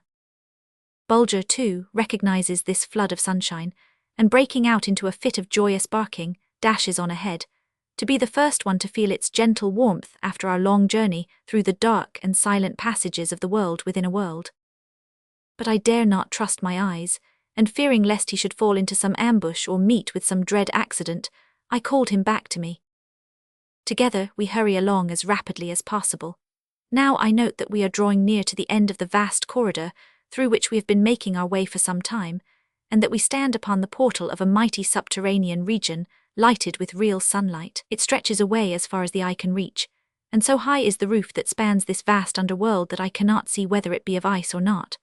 All that can see is that through one of its sloping sides there streams a mighty torrent of sunlight, which pours its splendor with unstinting hand upon the wide highways, the broad terraces, the sheer parapets, and the sloping banks which diversify this ice world. Can it be that one side of this mighty mountain which nature has here hollowed out and set like a peaked roof over this vast subterranean region is a gigantic window of ice itself, through which the sunlight of the outer world streams in this grand way like a silent cataract of light, like a deluge of sunshine? No, this could not be, for now upon a second look I saw that this flood of light thus streaming through the side of the mountain came through it like a mighty pencil of rays, and striking the opposite walls with its brilliancy, 100-fold increased, rebounded in 1,000 directions, flooding the whole region with its effulgence, and dying away in faint and pearl-like glimmer in the vast approach where I had first noted it. And therefore I understood that nature must have set a gigantic lens, twice 1,000 feet or more in diameter, in the sloping side of this hollow mountain, a perfect lens of purest rock crystal, which, gathering in its mysterious bosom the sunlight of the outer world, threw it, intensely radiant and dazzling white, into the gloomy depths of this world within a world, so that when the sun went up out there, it went up in here as well, but became cold as it was beautiful, bringing no warmth, no other cheer save light, to this subterranean region which for thousands of centuries had lain locked in the crystal embrace of frozen lakes and brooks and rivers and torrents and waterfalls, once bubbling and flowing and rushing headlong through fair lands of the upper world, but suddenly checked in their course by some bursting forth of mighty pent-up forces, and turned downward into these icy depths condemned to everlasting rest and silence, their crystals locked in a sleep that never would know an awaking, marked in their dreams by this mysterious sunlight that came with the smile and the fair, winsome look of 149 the real, and yet was so powerless to set them free as once it did when the springtime came in the upper world. All these thoughts, and many others besides, flitted through my mind, as I stood looking up at that mighty lens in its setting of mightier rock. And so deeply impressed was I by the sight of such a great flood of sunlight pouring through this gigantic bull's eye which nature had set in the rocky side of the hollow mountain peak, and illumining this underworld, that the longer I gazed upon the wonderful spectacle, the more firmly enthralled my senses became by it. The deep silence, the deliciously pure air, the ever-varying tints of the light as the mighty ice columns acting the part of prisms, literally filled those vast chambers with the rainbow's glorious glow, imparted unto the spell resting upon me such unearthly power that it might have held me there, until my limbs hardened into icy crystals and my eyes looked out with a frozen stare, had not the ever-watchful Bulger given a gentle tug at the skirt of my coat, and aroused me from my enthralling meditation. Chapter 22. The palace of ice in the golden sunlight, and what I imagined it might contain. How we were halted by a couple of quaintly clad sentinels, the Coltiquerps, His Frigid Majesty King Gelidus, more about the ice palace together with a description of the throne room, our reception by the king and his daughter Schneebel, brief mention of Bullybrain or Lord Hothead. Scarcely had I advanced 100 yards beyond the portal where I had halted when happening to turn my eyes to the other side, a sight met them which sent a thrill of wonder and delight through my form.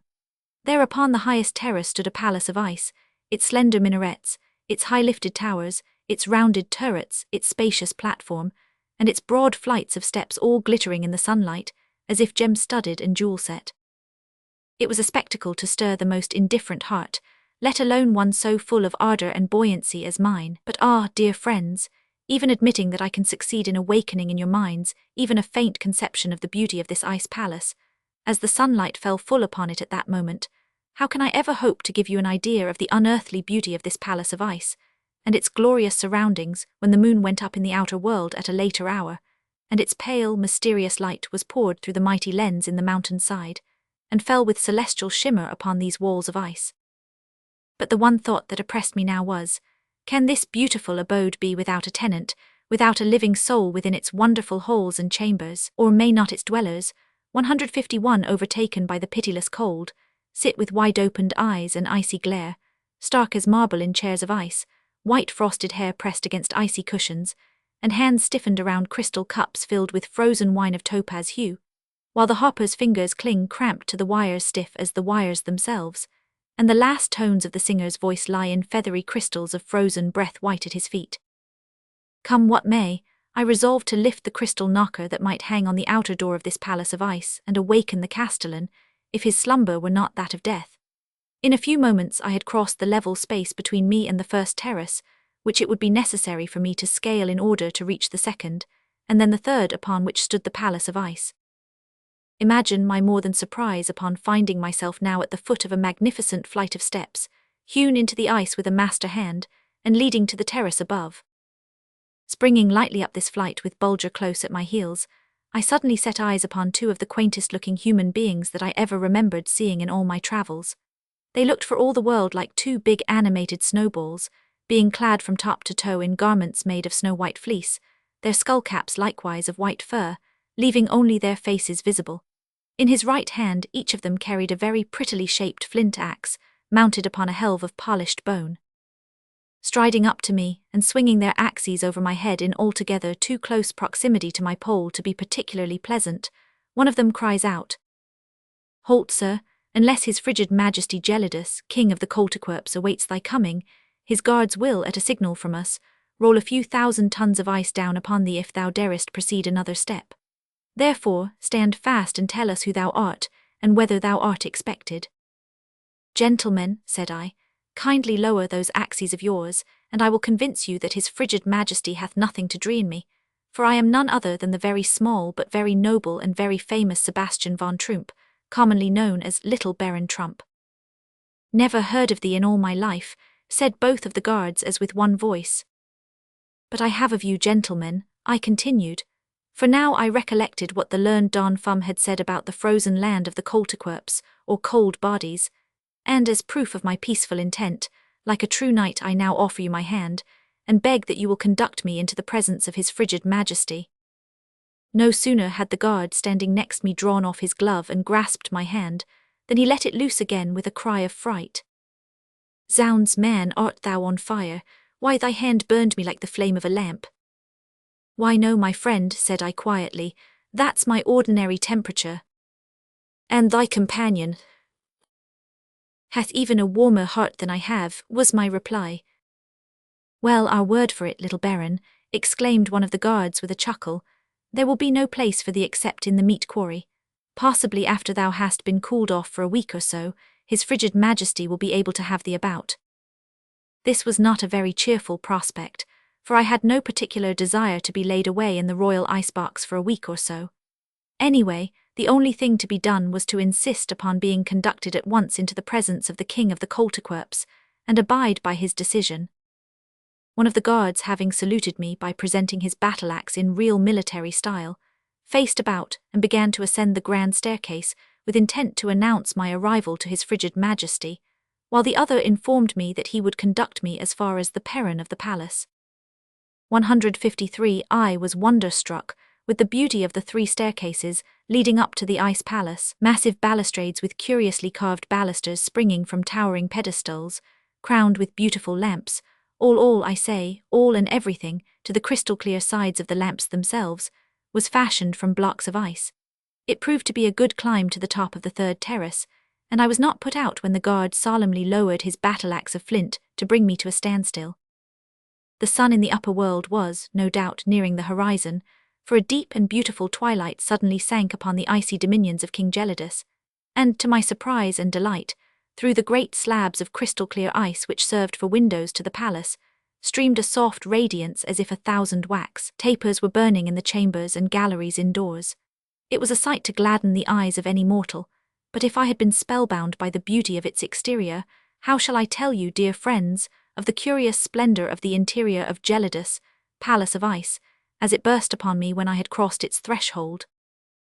Hallway led into hallway, chamber opened into chamber, through portals gracefully arched, and winding staircases climbed to upper rooms, while hanging from lofty ceilings or resting on graceful pedestals were 1,000 alabaster lamps, shedding light and perfume upon this glorious home of His Frigid Majesty Gelidus, King of the Coltiquerps.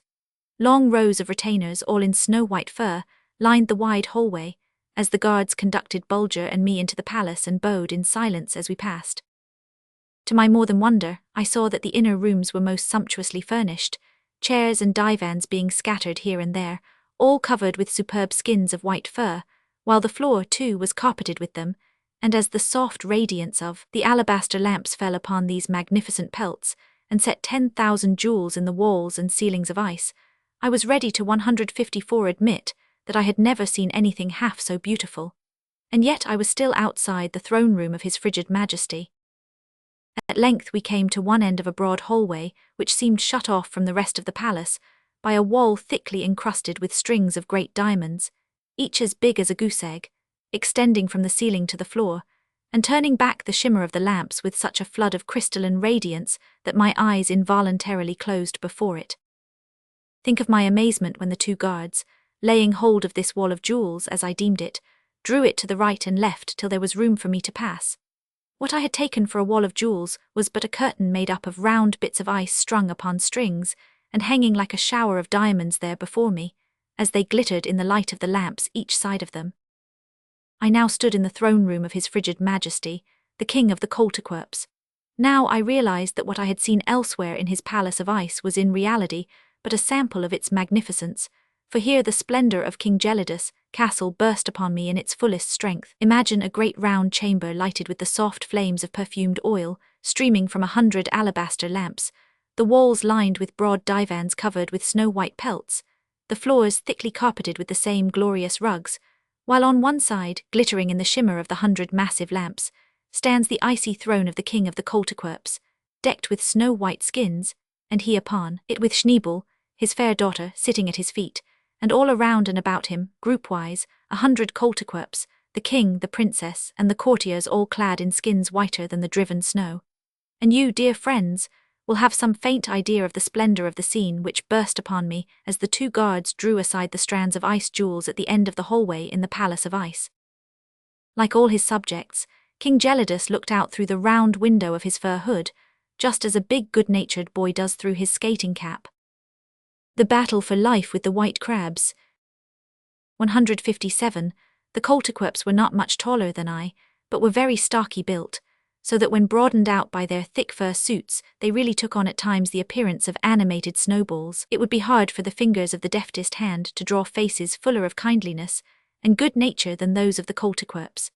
Their small, honest grey eyes sparkled with a boniform glint, and so broad were their smiles that they were only about half visible through the round holes of their fur hoods. I was delighted with them from the very start, and the more so when I heard King Gelidus cry out in a cheery voice, "A right crisp and cold welcome to our icy court, little baron, but from what our people tell us, thou carriest a pair of hands so hot that we beg thee to take a few days to cool off before thou touchest palms with any of the Coltiquerps, and we also beg thee to be careful and not to lean against any of our richly carved panels, or to slide down any of our highly polished railings, or to handle the strands of our jewels, or sit down for any length of time on the front steps of our palace. And we make the same request of thy four-footed companion, who is said to be of even a warmer disposition than thou." I bowed and kissed my hand to His Frigid Majesty, and assured him that I should make every effort to lower my temperature as speedily as possible, and in the meantime that I should be extremely careful not to come into contact with any of the artistic carving of his Palace of Ice. As I pronounced these words, the whole company began to clap their hands, and as they did so, a cold shiver ran down my back, for there was a sound, methought, very much like the rattling of dry bones to that applause, but I took good care not to let King Gelidus notice my fright. His Frigid Majesty now presented me to his daughter Schneebel, a pretty little maid of about 16 crystal winters, with cheeks round as apples, and as deeply dimpled as the furrows of a crossbun. Her eyes twinkled as she looked upon Bulger and me, and turning to her frigid papa, she asked for leave to touch 158 the tip end of my thumb, which being done, she gave a squeaky little scream and began to blow on her tiny finger as if I had blistered it. King Gelidus also presented me to several of his court favourites, all men of the coldest blood in the nation. Their names were Jellikin, Frostifiz, Icicle, and Glacierpoi. They were all dreadfully slow thinkers when you questioned them very closely upon any subject. It didn't take me very long to discover this. In fact, they requested me to be less warm in my manner, and not to ask them any posers, as they invariably found that deep thought caused a rise in their temperature. This was, to be honest about it, very annoying to me, for you know, dear friends, what a lodestone my mind is, never asleep, always in a quiver like a mariner's compass, pointing this way and that, in search of the polar star of wisdom. Upon making known my trouble to his frigid majesty, King Gelidus, he most gracefully ordered one of his trusty attendants to conduct me to the triple-walled ice cell of a certain Coltiquerp by the name of Bullibrain, that is, literally, boiling brain, a man who had been born with a hot head, and consequently with a very active brain. For 50 years King Gelidus had been doing his very best to refrigerate this subject of his, but without success. As I was just bursting with impatience to ask a whole string of questions concerning the Coltiquerps, you may imagine how delighted I was to make the acquaintance of Bullibrain, or Lord Hothead as he was called among the Coltiquerps. But dear friends, you must excuse me if I make this the end of a chapter, and stop here for a brief rest. Chapter 23. Lord Hothead again, and this time a fuller account of him. His wondrous tales concerning the Coltiquerps, where they came from, who they were, and how they managed to live in this world of eternal frost. The many questions I put to him, and his answers in full. Lord Bullibrain was never allowed to set foot inside the Palace of Ice. King Gelidus, backed by the opinion of his favourites, still indulged the belief that he would be able in the end to refrigerate him. True, he had been many years at the task, so that it had now become a sort of hobby of his, and almost daily did his frigid majesty pay a visit to his hot-headed subject, and test his temperature by pressing a small ball of ice against his temples. To King Gelidus' mind, a man of so high a temperature was a continual menace to the peace and quiet of his kingdom. What if Lord Hothead in a dream should wander forth some night, and fall asleep with his back against one of the walls of the ice palace? Might he not melt away enough of it to throw the whole glorious fabric into a slump and slush of debris? It was terrible to think of, when he did think of it, and he thought of it quite often. But Bullibrain had no terrors for me, nor for Bulger either. In fact, Bulger was delighted to be stroked by a warm hand, and he and Bullibrain and I soon became the very best of friends. But his frigid majesty was so alarmed when he heard of this friendship, that he was seized with quite a spasm of warmth, for thought he, the united heat of 3 hot heads might work some terrible harm to the welfare of his people. So he issued the coldest kind of a decree carved on a tablet of ice, that Bullibrain 160 and I should on no one day pass more than a half-hour together, that we should never touch palm to palm, sleep in the same room, eat from the same dish, or sit on the same divan. These regulations were annoying, but I followed them to the letter, and when King Gelidus saw how careful I was to yield the strictest obedience to his decree, he conceived a genuine affection for me and sent several magnificent pelts to the ice house, which had been assigned to Bulger and me, for of course it would not have been safe for us to lodge in the palace itself, but his frigid majesty held out the flattering prospect that the very moment Bulger and I should become properly refrigerated, apartments in the palace would be assigned to us, and in fact that I should be permitted to eat at the royal table. Who are the Coltiquerps? Where did these strange folk come from? How did they ever find their way down into this world of eternal frost? And above all, where do they get their food and clothing from? These were a few of the questions which I was so impatient to have answered that my temperature was raised a whole degree, and I was obliged to sleep with only one single pelt between me and my divan of crystal ice. For a man bred and born in so cold a country as the land of the Coltiquerps, Bullibrain had an extremely quick and active mind. On account of his rapid heartbeat, and the consequent high temperature of his body, he was not able to do his writing on slabs of ice as other learned Coltiquerps had done, for it would not have been a pleasant thing for him to see a poem which he had just finished literally melt away in his hands, without so much as leaving an ink stain behind, so he had been obliged, with King Gelidus' permission, to do his writing on thin tablets of alabaster.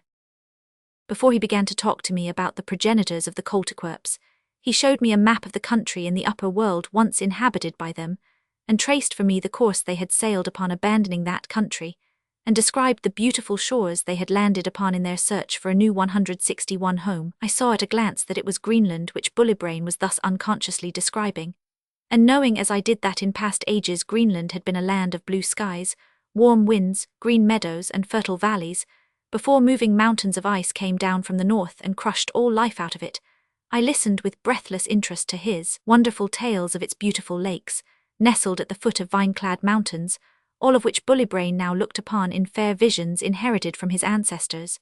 And I also knew that it must have been the Arctic Ocean which had been traversed by the ships of the Koltykwerps, who had then landed upon the, in those days, sunny shores of northern Russia. But the mountains of ice could sail too, and they followed the fleeing Koltykwerps like mighty monsters, dashing themselves with terrible roar and crash upon the peaceful shores, which they soon transformed into a wilderness of berg, of glacier, and of floe.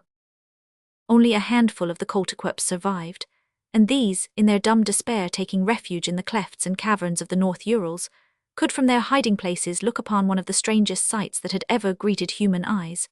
So rapid had been the advance of these mighty masses of ice, crashing against the mountain sides, and rending the very rocks in their fury, that the air gave up its warmth, and the sun was powerless to give it back again. The animals of the wild wood and the beasts of the field, overtaken in their flight, perished as they ran and stood there stark and stiff, with heads uptossed and muscles knotted.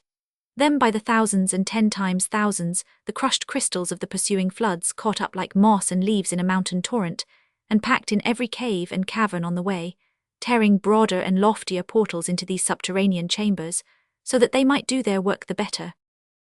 And these then, O Bullerbrain, are your meat quarries, I exclaimed, whence ye draw your daily food.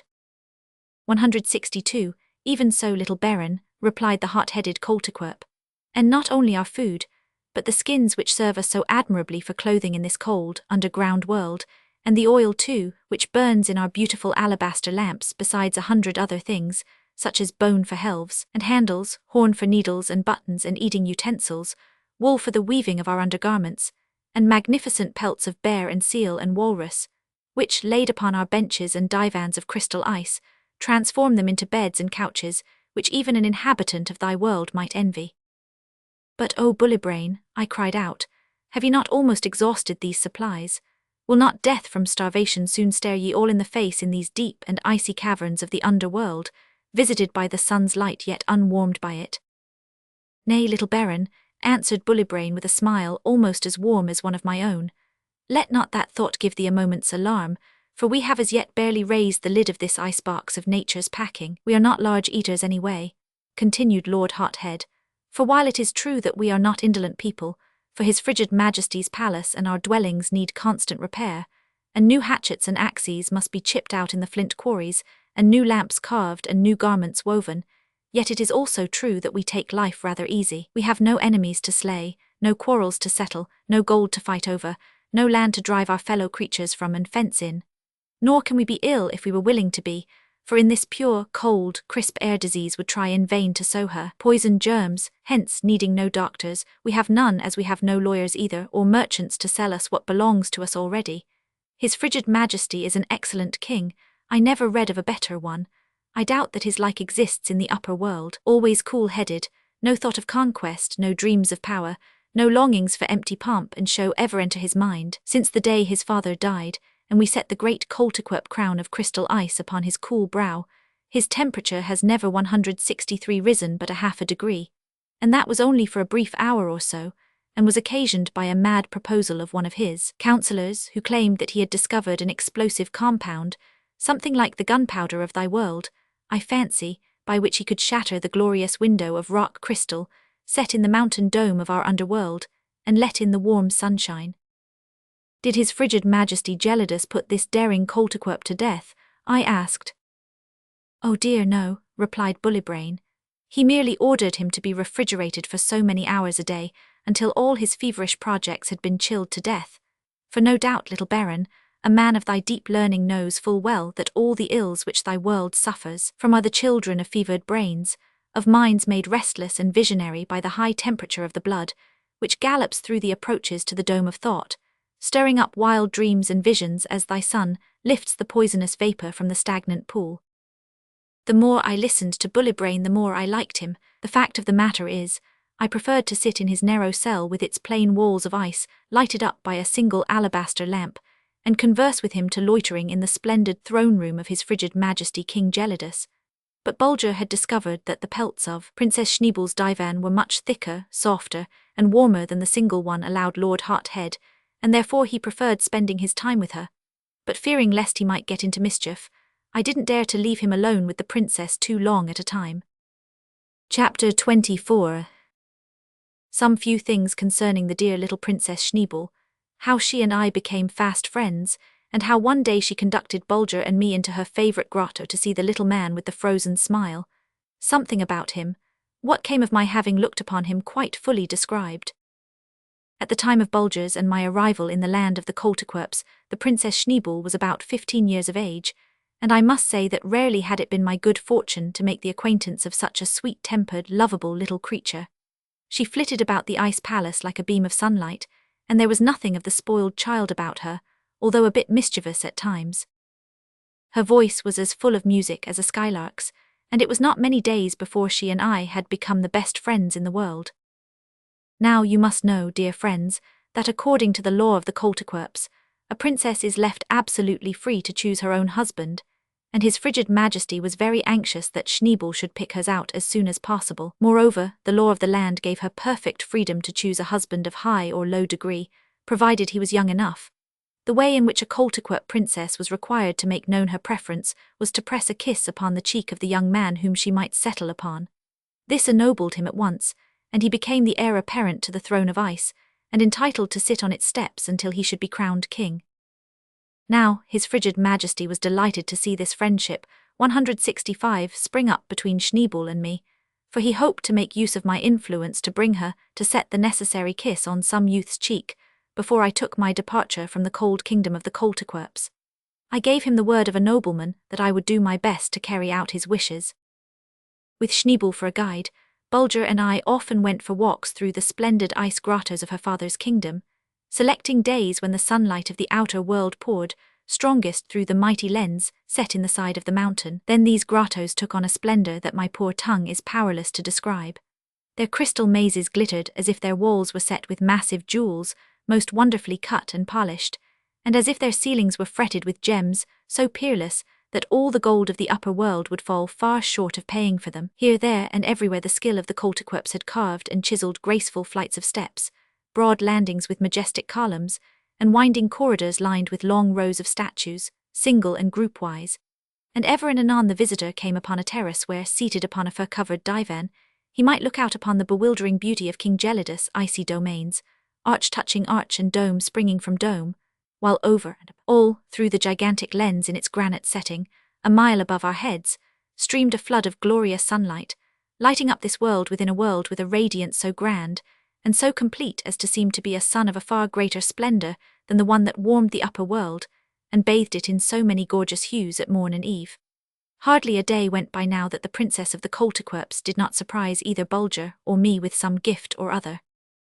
To tell the truth, dear friends, although my Russian coat was fur-trimmed, yet I began to feel the need of warmer garments after a week's sojourn in the icy domain of King Gelidus, and I think Schneebel must have heard my teeth chattering, for one morning, upon entering the Palace of Ice, I was delighted to be presented with a full suit of fur precisely similar to the one worn by King Gelidus himself. Nor was Bulger forgotten by the loving little princess, for with her own hands she had knitted him a blanket of the softest wool, which she belted so snugly around his body, and tied so tightly around his neck that henceforth he felt perfectly comfortable in the chill air of the home of the Koltykwerps. One day the Princess Schneebel said to me, "Oh, come, little Baron, come to my favourite grotto, now that the sun's rays are bright within it.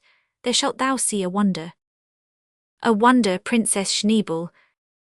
"Yes, little Baron, a wonder," she repeated, "the little man with the frozen smile." "Little man with the frozen smile," I echoed. Come and see, little Baron," cried Schneebel, hurrying on ahead. In a few moments we had reached the grotto and bounded into it with the princess leading the way.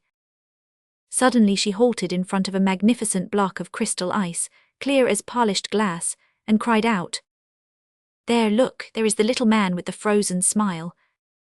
Even now, as the thought of that moment comes over me, I feel something of the thrill of half fear, half joy, as my eyes fell upon the little creature shut in that superb block of ice, himself a part of it, himself its heart, its contents, its mystery, there in its centre in easy posture, with wide-opened eyes, and with what might be called a smile upon its face. That is a glint of kindliness and affection in its strange eyes with their overhanging brows, sat a small animal of the chimpanzee race. He had possibly been asleep when the icy flood struck him, dreaming of beautiful trees bending beneath purple fruit, of cloudless skies above and a coral beach below, and death had come to him so quickly that he had become a brother to this block of ice, while the happy dream was still in his thoughts. The little man with the frozen smile. 169. It was wonderful, it was more than wonderful.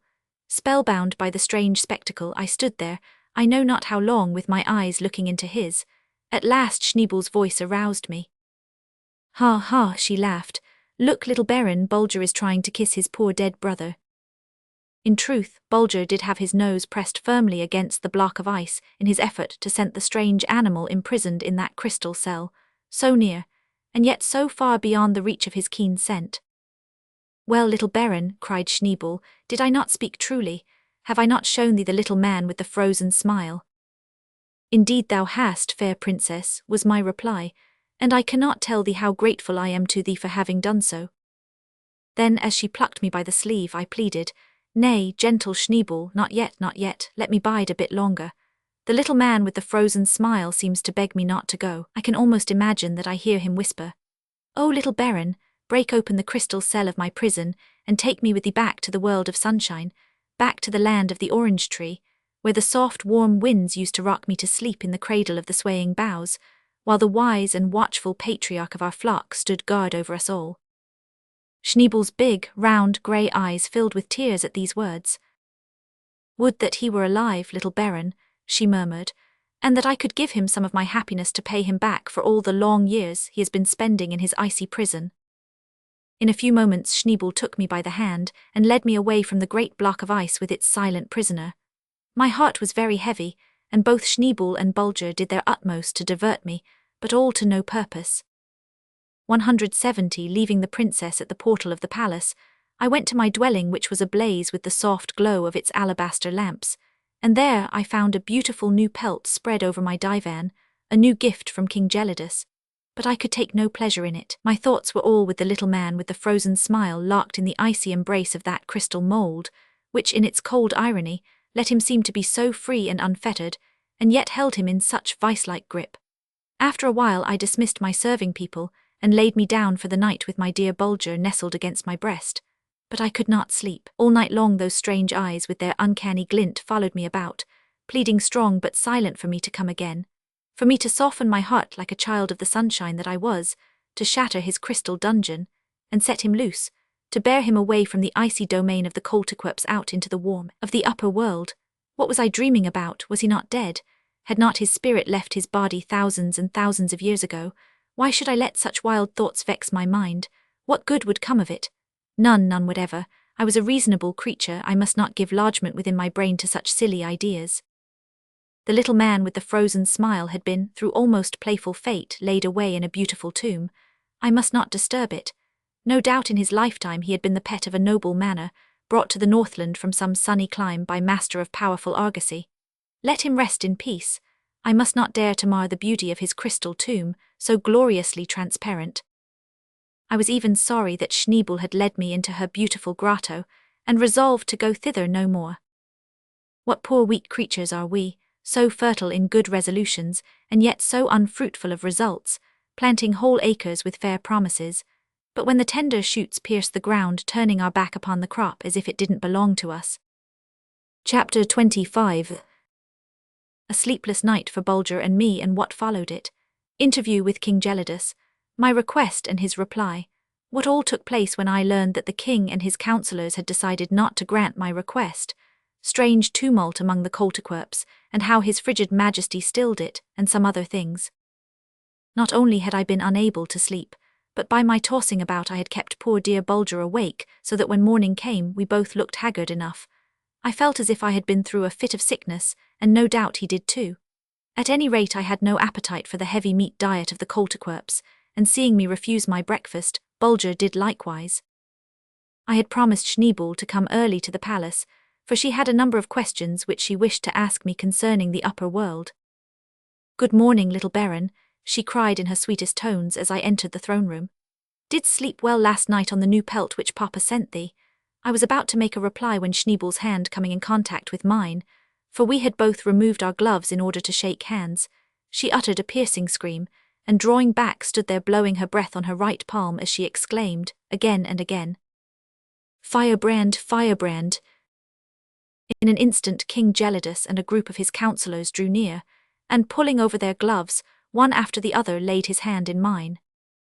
"Glowing coals," cried his frigid majesty. 172, tongue of flame, roared Frostifizz. "Boiling water," groaned Glacierpoi. "Red hot," hissed Icicle. "Thou must leave the palace at once," half-pleaded King Gelidus. "It would simply be madness for me to permit such a firebrand to remain within the walls of the royal residence. The intense heat of thy body would be sure to melt a hole in its walls ere the sun goes down." The royal councillors again drew off their gloves and laid hands upon poor Bulger, when a second alarm, even wilder than the first, was sent up, and we were hastily escorted back to our lodging-house. No doubt, dear friends, you will be somewhat mystified upon reading these words, but the explanation is easy. Owing to worriment and lack of sleep, Bulger and I had awaked in a highly feverish condition, and to the Kolterquerps we had really seemed to be almost on fire, but our fever left us toward night. Hearing which, King Gelidus sent for us and did all in his power to entertain us with song and dance, in both of which Schneebel was very skilled. Finding that his frigid majesty was in such a rosy humour, if I may be allowed to speak that way of a person whose face was almost as white as the alabaster lamps over his head, I determined to ask him for permission to cleave asunder the icy cell of the little man with the frozen smile, and ascertain if possible from the collar, which, made up apparently of gold and silver coin, was clasped around his neck, to whom he had belonged and where his home had been. No sooner had I proffered my request than I noticed that the white face of the royal Gelidus parted with its smile and took on a terribly icy look. Methought I could look through the tip of his nose as though an icicle, and methought, too, that his ears shone in the light of the alabaster lamps like sheets of crystal ice, and that his voice as he spoke, puffed into my face like the first flakes of a coming snow-story, quickly repented me of my rash action. But it was too late, and I determined to stand by it. "Little Baron," spoke royal Gelidus in icy tones, "never a heart beat in a kingly breast that was purer and colder than mine, freer from the warmth of selfishness, with not a single hot corner for ire or anger to nestle in, or for weakness or folly to make their hiding places. For thousands of years, my people have inhabited this icy domain and breathed this pure cold air, and never yet hath one desired to strike an axe of flint into the walls of that crystal prison. However, little Baron, there may be some warm corner in my heart, wherein cold and limpid wisdom may not be at home. Therefore come to me tomorrow for my answer. Meanwhile I'll take counsel with the coolest brains and coldest hearts about me. If they see no harm in thy request, thou mayst crack open the crystal gates that have for so many centuries shut the manlike creature in his silent cell, and take him forth in order to study the mystic words graven on his collar. But upon the strict condition that in cleaving open his house of crystal my quarry men so apply their wedges of flint as to break the block into 2 equal pieces, that when thou hast read what may be there, the 2 parts be closed upon the little man again, edge fitting edge like a perfect mould, so exactly that to the eye no sign of line or joint be visible. Dost promise, little Baron, that this shall be as to our royal will? It seems meet that it should be." I promised most solemnly that the crystal cell of the little man with the frozen smile should be opened and closed exactly as his frigid majesty had directed. It would be hard for me to tell you, dear friends, how happy I went to rest that night upon my icy divan, and how as the tiny flame of my alabaster lamp shed its soft glow upon the walls of ice, I lay there turning over in my mind the strange and mysterious pleasure which was soon to fall to my lot, when the quarrymen of King Gelidus should set their wedges of flint in this glorious block of ice, and cleave it asunder. 174. Even Don Fum, master of masters, had never dreamed of receiving a message from the people who lived in the very childhood of the world, and in anticipation already I enjoyed the splendid triumph which would be mine when I came to lecture before learned societies upon the mysterious lettering on the curious collar, clasping the neck of the little man with the frozen smile.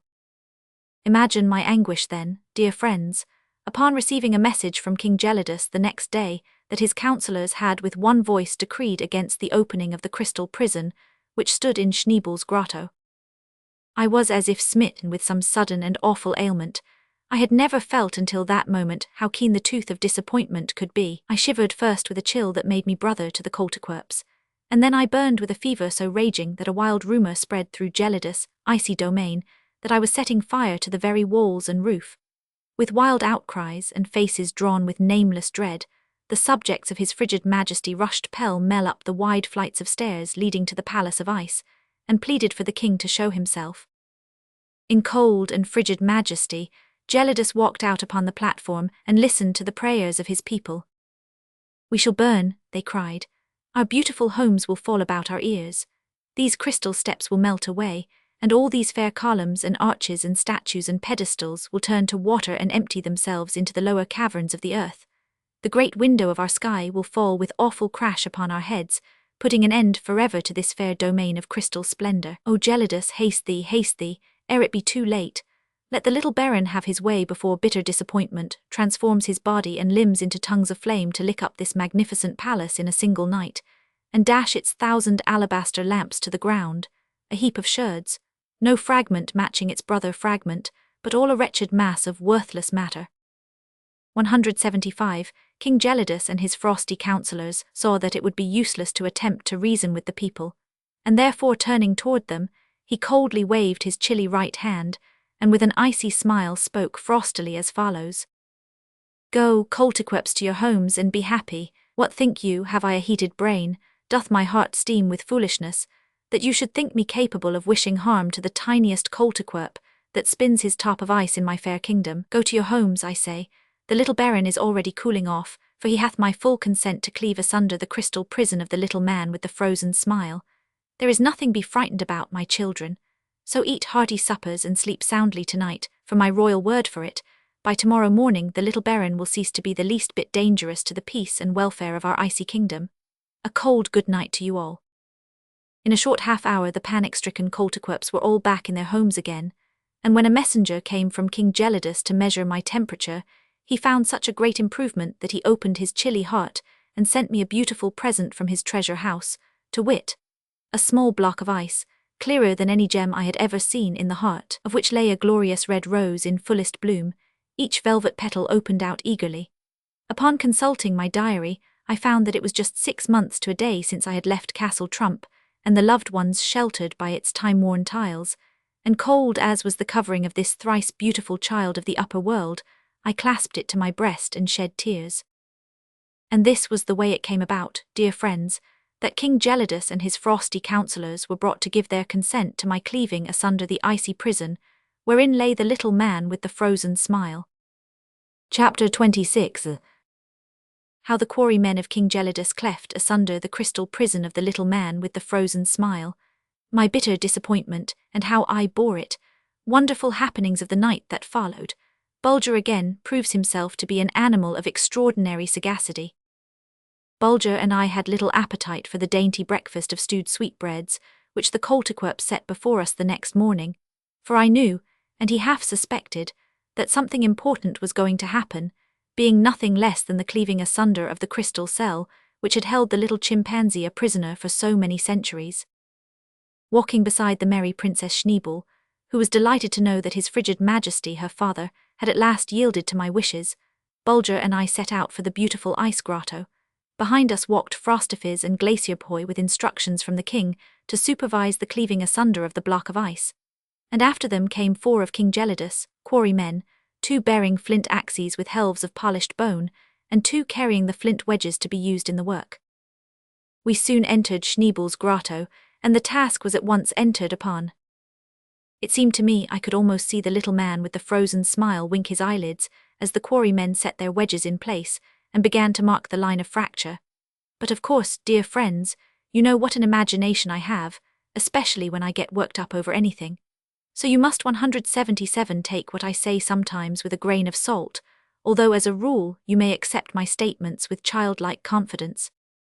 With such wonderful skill did the Coltiquapian quarrymen use their axes and wedges that in a few moments, to my great delight, the huge block of ice fell asunder in perfect halves, in one of which the little man-like creature lay on his side like a casting in a mould. I made haste to lift him out and wrap him a soft pelt, which I had brought along for that purpose, and then I turned to retrace my steps to my chamber, where I intended to begin at once my study of whatever inscriptions should be found upon his curious collar. "Remember, little Baron," said Glacierpoy, "by express command of his frigid majesty, the little man with the frozen smile must be returned to his crystal cell tomorrow morning at this very hour." I bowed assent, and then, having accompanied Princess Schneebel as far as the bottom of the grand staircase leading to the ice palace, I turned away and was soon in the privacy of my own apartment. Now came for me one of the bitterest disappointments of my life, but I submitted with a good grace, for it was fit punishment visited upon me for my foolish vanity in striving to unearth some older record of the human race than had yet been done by any of the great searchers and philosophers, not even excepting that master of masters, Don Fum. Know then, dear friends, that the quaint collar, made up of gold and silver coins or discs, cunningly linked together, which encircled the animal's neck, contained not a single word or letter of any language, the undersides being quite blank, and the upper merely having roughly carved outlines of an object which might possibly have been intended for the sun. Wrapping the animal up in the soft pelt, I laid him away in a corner of my divan, and betook myself to the palace of his 178 frigid majesty, where I frankly informed King Gelidus of my great disappointment in not finding some few words, or even a single word of a language, unknown to the wisest heads of the upper world. Schneebel was so touched by my sadness that, had I not skilfully kept out of her way, I verily believe she would have thrown her arms around my neck and imprinted upon my cheek the kiss which would have made me the king of the Coltiquerps. But I had no longing to spend the rest of my life in the icy domains of his frigid majesty, even though my brow would be crowned with the cold crown of the Coltiquerps. If I had been an old man with slow and feeble pulse, it would have been very different, but my heart was too warm and my blood too hot to fill such a position with agreeableness to myself or satisfaction to the people of this icy underworld. So I kept the little princess busy enough, I can assure you, first with songs, then with dance, and then with storytelling. That night King Gelidus ordered a magnificent fete to be held in my honor. 500 more alabaster lamps were lighted, and the royal divans were laid with the richest pelts in the palace, and after the dancing and singing had ended, frozen tidbits from the royal kitchen were passed around on alabaster salvers, and Bulger and I ate until our teeth ached. It was late when we reached our own apartment, and so full were my thoughts of the beautiful sights which we had gazed upon in the throne-room, that I had quite forgotten about the poor little man with the frozen smile whom I had covered up and tucked away on my divan. But Bulger had not been so hard-hearted. 20 times during the evening he had given me a sly tug at my sleeve as much as to say, "Bulger shows the Baron something wonderful. Come, little master, let's hurry back. Dost not remember that we left my poor little frozen brother tucked away in that icy chamber all alone by himself?" I was very weary and I fell off to sleep almost immediately, and yet I had an indistinct recollection that Bulger was not in his place against my breast. I remembered feeling for him, but that's all. It never flashed upon me that he had gone and lain down beside the poor little stranger, whom I had so unfeelingly lifted from his last resting place, and yet such must have been the case, for about midnight, it seemed to me, I was awakened by a gentle tugging at my sleeve. It was my faithful Bulger, but, half awake and half asleep as I was, I merely thought that he was only asking for a caress, as was often his wont when he fell a-thinking about home, so I reached out and stroked his head several times and dropped off again. But the tugging began anew, and this time 'twas more vigorous, and with it came an impatient whine which meant, "Come, come, little master, rouse thee. Dost suppose I would break thy rest unless there were good reasons for it?"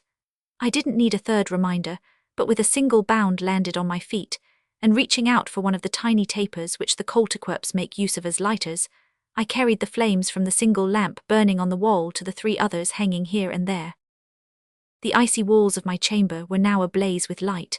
There sat Bulger on the fur-covered divan, beside the place where the little man with the frozen smile lay, hidden under the pelt. His tail was wagging nervously, and his large, lustrous eyes were fixed first upon me, and then upon the covering of his dead brother with an expression I never remembered having seen in them before.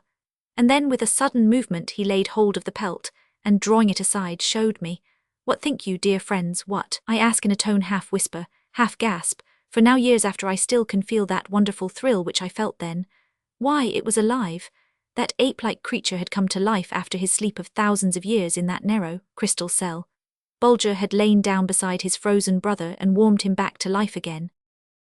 Oh, it was wondrously wonderful to see that pair of little eyes, bead-like in brightness, look up and blink at me. And then 182 to hear that low, moaning voice so human-like, as if it whimpered with a shake and a shiver. Oh, how cold it is, how very cold it is. Where's the sun? Where's the soft, warm wind, and where are the cloudless skies so blue, oh so beautifully blue, that used to hang over my head? Bidding Bulger lie down again beside him and snuggle up as close as possible, I made haste to cover them both with the softest skins I could find. In a few moments there came from underneath the pile a low, contented cry of Kuja, Kuja, Kuja, followed by a curious addition sounding like fuff, fuff, fuff, so I put them all together and named the strange newcomer to the icy domain of King Gelidus, Fuffkuja.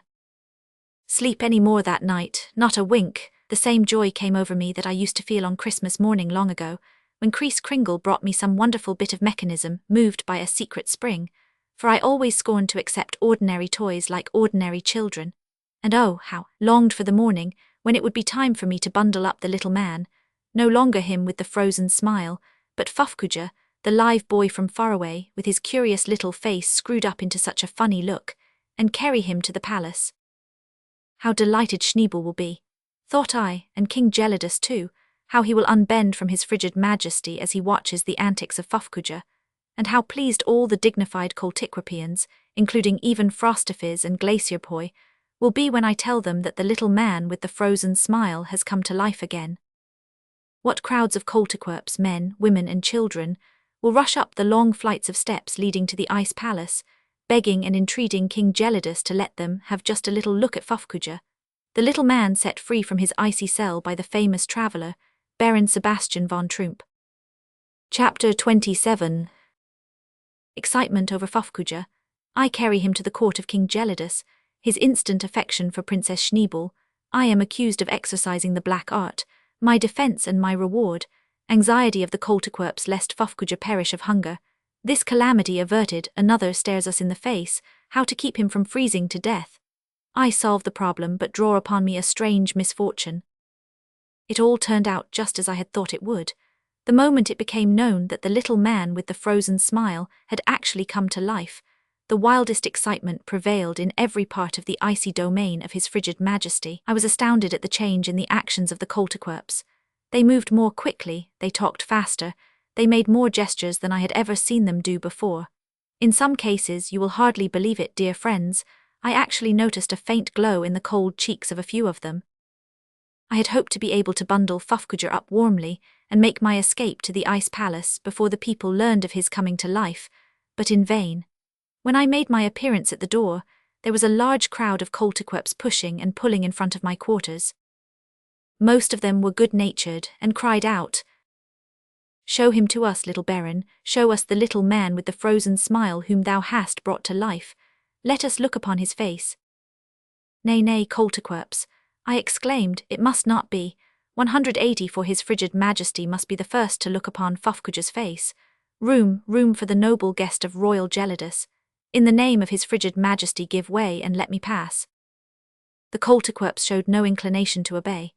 To such a pitch of excitement had they worked themselves up that only upon seeing Bulger advance upon them with flashing eye and teeth laid bare, did they reach the conclusion that my brave companion was in no mood to be trifled with.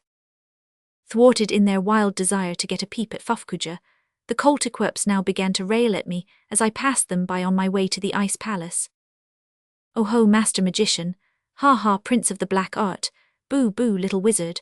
Have a care, wily necromancer, see to it that thou dost not practice any of thy tricks of enchantment upon us."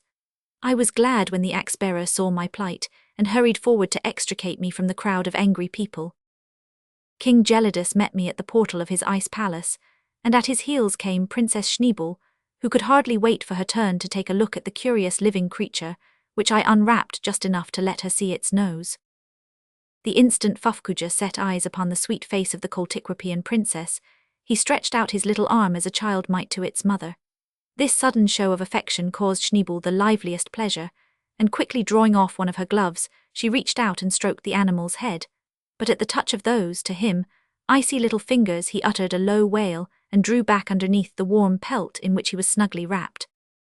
Poor Schneebel, she gave a sigh as she saw him do this, but it didn't prevent her from coming every minute or so and lifting one end of the pelt just enough to take another look at Fufkuja, who, while he never failed to cuddle up closer to me at sight of the princess, yet invariably thrust out one of his black paws from under the pelt for Schneebel to shake. While seated on the divan nearest the throne, I observed that 185 Frostifis and Glacierpoi were holding a whispered conference with his frigid majesty. At once I guessed the subject of their conversation. Rising to my feet, I made a sign that I wished to address the king, and when he had nodded his head with stern and icy dignity, I began to speak. You know, dear friends, how eloquent I can be when the mood is upon me. Well, standing there almost upon the steps of King Gelidus, throne of ice, I proceeded to defend myself against the charge of being a master of the black art. I will not tell you all I said, but this was my ending. May it please your frigid majesty. Here beside me stands the only magician in the case, and the only art, the only trick or charm which was exercised by him, was that sweet power we call love. When first he set eyes upon his four-footed brother locked in the crystal cell of Schneebel's grotto, he pressed his nose again and again against its icy wall in vain attempt to know his kinsman, and turned away with a cry of sorrow to find that his keen scent could not penetrate to him. I cannot tell you how great was his joy when I laid Fufkuja stiff and stark upon my divan, for I knew not then the scheme ripening in Bulger's mind. But later all was plain enough. The loving dog leaves his master's breast and carries his true and tender heart over to where Fufkuja lies, raises the pelt, crawls in beside him, and presses his warm breast firm and hard against his brother's ice-locked heart, and warms him into life again, then wakes me and tells me what he hath done. This, royal Gelidus and most noble Coltiquerps, is the only art that hath been used to bring Fufkuja back to life again, and to call it black is to slander the sunshine, rail at the lily, and call the sweet breath of heaven a vile and detestable thing. When I had ended my speech, I saw that Schneebel had been weeping, and that several of her tears, stopped in their course down her cheeks, hung there sparkling like tiny diamonds in the soft light of the alabaster lamps, where the chill air of Gelidus' palace had turned them into ice. 186, and therefore when his frigid majesty said that my words had touched his heart, and bade me ask for a gift from his hand, I said, O cold king of this fair icy domain, let those tears that now hang like tiny jewels on Schneebel's cheeks be brushed into an alabaster box and given to me. I covet no other guerdon. Even if I did not love thee, little baron, cried King Gelidus with an icy smile, I would be persuaded, but loving makes easy believing. Go, Frostifis, and bid one of the princess's women brush those tiny jewels that hang on Schneebel's cheek into an alabaster cup, and bestow them upon the little baron. Scarcely had this been done when Fufkuja thrust his head out from under the pelt, and fixing his eyes pleadingly upon me, thrust out his tongue and opened and shut his mouth with a faint, smacking noise. Quick as a flash it dawned upon me that these signs meant that Fufkuja was hungry. And then, as I suddenly remembered that the Coltiquerps were strictly a meat-eating people, that only meat was to be had in their chill domain, quarried almost like marble itself from nature's great refrigerators, a gasp escaped my lips, and I whispered, Oh, he must die, he must die. My words had not missed the keen ears of Princess Schneebel. Speak, little baron, she cried. Why must little Fufkuja die? What dost mean by such a saying? And when King Gelidus and Schneebel had heard me voice my fear that he would die rather than feed on meat, they both became very heavy-hearted. Poor little Fufkuja, moaned the princess, can it be possible that he must be carried back so soon to his crystal cell in my grotto? Bid the master of my meat quarries approach the throne, cried King Gelidus suddenly, in a voice of icy dignity. This important functionary soon made his appearance. 187 turning to me, the king bade me explain the case to him.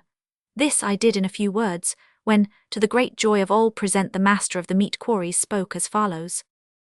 Little baron, if that's the only trouble, give thyself no further uneasiness, for I shall at once send one of my men to thee with a supply of most delicious nuts.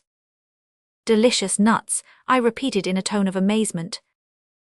Why yes, little baron, I have a goodly supply on hand. Know then that hardly a day goes by that my men don't come upon some fine specimen of the family of Nowers, most generally squirrels, in whose cheek pouches we invariably find from 1 to half a dozen dainty nuts stowed away. It has always been my custom to lay these aside, and so I have to inform thee that if Fufcoojah should live to be 100 years old, I, or my successor, could guarantee to keep him supplied with food. These words lifted a terrible load off my heart, for now at least Fufcoojah would not die of starvation. For a few days everything went well. The Coltiquerps became quite satisfied in their own minds that I had not been practicing the black art in the chilly kingdom of his frigid majesty, and each and every one of them became greatly attached to the curious little creature with the droll little face and droller manner. But it seemed as if we were no sooner out of one trouble than we were plumped into another, for now Fufcoojah began to object to the attendant selected to look after him by King Gelidus. The man was about 10 degrees too cold-blooded for him, and ere long it was only necessary for the Coltiquerp to approach Fuff, as we called him for short, in order to throw him into convulsions of shivering, and to cause him to utter pitiable cries of discontent, which only ceased upon my appearing and comforting him by my caresses.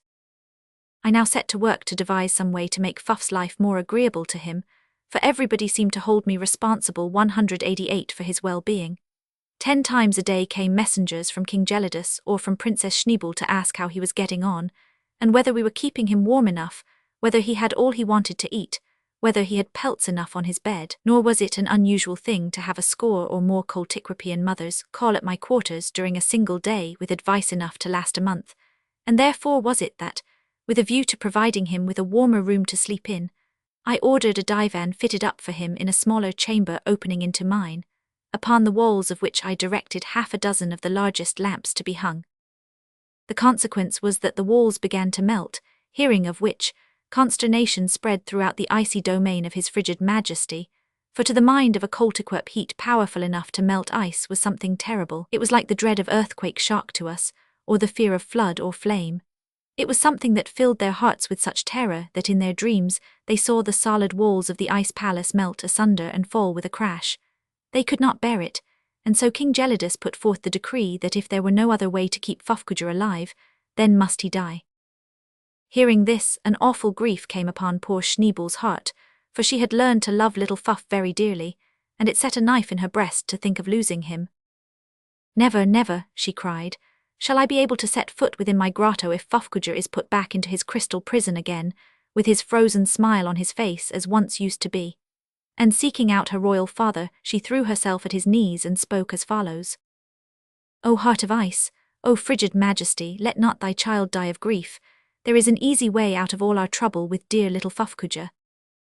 "Speak, beloved Schneebel," answered King Gelidus, "let me hear what it is." "Why, cold heart," said the princess, "the little baron hath 189 plenty of warmth stored away in his body. He hath enough for both himself and Fufcoojah into the bargain.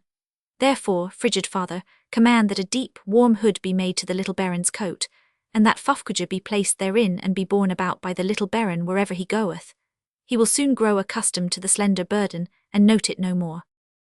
"It shall be as thou wishest," replied the king of the Coltiquerps, and calling his trusty counsellor Glacierbhor, he directed him to summon me at once to the throne room. When I heard this terrible order issue from the icy lips of King Gelidus, my heart sank within me, and yet I dared not disobey, I dared not murmur, for I it was who had cleft asunder the crystal prison of the little man with the frozen smile, I who had made it possible for Bulger to warm him back to life again. Oh, poor, vain, weak, foolish boy that I had been, what was to become of me now? Chapter 28. How a little burden may grow to be a grievous one. Story of a man with a monkey in his hood. My terrible suffering. Concerning the awful panic that seized upon the Coltiquerps. My visit to the deserted ice palace and what happened to Fufcoojah. End of his brief but strange career. A frozen kiss on a blade of horn, or how Schneebel chose a husband. Ah, little princess, how easy was it for thee to say that I would soon grow accustomed to the slender burden, and note it no more. How prone are we to call light the burdens which we lay upon the shoulders of others for our own benefit. True, Fufcoojah was not as long as a horse, nor as broad as an ox, and when in accordance with the king's decree the hood had been completed, and the little animal was stowed away therein, close against my back so as to get a goodly share of the warmth of my body, It seemed to me that Schneebel was right, that I would soon become accustomed to the load and note it no more. And so it seemed the second and the third day, but not on the fourth, for on that day the little load appeared to have gained somewhat in weight, and although I was quick to feign that it was not so when Princess Schneebel quizzed me, saying, "There, little Baron, did I not tell thee that thou wouldst soon forget that Fufkuja slept upon thy shoulders?" Yet in my heart I felt that he really had grown a mite heavier. On the fifth day Bulger and I were bidden to a merry making at the Palace of Ice, and as I rose from my divan to betake me thither, methought I was strangely heavy-hearted, and so did Bulger, for he made several efforts to draw a smile or a cheery tone from me, but in vain. The Baron's flight to the Ice Palace. 193. Suddenly, I realized that there was a weight pressing against my back, no, not a heavy weight, but a weight all the same, and then I whispered to myself, "Why, if I am going to a merry-making, I'll cast it off." And then I wakened from my deep abstraction and murmured, "How strange that I should have forgotten that Fufkuja was in my hood." And so I went to the merry-making with Fufkuja nestled between my shoulders, and the Coltiquerps laughed at the little Baron and his child, as they called him, and drew near and raised the flap and peeped in at the curious creature within the hood.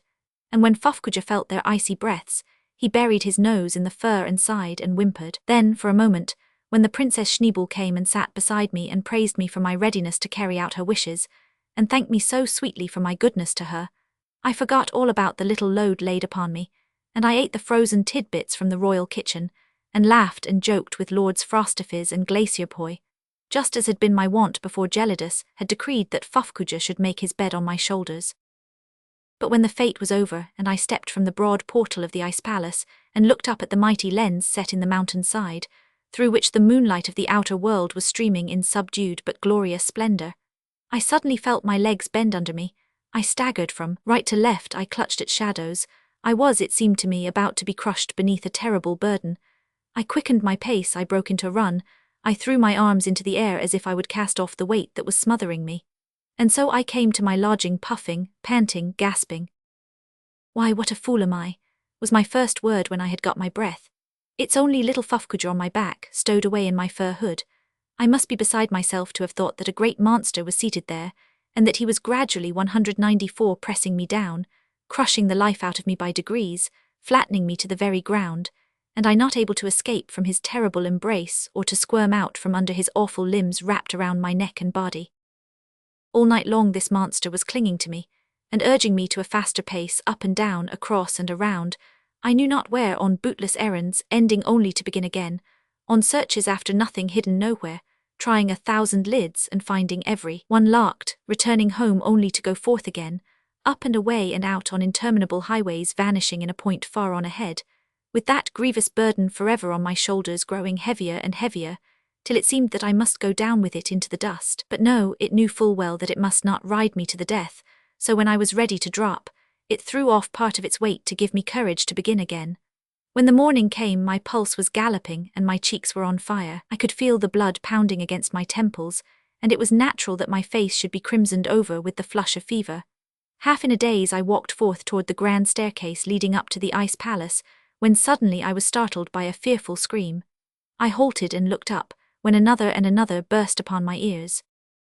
The terrified Coltiquerps were fleeing before me in every direction, shrieking as they fled. "Fly, fly, brothers, the little Baron is burning, the little Baron is burning, fly, brothers, fly." In a few moments terror had seized upon every living creature in the icy domain of King Gelidus. They fled from me in mad haste, taking refuge in the distant caverns and corridors, filling the air with their wild outcries, no one being brave enough to halt and take a second look. My inflamed countenance filled them with such awful terror that they could only tear along and cry, "Fly, brothers, fly, the little Baron is burning, the little Baron is burning." 195 with Bulger at my heels, I turned and sprang up the staircase with the intention of seeking out King Gelidus and explaining the matter to him. But he too had fled, and with him every sentinel and serving man, every courtier and counsellor. The palace was as still as death. I hastened through its silent corridors calling out, "Schneebel, Princess Schneebel, surely thou art not afraid of me. Turn back, I will not harm thee, I'm not burning. Turn back, oh turn back." With this I reached the throne room. Not a living creature was to be seen. The vast chamber was as still as death. I staggered to a divan and, pillowing my poor aching head on a cushion, I fell into a sound and refreshing sleep. When I awoke, I rubbed my eyes and looked about me, and at first I thought that I was still alone in the great round chamber with its walls of ice. But no, there on the divan sat Schneebel, and she smiled and said in mock displeasure, "Thou art not a very watchful nurse, little Baron, for in thy sleep thou didst squeeze Fuffcoojah so tightly against a cushion that he crawled out from thy hood and nestled in my arms."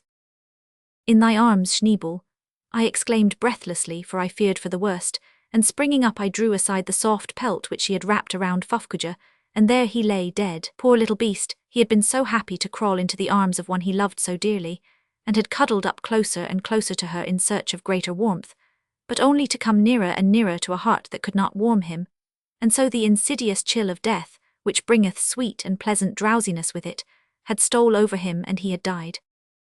And Schneebel's tears, freezing as they fell, now showered like a gentle hail of tiny gems upon the little dead beast, no longer Fuffcoojah, but once again the little man with the frozen smile.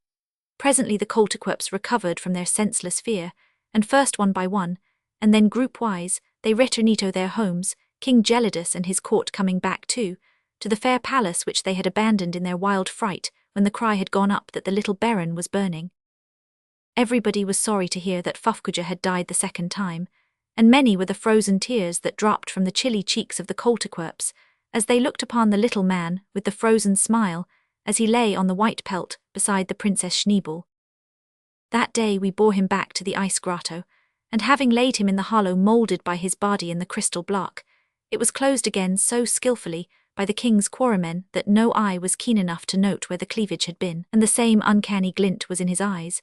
And when the Coltiquerps saw this, their icy hearts felt a cold shiver of satisfaction, for not only was the little man with the frozen smile back in his crystal cell again, but all the fears and dreadful fancies which his coming to life again had given rise to were past and gone forever, and peace and quiet and sweet contentment reigned throughout the icy realm of his frigid majesty Gelidus, king of the Coltiquerps. Now nothing remained to make his cold heart crack with joy, but to see his beloved child Schneebel make choice of a husband. And he had not long to wait, for one day upon entering the palace, she saw a youth lying at the foot of the stairway, overcome with sleep. In one hand he held an alabaster lamp, and in the other a new wick which he was about to fit into it, for the youth was a lamp trimmer in the ice palace of King Gelidus.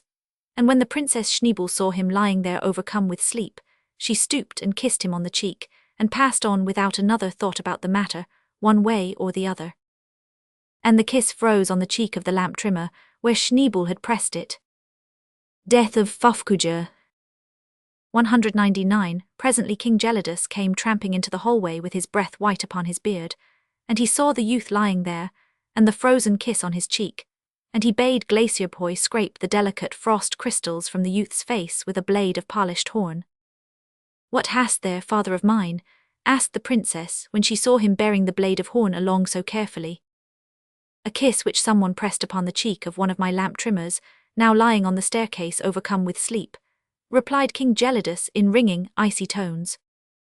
"Why, father of mine," exclaimed Princess Schneebel, "now that thou speakest of it I really believe the kiss is mine, for I recollect kissing someone as I entered the palace.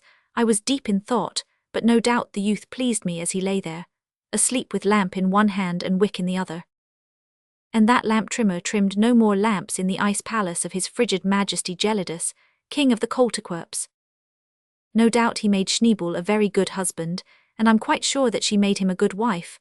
I would have been glad to tarry for the nuptial feast, but that was out of the question. I had stayed too long already. Chapter 29. Something concerning the many portals to the icy domain of King Gelidus and the difficult task of choosing the right one. How Bulger solved it. Our farewell to the cold-blooded Coltiquerps. Schneebel's sorrow at losing us. As Bullibrain had once remarked, when there are many doors it's a wise man who knows which is the right one to open.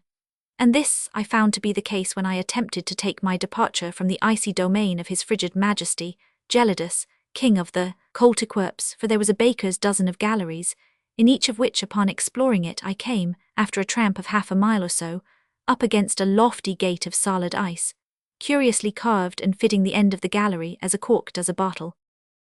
No doubt you are wondering why I didn't make my way out of the Coltiquerpian kingdom by following the river, for the very good reason that it went no farther than King Gelidus's domain, emptying into a vast reservoir which apparently had a subterranean outlet, for its thick covering of ice always remained at the same height. The king's quarrymen were ordered to hew an opening through whichever door I should point out as the one that I wished to pass through, but I was informed by Frostiphis that according to the law of the land, but one door could be opened during any 1 year, so that if I found my way blocked and turned back again it would mean a delay of 12 months. Bullybrain, with all his wisdom, was powerless to assist me, although I was half inclined to think that he might have done so, had he been permitted to investigate the secret records of 201 the kingdom, carved upon huge tablets of ice, and stored away in the vaults of the palace. The fact of the matter is King Gelidus was so desirous of having me assist at the marriage feast of Princess Schneebel, that he threw every obstacle in my way that he could, without openly showing his hand. And Schneebel herself, by the dancing of her clear grey eyes, gave me to understand that she, too, was hoping that I would make a mistake when I came to point out the door which I wanted opened. Bulger saw that I was in trouble, but couldn't comprehend clearly what that trouble was. He kept his eyes fastened upon me, however, watching my every movement, hoping, no doubt, to solve the mystery. While sitting one day lost in thought over the very serious problem which I found myself called upon to solve, an idea struck me. I had noticed that in the meat quarries the workmen often made use of sounding rods, which were long pieces of polished bone, ending in flint tips. A Coltiquipian quarryman, by dexterously twisting this rod, was able to bore a hole 6 feet deep or more into the solid bed of ice when desirous of ascertaining the position of a carcass in the meat quarry. And it occurred to me that by piercing the portals of ice which closed their various corridors I have spoken of, possibly Bulger's keen scent might recognize that current of air which would have in it the odor of earth and rock. In other words, make choice for me of the portal which opened on that corridor leading away from the icy domain of King Gelidus, and not merely into some outlying chamber of his kingdom. His frigid majesty could not object to such experiments, for the law only forbade the hewing of openings large enough for the hewer to pass through. King Gelidus and half a dozen of his courtiers, looking stern and frigid and conversing in freezing tones, were present to see the experiment tried. Methought their icy lips clacked together with satisfaction when, at my request, one portal after 202 another was pierced, but Bulger, after sniffing at the hole, turned away with a bewildered look in his eyes, as if he didn't half understand why I was ordering him to thrust his warm nose into such cold places. And so we tramped from corridor to corridor, until the quarrymen began to show signs of fatigue, and the sounding rod turned slower and slower in their hands. Frostiphis blinked his cold grey eyes as much as to say, "Little Baron, thou must bide with us for another year," but I merely turned to the quarrymen, and ordered them to pierce one more portal of ice ere we abandoned the task for the day. They went at the work of piercing the 11th door with the pace of pack mules up a mountainside, but at last the sounding rod bored a way through, and at a wave of my hand the quarryman fell back. In an instant Bulger had his nose at the hole, and took 3 or 4 quick, nervous sniffs, ending with a long, deep-drawn one, and then breaking out into a string of sharp, jerky, joyful barks. He began scratching furiously at the bottom of the portal.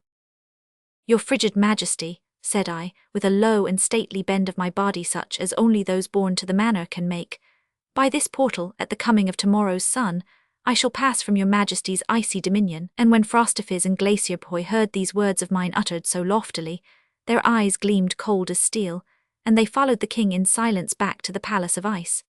Schneebel met them in the grand hallway, and when she had looked upon their faces she began to weep, for she loved me and she loved Bulger too, and her cold little heart could not bear the thought of our going. Coltiquipian quarrymen hewing a passage through the wall of ice. 205 King Gelidus, however, soon recovered his spirits, and ordered a feast with song and dance in honor of Bulger, who during the festivities sat on the highest divan with the softest pelt beneath him, and so many were the frozen tidbits which the Coltiquerps presented to him during the progress of the feast, that I grew alarmed lest he might overload his stomach, and not be in a fit condition to make the early start on our journey, of which I had given notice to the Coltiquipian monarch, but his good sense saved him from doing so foolish a thing.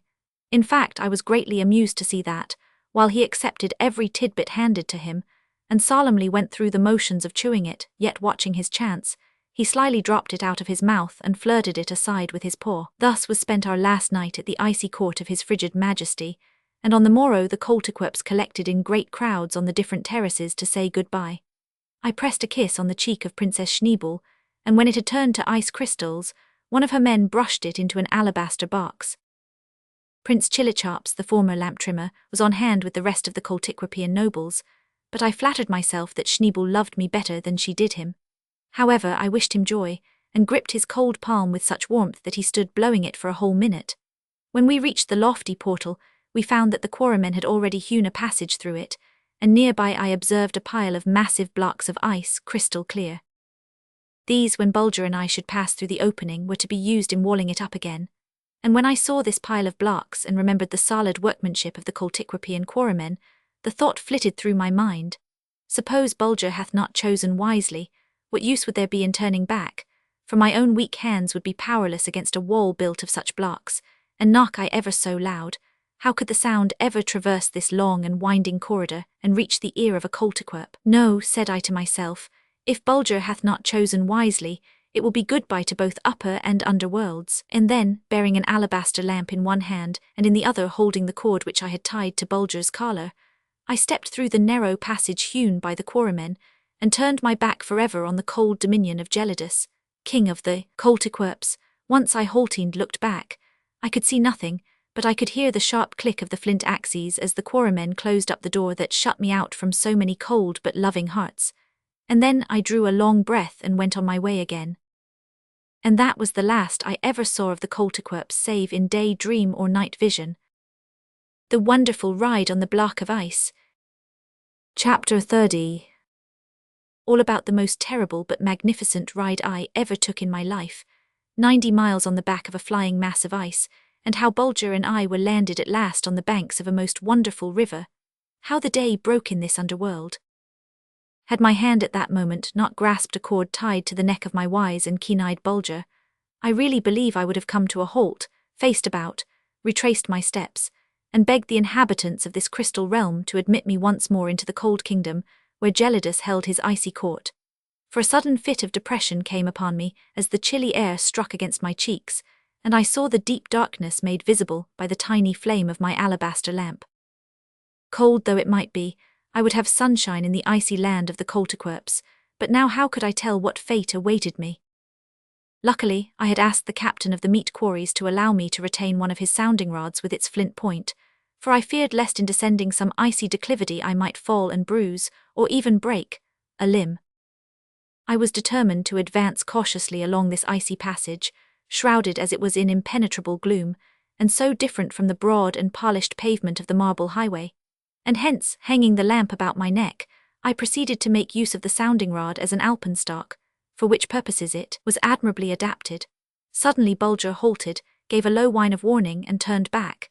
In an instant I knew that there was danger ahead, and letting myself drop on my hands 210 and knees crawled carefully along to make an investigation of the dangerous spot in our route, signalled by the watchful Bulger. It was only too true. We stood apparently upon the very edge of a sheer parapet, how high I had no way of ascertaining, but I was unable to reach any bottom with the sounding rod. What was to be done? Turn back? It was not yet too late. The Coltiquapian quarrymen could not have completed their task in so short a time. They would hear my knock, they would tear down their wall of ice, and Gelidus and Schneebel would welcome us back to their ice palace with a cold but honest satisfaction. As I sat there plunged in thought, I half unconsciously began to twirl the sounding rod around until I had sunk it half its length into the floor of ice, and then reaching out I encircled Bulger with my arm and drew him up against me as was my wont when preparing for profound meditation. I had scarcely done so when the ice beneath me gave one of those sharp, clear, cracking noises so unlike the sound made by the breaking of any other substance, and thereupon I felt the crystal mass on which Bulger and I were sitting tremble and vibrate for an instant, and then, with a sudden downward cant, break away from the mass behind it and begin to move. Instinctively a sense of my awful peril prompted me to cling to the sounding rod which I had sunk drill-like into the ice. Luckily it was between my legs, and quick as a flash I entwined them around it, assuming a Turkish sitting posture, while my left arm was wrapped tightly around Bulger's body. I don't know how it was done as it was all in an instant, but there I sat now firmly saddled, so to speak, upon that crystal monster's back, as with a creak and a crash it snapped the crystal links which bound it to the wall of ice and plunged headlong down the glassy slope. In my fright I had dropped my lamp, and now the deep gloom of this underworld enwrapped me. But no, it was not so, for 211, as the escaping block of ice creaked and crunched its way along, the two cold crystal surfaces gave forth a weird glimmer of phosphorescent light, which made the flying mass seem like a monstrous living thing, out of whose 1,000 eyes were darting tongues of flame as it rushed madly along, now gaining speed upon striking a steeper stretch of way, now fouling with some obstruction and dashing against the rocky sides of the corridor, and sending a shower of crystals sparkling and glittering in the black air. Anon the escaping block comes upon a gentle slope, and with the low music of crushing crystals, slips softly along in its flight, as if mounted upon runners of polished steel, and then with a sudden dip it glides upon a sharper descent, and fairly leaps into the air as it bounds along, hissing over the slippery roadway, and leaving a train of fire behind it. And now it strikes a stretch of way piled here and there with clumps and blocks of ice. With a mad fury it springs upon the lesser ones with a growl of rage, grinding them to powder, which, like showers of icy foam, it hurls upon Bulger and me seated on its back. But some of the blocks resist its terrible onslaught, and our mighty steed is hurled from side to side with crash and creak, as it drives its crystal corners fiercely against the jutting rocks, leaving marks of its white flesh on these black heads of adamant. It seems an hour since the crystal monster broke away, and yet ever downward he threads his wild flight, butting, bumping, jostling, veering, staggering along, bearing Bulger and me to the lowest level of the world within a world. Will he never end his mad flight? Is there no way for me to curb him? Must he fly until he has ground his very body to such a thinness that the next obstruction will shatter it into 10,000 pieces, and hurl Bulger and me to death?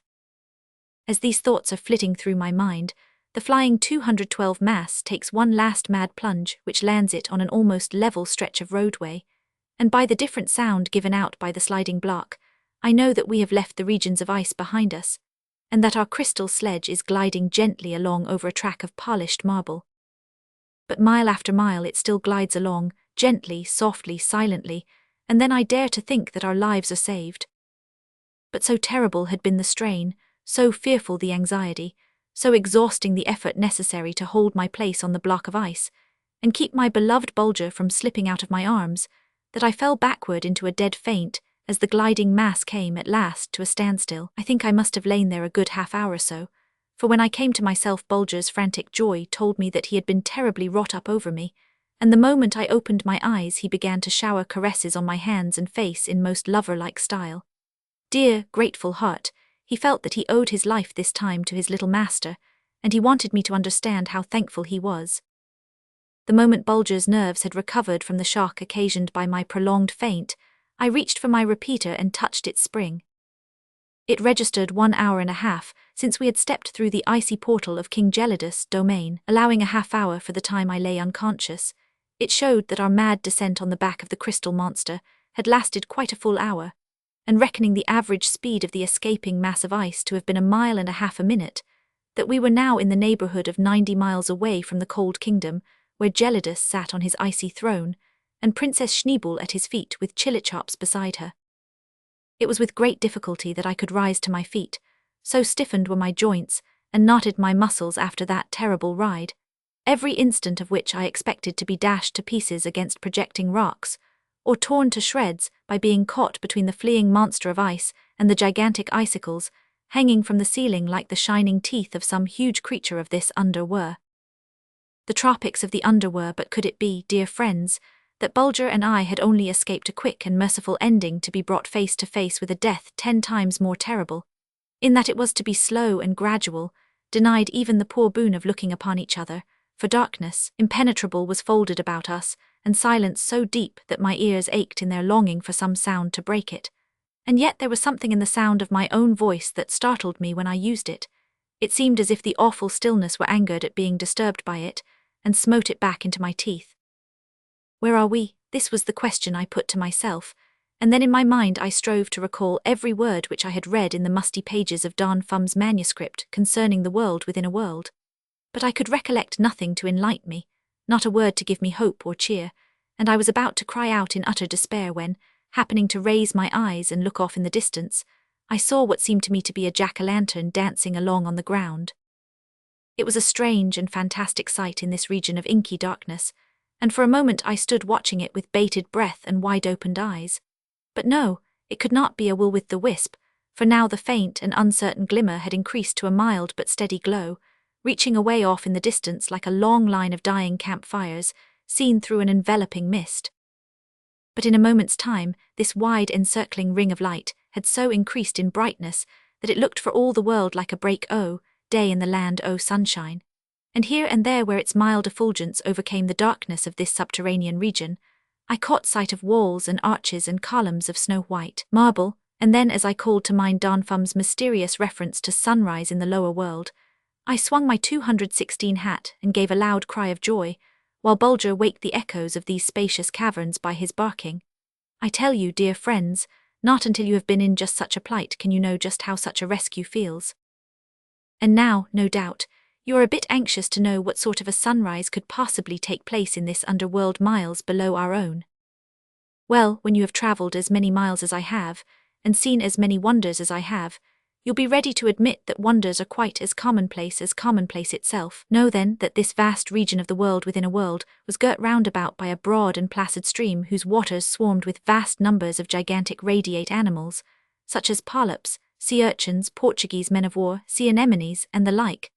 That these transparent creatures, which had the power emitting light after lying dormant for 12 hours, gradually unfolded their bodies and tentacles, and rose toward the surface of these calm and limpid waters, increasing by degrees their mysterious radiance, until they had chased the darkness from the vast caverns opening upon the banks of the river, and lighted up this world with a soft effulgence somewhat brighter than the rays of our full moon. For 12 hours these weird lanterns of the stream made it day for this nether world, and then, as they gradually shrank together and sank out of sight, their expiring fires glowed with all the multicolored radiance of our fairest twilight, and the night, blacker than Stygian darkness, came back again.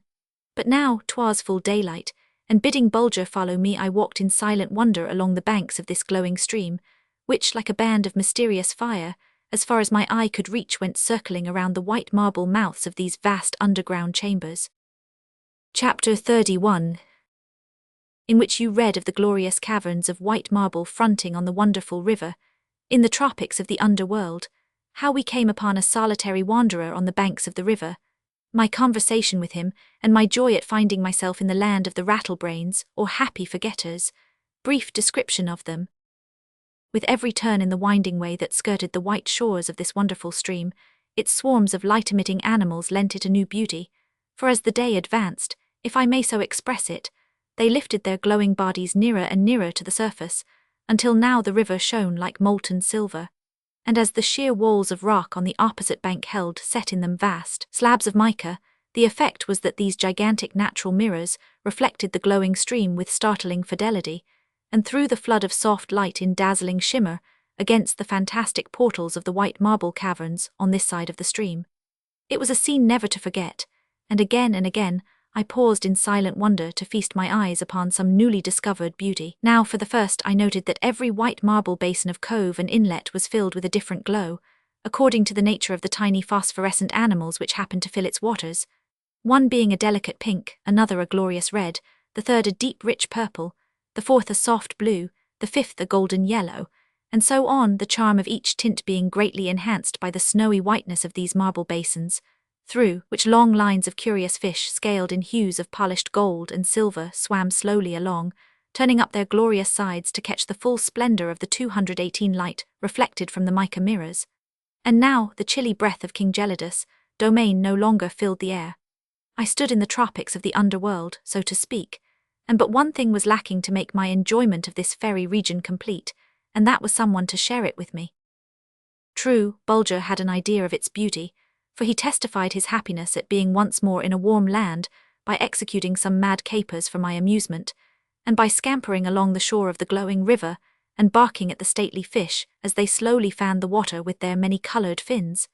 But I must admit that I longed for the Princess Schneeball to keep me company. But it was a rash wish, for the warm air would have thrown her into convulsions of fear, and she would have preferred to meet her death in the cool river rather than attempt to breathe such a fiery atmosphere. By this time I had advanced several miles along the white shores of the glowing stream, and, feeling somewhat fatigued, I was about to sit down on the jutting edge of a natural bench of rock, which seemed almost placed on the river banks by human hands for human forms to rest upon and watch the wonderful play of tints and hues in this wide sweeping inlet, when to my amazement I saw that a human creature was already sitting there.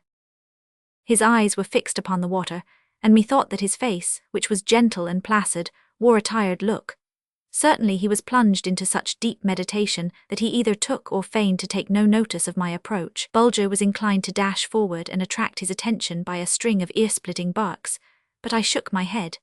This wanderer along the glowing stream of day wore rather a graceful cloak-like garment, woven of some substance that shimmered in the light, and so I concluded that it must be mineral wool. His head was bare, and so were his legs to the knees, his feet being shod with white metal sandals tied on with what looked like leathern thongs. All in all, he had a friendly though somewhat peculiar look about him, and his attitude struck me as being that of a person either plunged into deep thought, or possibly listening for some anxiously expected signal. At any rate, accustomed as I was to meet all sorts of people on my travels in the four corners of the globe, I determined to make bold enough to interrupt the gentleman's meditations and wish him good morrow. Through the revolving door. 221. Whom have I the pleasure of meeting in this beautiful section of the world within a world? The man looked at me in a dazed sort of way and replied, I really don't know, I'm happy to say. But sir, thy name, I insisted. Forgot it years ago, was his remarkable answer. But surely, sir, I exclaimed rather testily, thou art not the sole inhabitant of this beautiful underworld, thou hast kinsman, wife, family.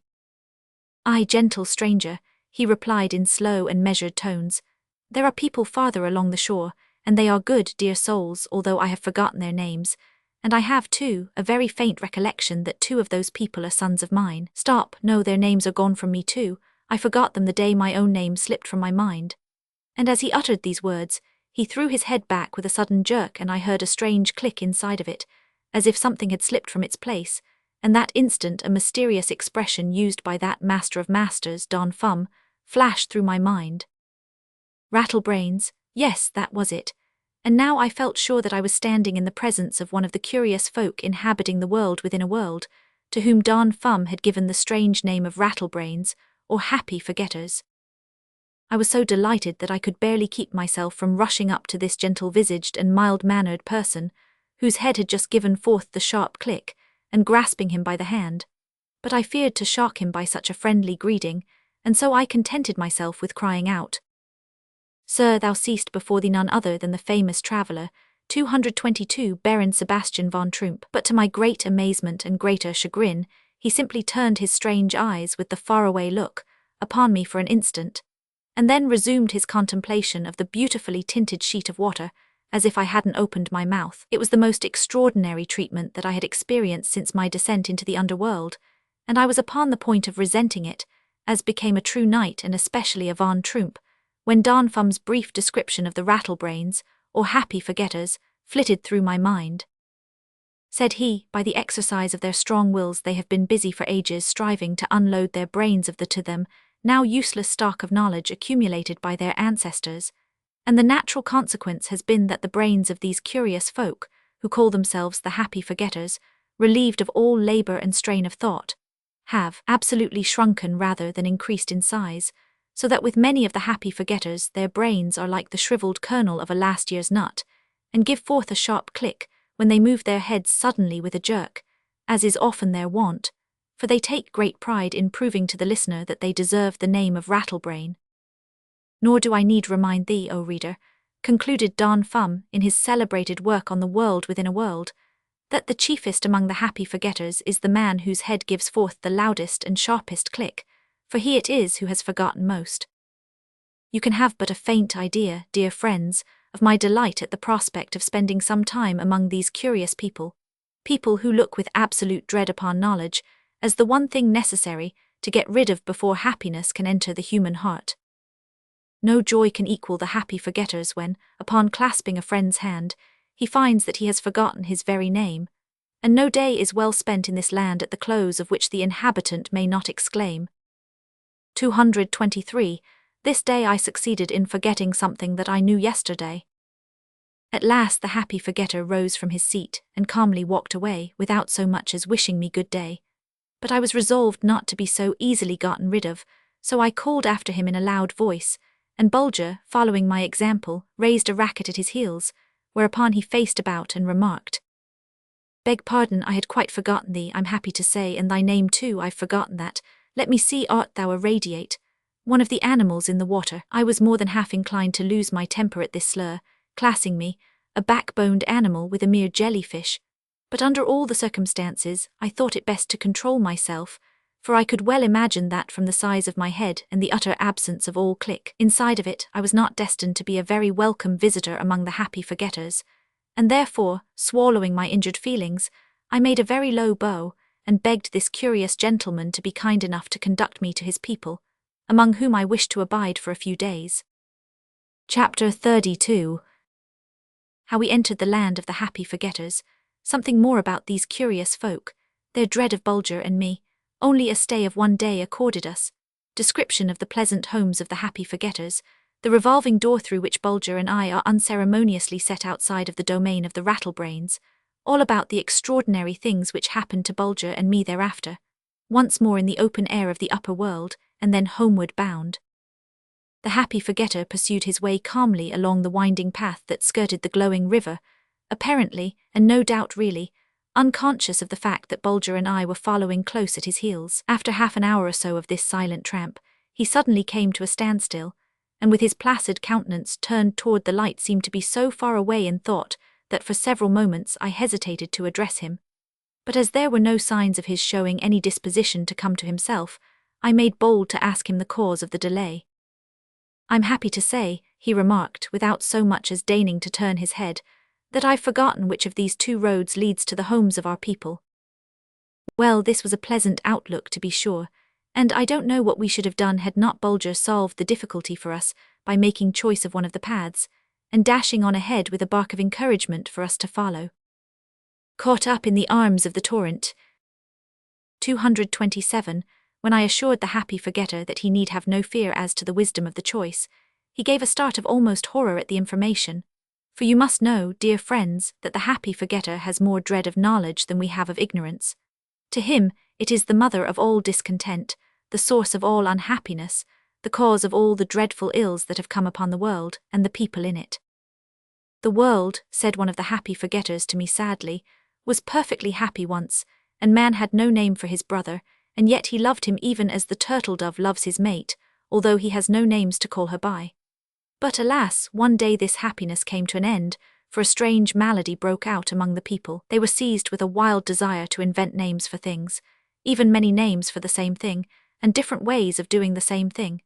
This strange passion so grew upon them that they spent their lives in making them in every possible way harder to live. They built different roads to the same place, they made different clothes for different days, and different dishes for different feasts. To each child they gave 2, 3, and even 4 different names, and different shoes were fashioned for different feet, and one family was no longer satisfied with one drinking gourd. Did they stop here? Nay, they now busied themselves learning how to make different faces to different friends, covering a frown with a smile, and singing gay songs when their hearts were sad. In a few centuries, a brother could no longer read a brother's face, and one half the world went about wondering what the other half was thinking about. Hence arose misunderstandings, quarrels, feuds, warfare.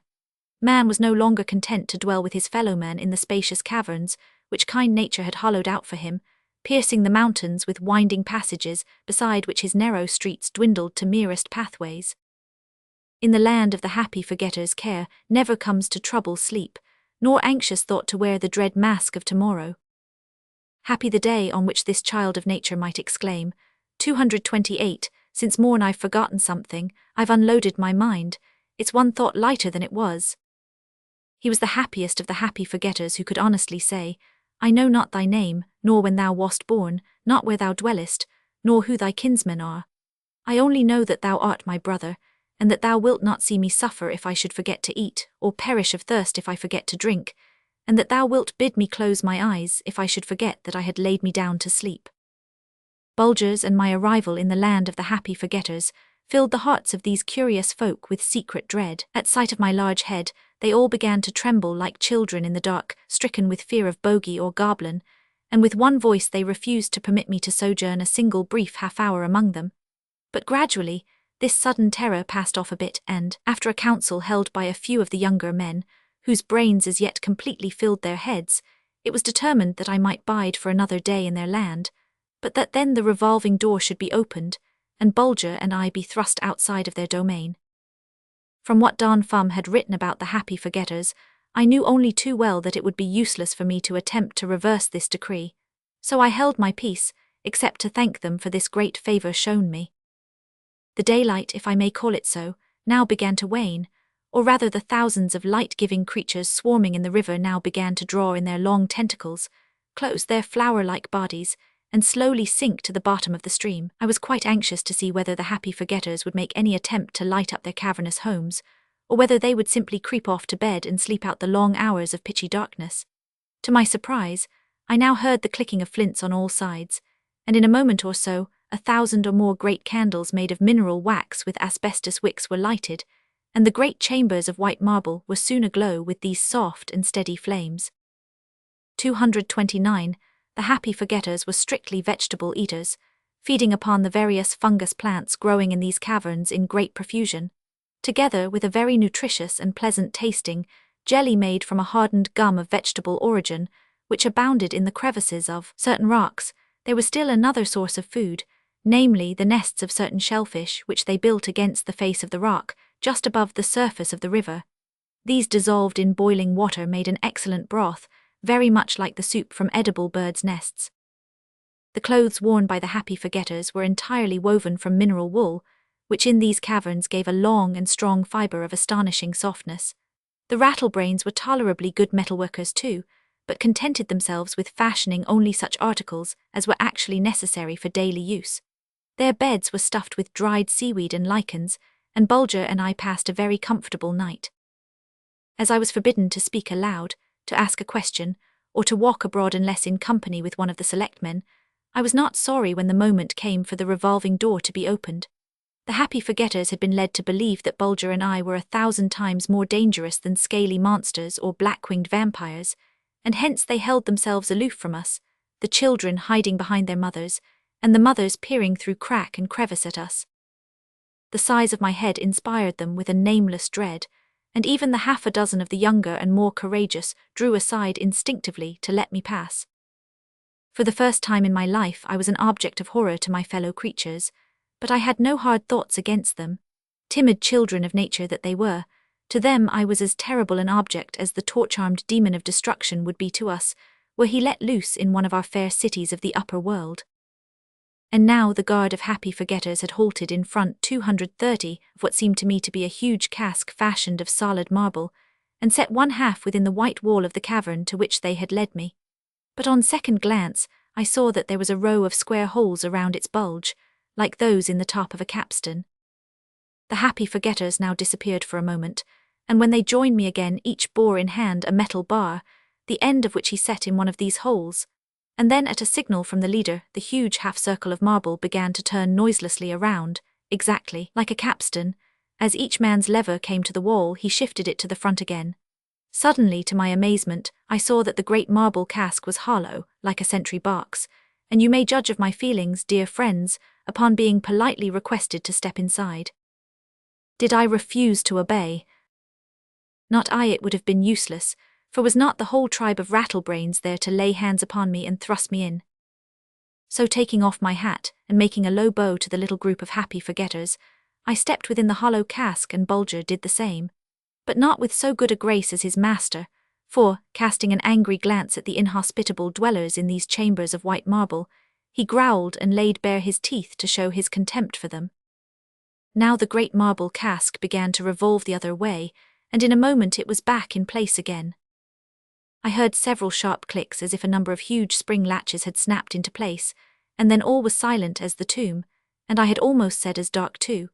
But no, I could not say that, for I looked out into a low tunnel which ran past the niche in which Bulger and I were standing, and to my more than wonder it was dimly light. Hurled out in the sunshine, 233 I stepped out into it. It was as round as a cannon bore, and just high enough for me to stand erect, and now I discovered whence the light proceeded. In the cracks and crevices of its walls grew vast masses of those delicate light-giving fungus rootlets, the glow of which was so strong that I had no difficulty in reading the writing on my tablets. In fact, I stood there for several minutes making entries by the light of these bunches of glowing rootlets. Then the thought dashed through my mind: which way shall I turn, to the right or to the left? Bulger comprehended the cause of my vacillation and made haste to come to my rescue. After sniffing the air, first in one direction and then in the other, he chose the right hand, and I followed without a thought of questioning his wisdom. Strange to say, he had not advanced more than a few hundred rods before I noticed that there was a strong current of air blowing through the tunnel in the direction Bulger had taken. Every moment it increased in violence, fairly lifting us from our feet and bearing us along through this narrow bore made by nature's own hands, and lighted too by lamps of her own fashioning. The motion of the air through this vast pipe caused bursts of mighty tones, as if pealed forth by some gigantic organ played by giant hands. It was strange, but yet I felt no terror as I listened to this unearthly music, although its depth of tone jarred painfully upon my eardrums. By the dim light of the luminous rootlets, I could see Bulger just ahead of me, and I was content. No shiver of fear ran down my back, or robbed my limbs of their full power to resist the ever-increasing pressure of the air, but as it grew stronger and stronger, half of my own accord and half because Bulger set the example, I broke into a run. Our pace once quickened, it was impossible for me to slow up again. On, in a mad race, my feet scarcely touching the bottom of the tunnel, I sped along, while the great pipe through which I was borne on the very wings of the gale sent forth its deep and majestic peal.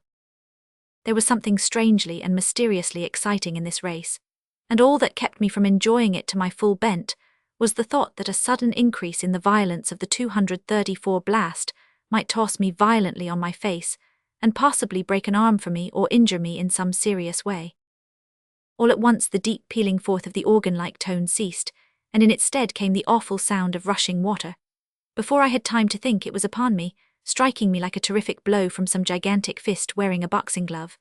The next instant I was caught up like a cork on a mountain torrent, swayed from side to side, twisted, turned, sucked down and cast up again, whirled over and over, tossed and tumbled, rolled along like a wheel, my arms and legs the spokes.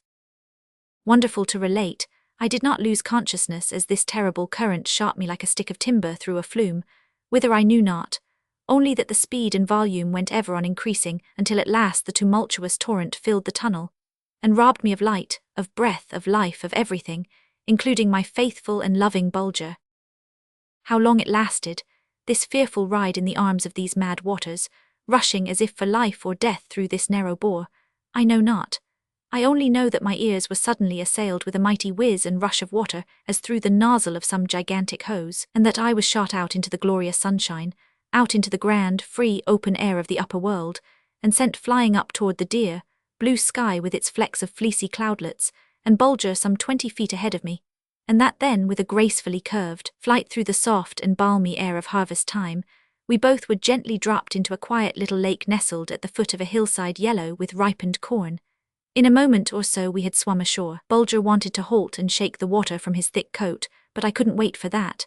Wet as he was, I clasped him to my heart while he showered caresses on me, but not a word was said, not a sound was uttered. We were both of us too happy to speak, and if you have ever been in that state, dear friends, you know how it feels. I can't describe it to you. 235 At this moment, some men and boys clad in the garb of the Russian peasant came racing across the fields to see what I was about, no doubt, for I had stripped off my heavy outside clothing, and was spreading it out in the sun to dry. Upon sight of these red-cheeked children of the upper world, I was so overcome with joy that for a minute or so I couldn't get a syllable across my lips, but making a great effort I cried out, "Fathers, brothers, where am I? Speak, dear souls." "In northeastern Siberia, little soul," replied the eldest of the party, "not far from the banks of the Obi. But whence comest thou?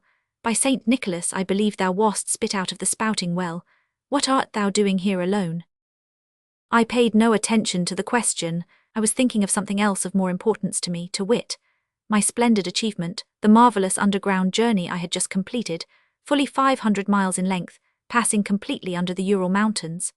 After a short stay at the nearest village, I engaged the best guide that was to be had, and crossing the Urals by the pass in the most direct line, re-entered Russia and made haste to join the first government train on its way to St. Petersburg.